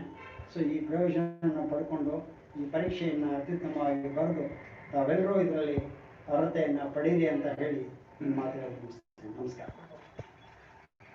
ಪ್ರೀತಿಯ ಸ್ಪರ್ಧಾರ್ಥಿಗಳೇ, ಇವತ್ತು ಶಿಕ್ಷಣ ತಜ್ಞ ಡಾಕ್ಟರ್ HVV ಟ್ರಸ್ಟ್ ಮತ್ತು ವಿನ್ನರ್ಸ್ ಕೆರಿಯರ್ ಅಕಾಡೆಮಿಯ ವತಿಯಿಂದ 2ನೇ ದಿನ ನೇರ ಸಂವಾದ ಕಾರ್ಯಕ್ರಮವನ್ನು ನಾವೆಲ್ಲ ಹಮ್ಮಿಕೊಂಡಿದ್ವಿ. ಈ ಸಂವಾದ ಕಾರ್ಯಕ್ರಮದಲ್ಲಿ ಫೇಸ್ಬುಕ್ ಮತ್ತು ಯೂಟ್ಯೂಬ್ ಲೈವ್ ಅಲ್ಲಿ 400ಕ್ಕೂ ಹೆಚ್ಚು ಅಭ್ಯರ್ಥಿಗಳು ಭಾಗಿಯಾಗಿದ್ರಿ. 100 ಅಭ್ಯರ್ಥಿಗಳು ಸರ್ ತೋರಿಸುವಂತ ಪ್ರಶ್ನೆಗೆ ನೇರವಾಗಿ ಅಲ್ಲೇ ಕಮೆಂಟ್ ಬಾಕ್ಸ್ ಗಳಲ್ಲಿ ಆನ್ಸರ್ ಗಳನ್ನ ಮಾಡೋದ್ರ ಮುಖಾಂತರ ಪ್ರಾಕ್ಟೀಸ್ ಮುಖಾಂತರ ತಾವು ಅಲ್ಲೇ ಪ್ರಾಕ್ಟೀಸ್ ಗಳನ್ನ ಸಹ ಮಾಡಿದ್ರಿ. ತಮ್ಮ ಕಮೆಂಟ್ ಬಾಕ್ಸ್ ಗಳಲ್ಲಿ ತಮ್ಮ ಎಲ್ಲ ಮಾಹಿತಿಗಳನ್ನ ಹಂಚಿಕೊಂಡಿದ್ರಿ. ಮತ್ತೆ ಈ ಕಾರ್ಯಕ್ರಮದ ಬಗ್ಗೆ ಅಭಿಮಾನದ ಮಾತುಗಳನ್ನ ತಮ್ಮ ಕಮೆಂಟ್ ಬಾಕ್ಸ್ ಗಳಲ್ಲಿ ಹೇಳಿದ್ರಿ. ಇದರಲ್ಲಿ ಅನೇಕ ತಜ್ಞರು, ಶಿಕ್ಷಣ ತಜ್ಞರು, ಅನೇಕ ಸ್ನೇಹಿತರೆಲ್ಲರೂ ಭಾಗಿಯಾಗಿದ್ದನ್ನ ನಾವು ನೋಡಿದ್ವಿ. ಡಾಕ್ಟರ್ ಪ್ರಶಾಂತ್ ಕುಮಾರ್ ಸರ್ ಅವರು ಇದರಲ್ಲಿ ಭಾಗಿಯಾಗಿದ್ರು, ನಮ್ಮ ಪ್ರಕಾಶ್ ಬಡ್ಕಾರ್ ಸರ್ ಅವರು ಭಾಗಿಯಾಗಿದ್ರು, ಡಾಕ್ಟರ್ ಪ್ರಕಾಶ್ GV ಸರ್ ಅವರು ಭಾಗಿಯಾಗಿದ್ರು, doctor Siddappa Bommannavar sir Badager sir ಅವರು ಭಾಗಿಯಾಗಿದ್ರು, ಸಿದ್ದಪ್ಪ ಬೊಮ್ಮಣ್ಣನವರ್ ಸರ್ ಭಾಗಿಯಾಗಿದ್ರು, ಅನೇಕ ಪ್ರಶ್ನೆಗಳನ್ನು ಸಹ ಕೇಳಿದ್ರು. ಬೆಲ್ ಅಕಾಡೆಮಿ ಭಾಗಿಯಾಗಿತ್ತು. JSS ಕಾಲೇಜ್ ಅನೇಕ ವಿದ್ಯಾರ್ಥಿಗಳು, TME ಸೊಸೈಟಿ ಅನೇಕ ವಿದ್ಯಾರ್ಥಿಗಳು ನೇರವಾಗಿ ಭಾಗಿಯಾಗಿ, MM ಕಾಲೇಜಿನ ವಿದ್ಯಾರ್ಥಿಗಳು ನೇರವಾಗಿ, ದಾವಣಗೆರೆ ಇರುವ ನಗರದಲ್ಲಿರ್ತಕ್ಕಂಥ ಎಲ್ಲ ಸ್ಪರ್ಧಾರ್ಥಿಗಳು ಮತ್ತೆ ಇಡೀ ರಾಜ್ಯಾದ್ಯಂತ ಇರುವ ಸ್ಪರ್ಧಾರ್ಥಿಗಳು ಭಾಗಿಯಾಗಿದ್ರು. 400ಕ್ಕೂ ಹೆಚ್ಚು ಜನ ಇದರಲ್ಲಿ ಭಾಗಿಯಾಗಿದ್ದು ನಮ್ಗೆ ಅತ್ಯಂತ ಸಂತಸವನ್ನ ತಂದಿದೆ ಅಂತಕ್ಕಂಥ ಅಂಶಗಳನ್ನ ಈ ಮಾಹಿತಿಗಳನ್ನ ಹೇಳ್ತಾ ಇದ್ದೇನೆ. ಮತ್ತೆ ಈ ವಿಡಿಯೋ HVV ಸರ್ ಅವರು ಇವತ್ತು 60 ಪ್ರಶ್ನೆಗಳನ್ನ ಚರ್ಚೆ ಮಾಡಿದರೆ ಈ ವಿಡಿಯೋ ಯೂಟ್ಯೂಬ್ ನಲ್ಲಿ ನೇರವಾಗಿ ರೆಕಾರ್ಡ್ ಆಗಿ ಲಭ್ಯ ಇರುತ್ತೆ. ಅದನ್ನು ಯಾವುದೇ ಅಭ್ಯರ್ಥಿಗಳಿಗೆ ಯಾವುದೇ ಸಂದರ್ಭದಲ್ಲಿ ಉಪಯೋಗವನ್ನ ಮಾಡ್ಕೊಳ್ಳಿಕ್ಕೆ ತಾವು ಮೇಲ್ನೇ ಇರುವಂತಹ ಬಟನ್ಗಳನ್ನು ಒತ್ತುವ ಮುಖಾಂತರ ಅದರ ಬೇರೆ ಬೇರೆ ವಿದ್ಯಾರ್ಥಿಗಳಿಗೆ ಶೇರ್ ಮಾಡಬಹುದು ಅಂತಕ್ಕಂಥ ಮಾಹಿತಿಗಳನ್ನ ನಿಮ್ಮ ಜೊತೆ ಹಂಚ್ಕೊಳ್ತಾ ಇದ್ದೇನೆ. ಮತ್ತೆ ಈ ವಿಡಿಯೋಗಳನ್ನ ಲೈಕ್ ಮಾಡುವಂತವ್ರು, ಕಮೆಂಟ್ ಮಾಡುವಂತ ನಂತರದಲ್ಲೂ ಸಹ, ರೆಕಾರ್ಡ್ ಆದ ನಂತರದಲ್ಲೂ ಸಹ ಮಾಡಬಹುದು. ತಮ್ಮ ಅಭಿಪ್ರಾಯಗಳನ್ನ ಹಂಚ್ಕೊಳ್ಬಹುದು.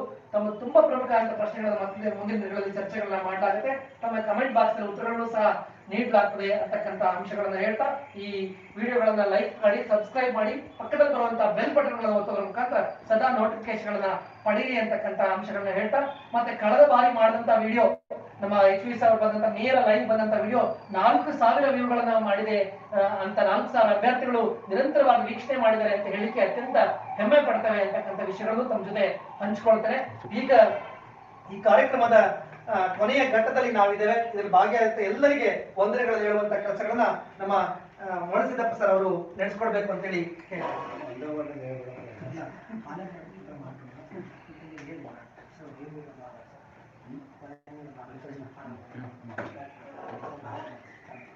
HV ಟ್ರಸ್ಟ್ ಮತ್ತು ಇಂಡಸ್ಟ್ರಿಯಲ್ ಅಕಾಡೆಮಿಯ ವತಿಯಿಂದ ಟಿಇಟಿ ನೇರ ಪ್ರಶ್ನೋತ್ತರ ಕಾರ್ಯಕ್ರಮದಲ್ಲಿ ಮಗುವಿನ ವಿಕಾಸ ಮತ್ತು ಬೋಧನಾಶಾಸ್ತ್ರ ವಿಷಯದ ಕುರಿತಾಗಿ ಸುಮಾರು 60 ಪ್ರಶ್ನೆಗಳಿಗೆ ಯಾವ ರೀತಿಯಾಗಿ ಪ್ರಶ್ನೆಗಳಿಗೆ ಉತ್ತರವನ್ನು ಆಯ್ಕೆ ಮಾಡ್ಕೋಬೇಕು ಅಂತಕ್ಕಂಥ ವಿಷಯವನ್ನ HV ವಾಮದೇವ್ ಸರ್ ಅವರು ನಿಮಗೆ ಸುದೀರ್ಘವಾಗಿ 2 ತಾಸುಗಳ ಕಾಲ ನಿರಂತರವಾಗಿ ಹೇಳಿದರೆ ಅವರಿಗೆ ಸಂಸ್ಥೆಯ ಪರವಾಗಿ ನಿಮ್ಮೆಲ್ಲರ ಪರವಾಗಿ ಹೃತ್ಪೂರ್ವಕವಾದ ವಂದನೆಗಳನ್ನ ಅರ್ಪಿಸ್ತಾ ಇದ್ದೇನೆ. ಅದೇ ರೀತಿಯಾಗಿ ಈ ಕಾರ್ಯಕ್ರಮದಲ್ಲಿ YM ದೇವರಾಜ್ ಅವರು ನಿವೃತ್ತ ಪ್ರಾಚಾರ್ಯ ರಮ್ಯ ಶಿಕ್ಷಣ ಮಹಾವಿದ್ಯಾಲಯ ಇವರು ಕೂಡ ಭಾಗವಹಿಸಿ ಉಪಸ್ಥಿತರಿದ್ದಾರೆ. ಅವರಿಗೆ ನಿಮ್ಮೆಲ್ಲರ ಪರವಾಗಿ ಹೃತ್ಪೂರ್ವಕ ವಂದನೆಗಳನ್ನ ಅರ್ಪಿಸ್ತಾ ಇದ್ದೇನೆ. ಇದೇ ರೀತಿಯಾಗಿ ಈ ಕಾರ್ಯಕ್ರಮದಲ್ಲಿ ತಾಂತ್ರಿಕ ನೆರವು ನೀಡಿರ್ತಕ್ಕಂಥ ಡಾಕ್ಟರ್ ದದುಕುಮಾರ್ ಪಟ್ಟಣ ಶೆಟ್ಟಿ ಸರ್ ಅವರು ಮತ್ತು ಯುನಾನ್ ಕರೆ ಅಕಾಡೆಮಿ ಎಲ್ಲ ಸಿಬ್ಬಂದಿಗಳವರು ಮತ್ತು ಯುನಾನ್ ಕರೆ ಅಕಾಡೆಮಿ ನಿರ್ದೇಶಕರಾಗಿರ್ತಕ್ಕಂಥ ಶಿವರಾಜ್ ಅವರು ಇವರೆಲ್ಲರಿಗೂ ಕೂಡ ವಂದನೆಗಳನ್ನು ಅರ್ಪಿಸ್ತಾ ಈ ಕಾರ್ಯಕ್ರಮದಲ್ಲಿ ಭಾಗವಹಿಸಿರ್ತಕ್ಕಂಥ ಎಲ್ಲ ಪ್ರಶಿಕ್ಷಕರು ಮತ್ತು ಪ್ರಶಿಕ್ಷಣಾರ್ಥಿಗಳ ಸ್ಪರ್ಧಾಗಳಿಗೆ ವಂದನೆಗಳು.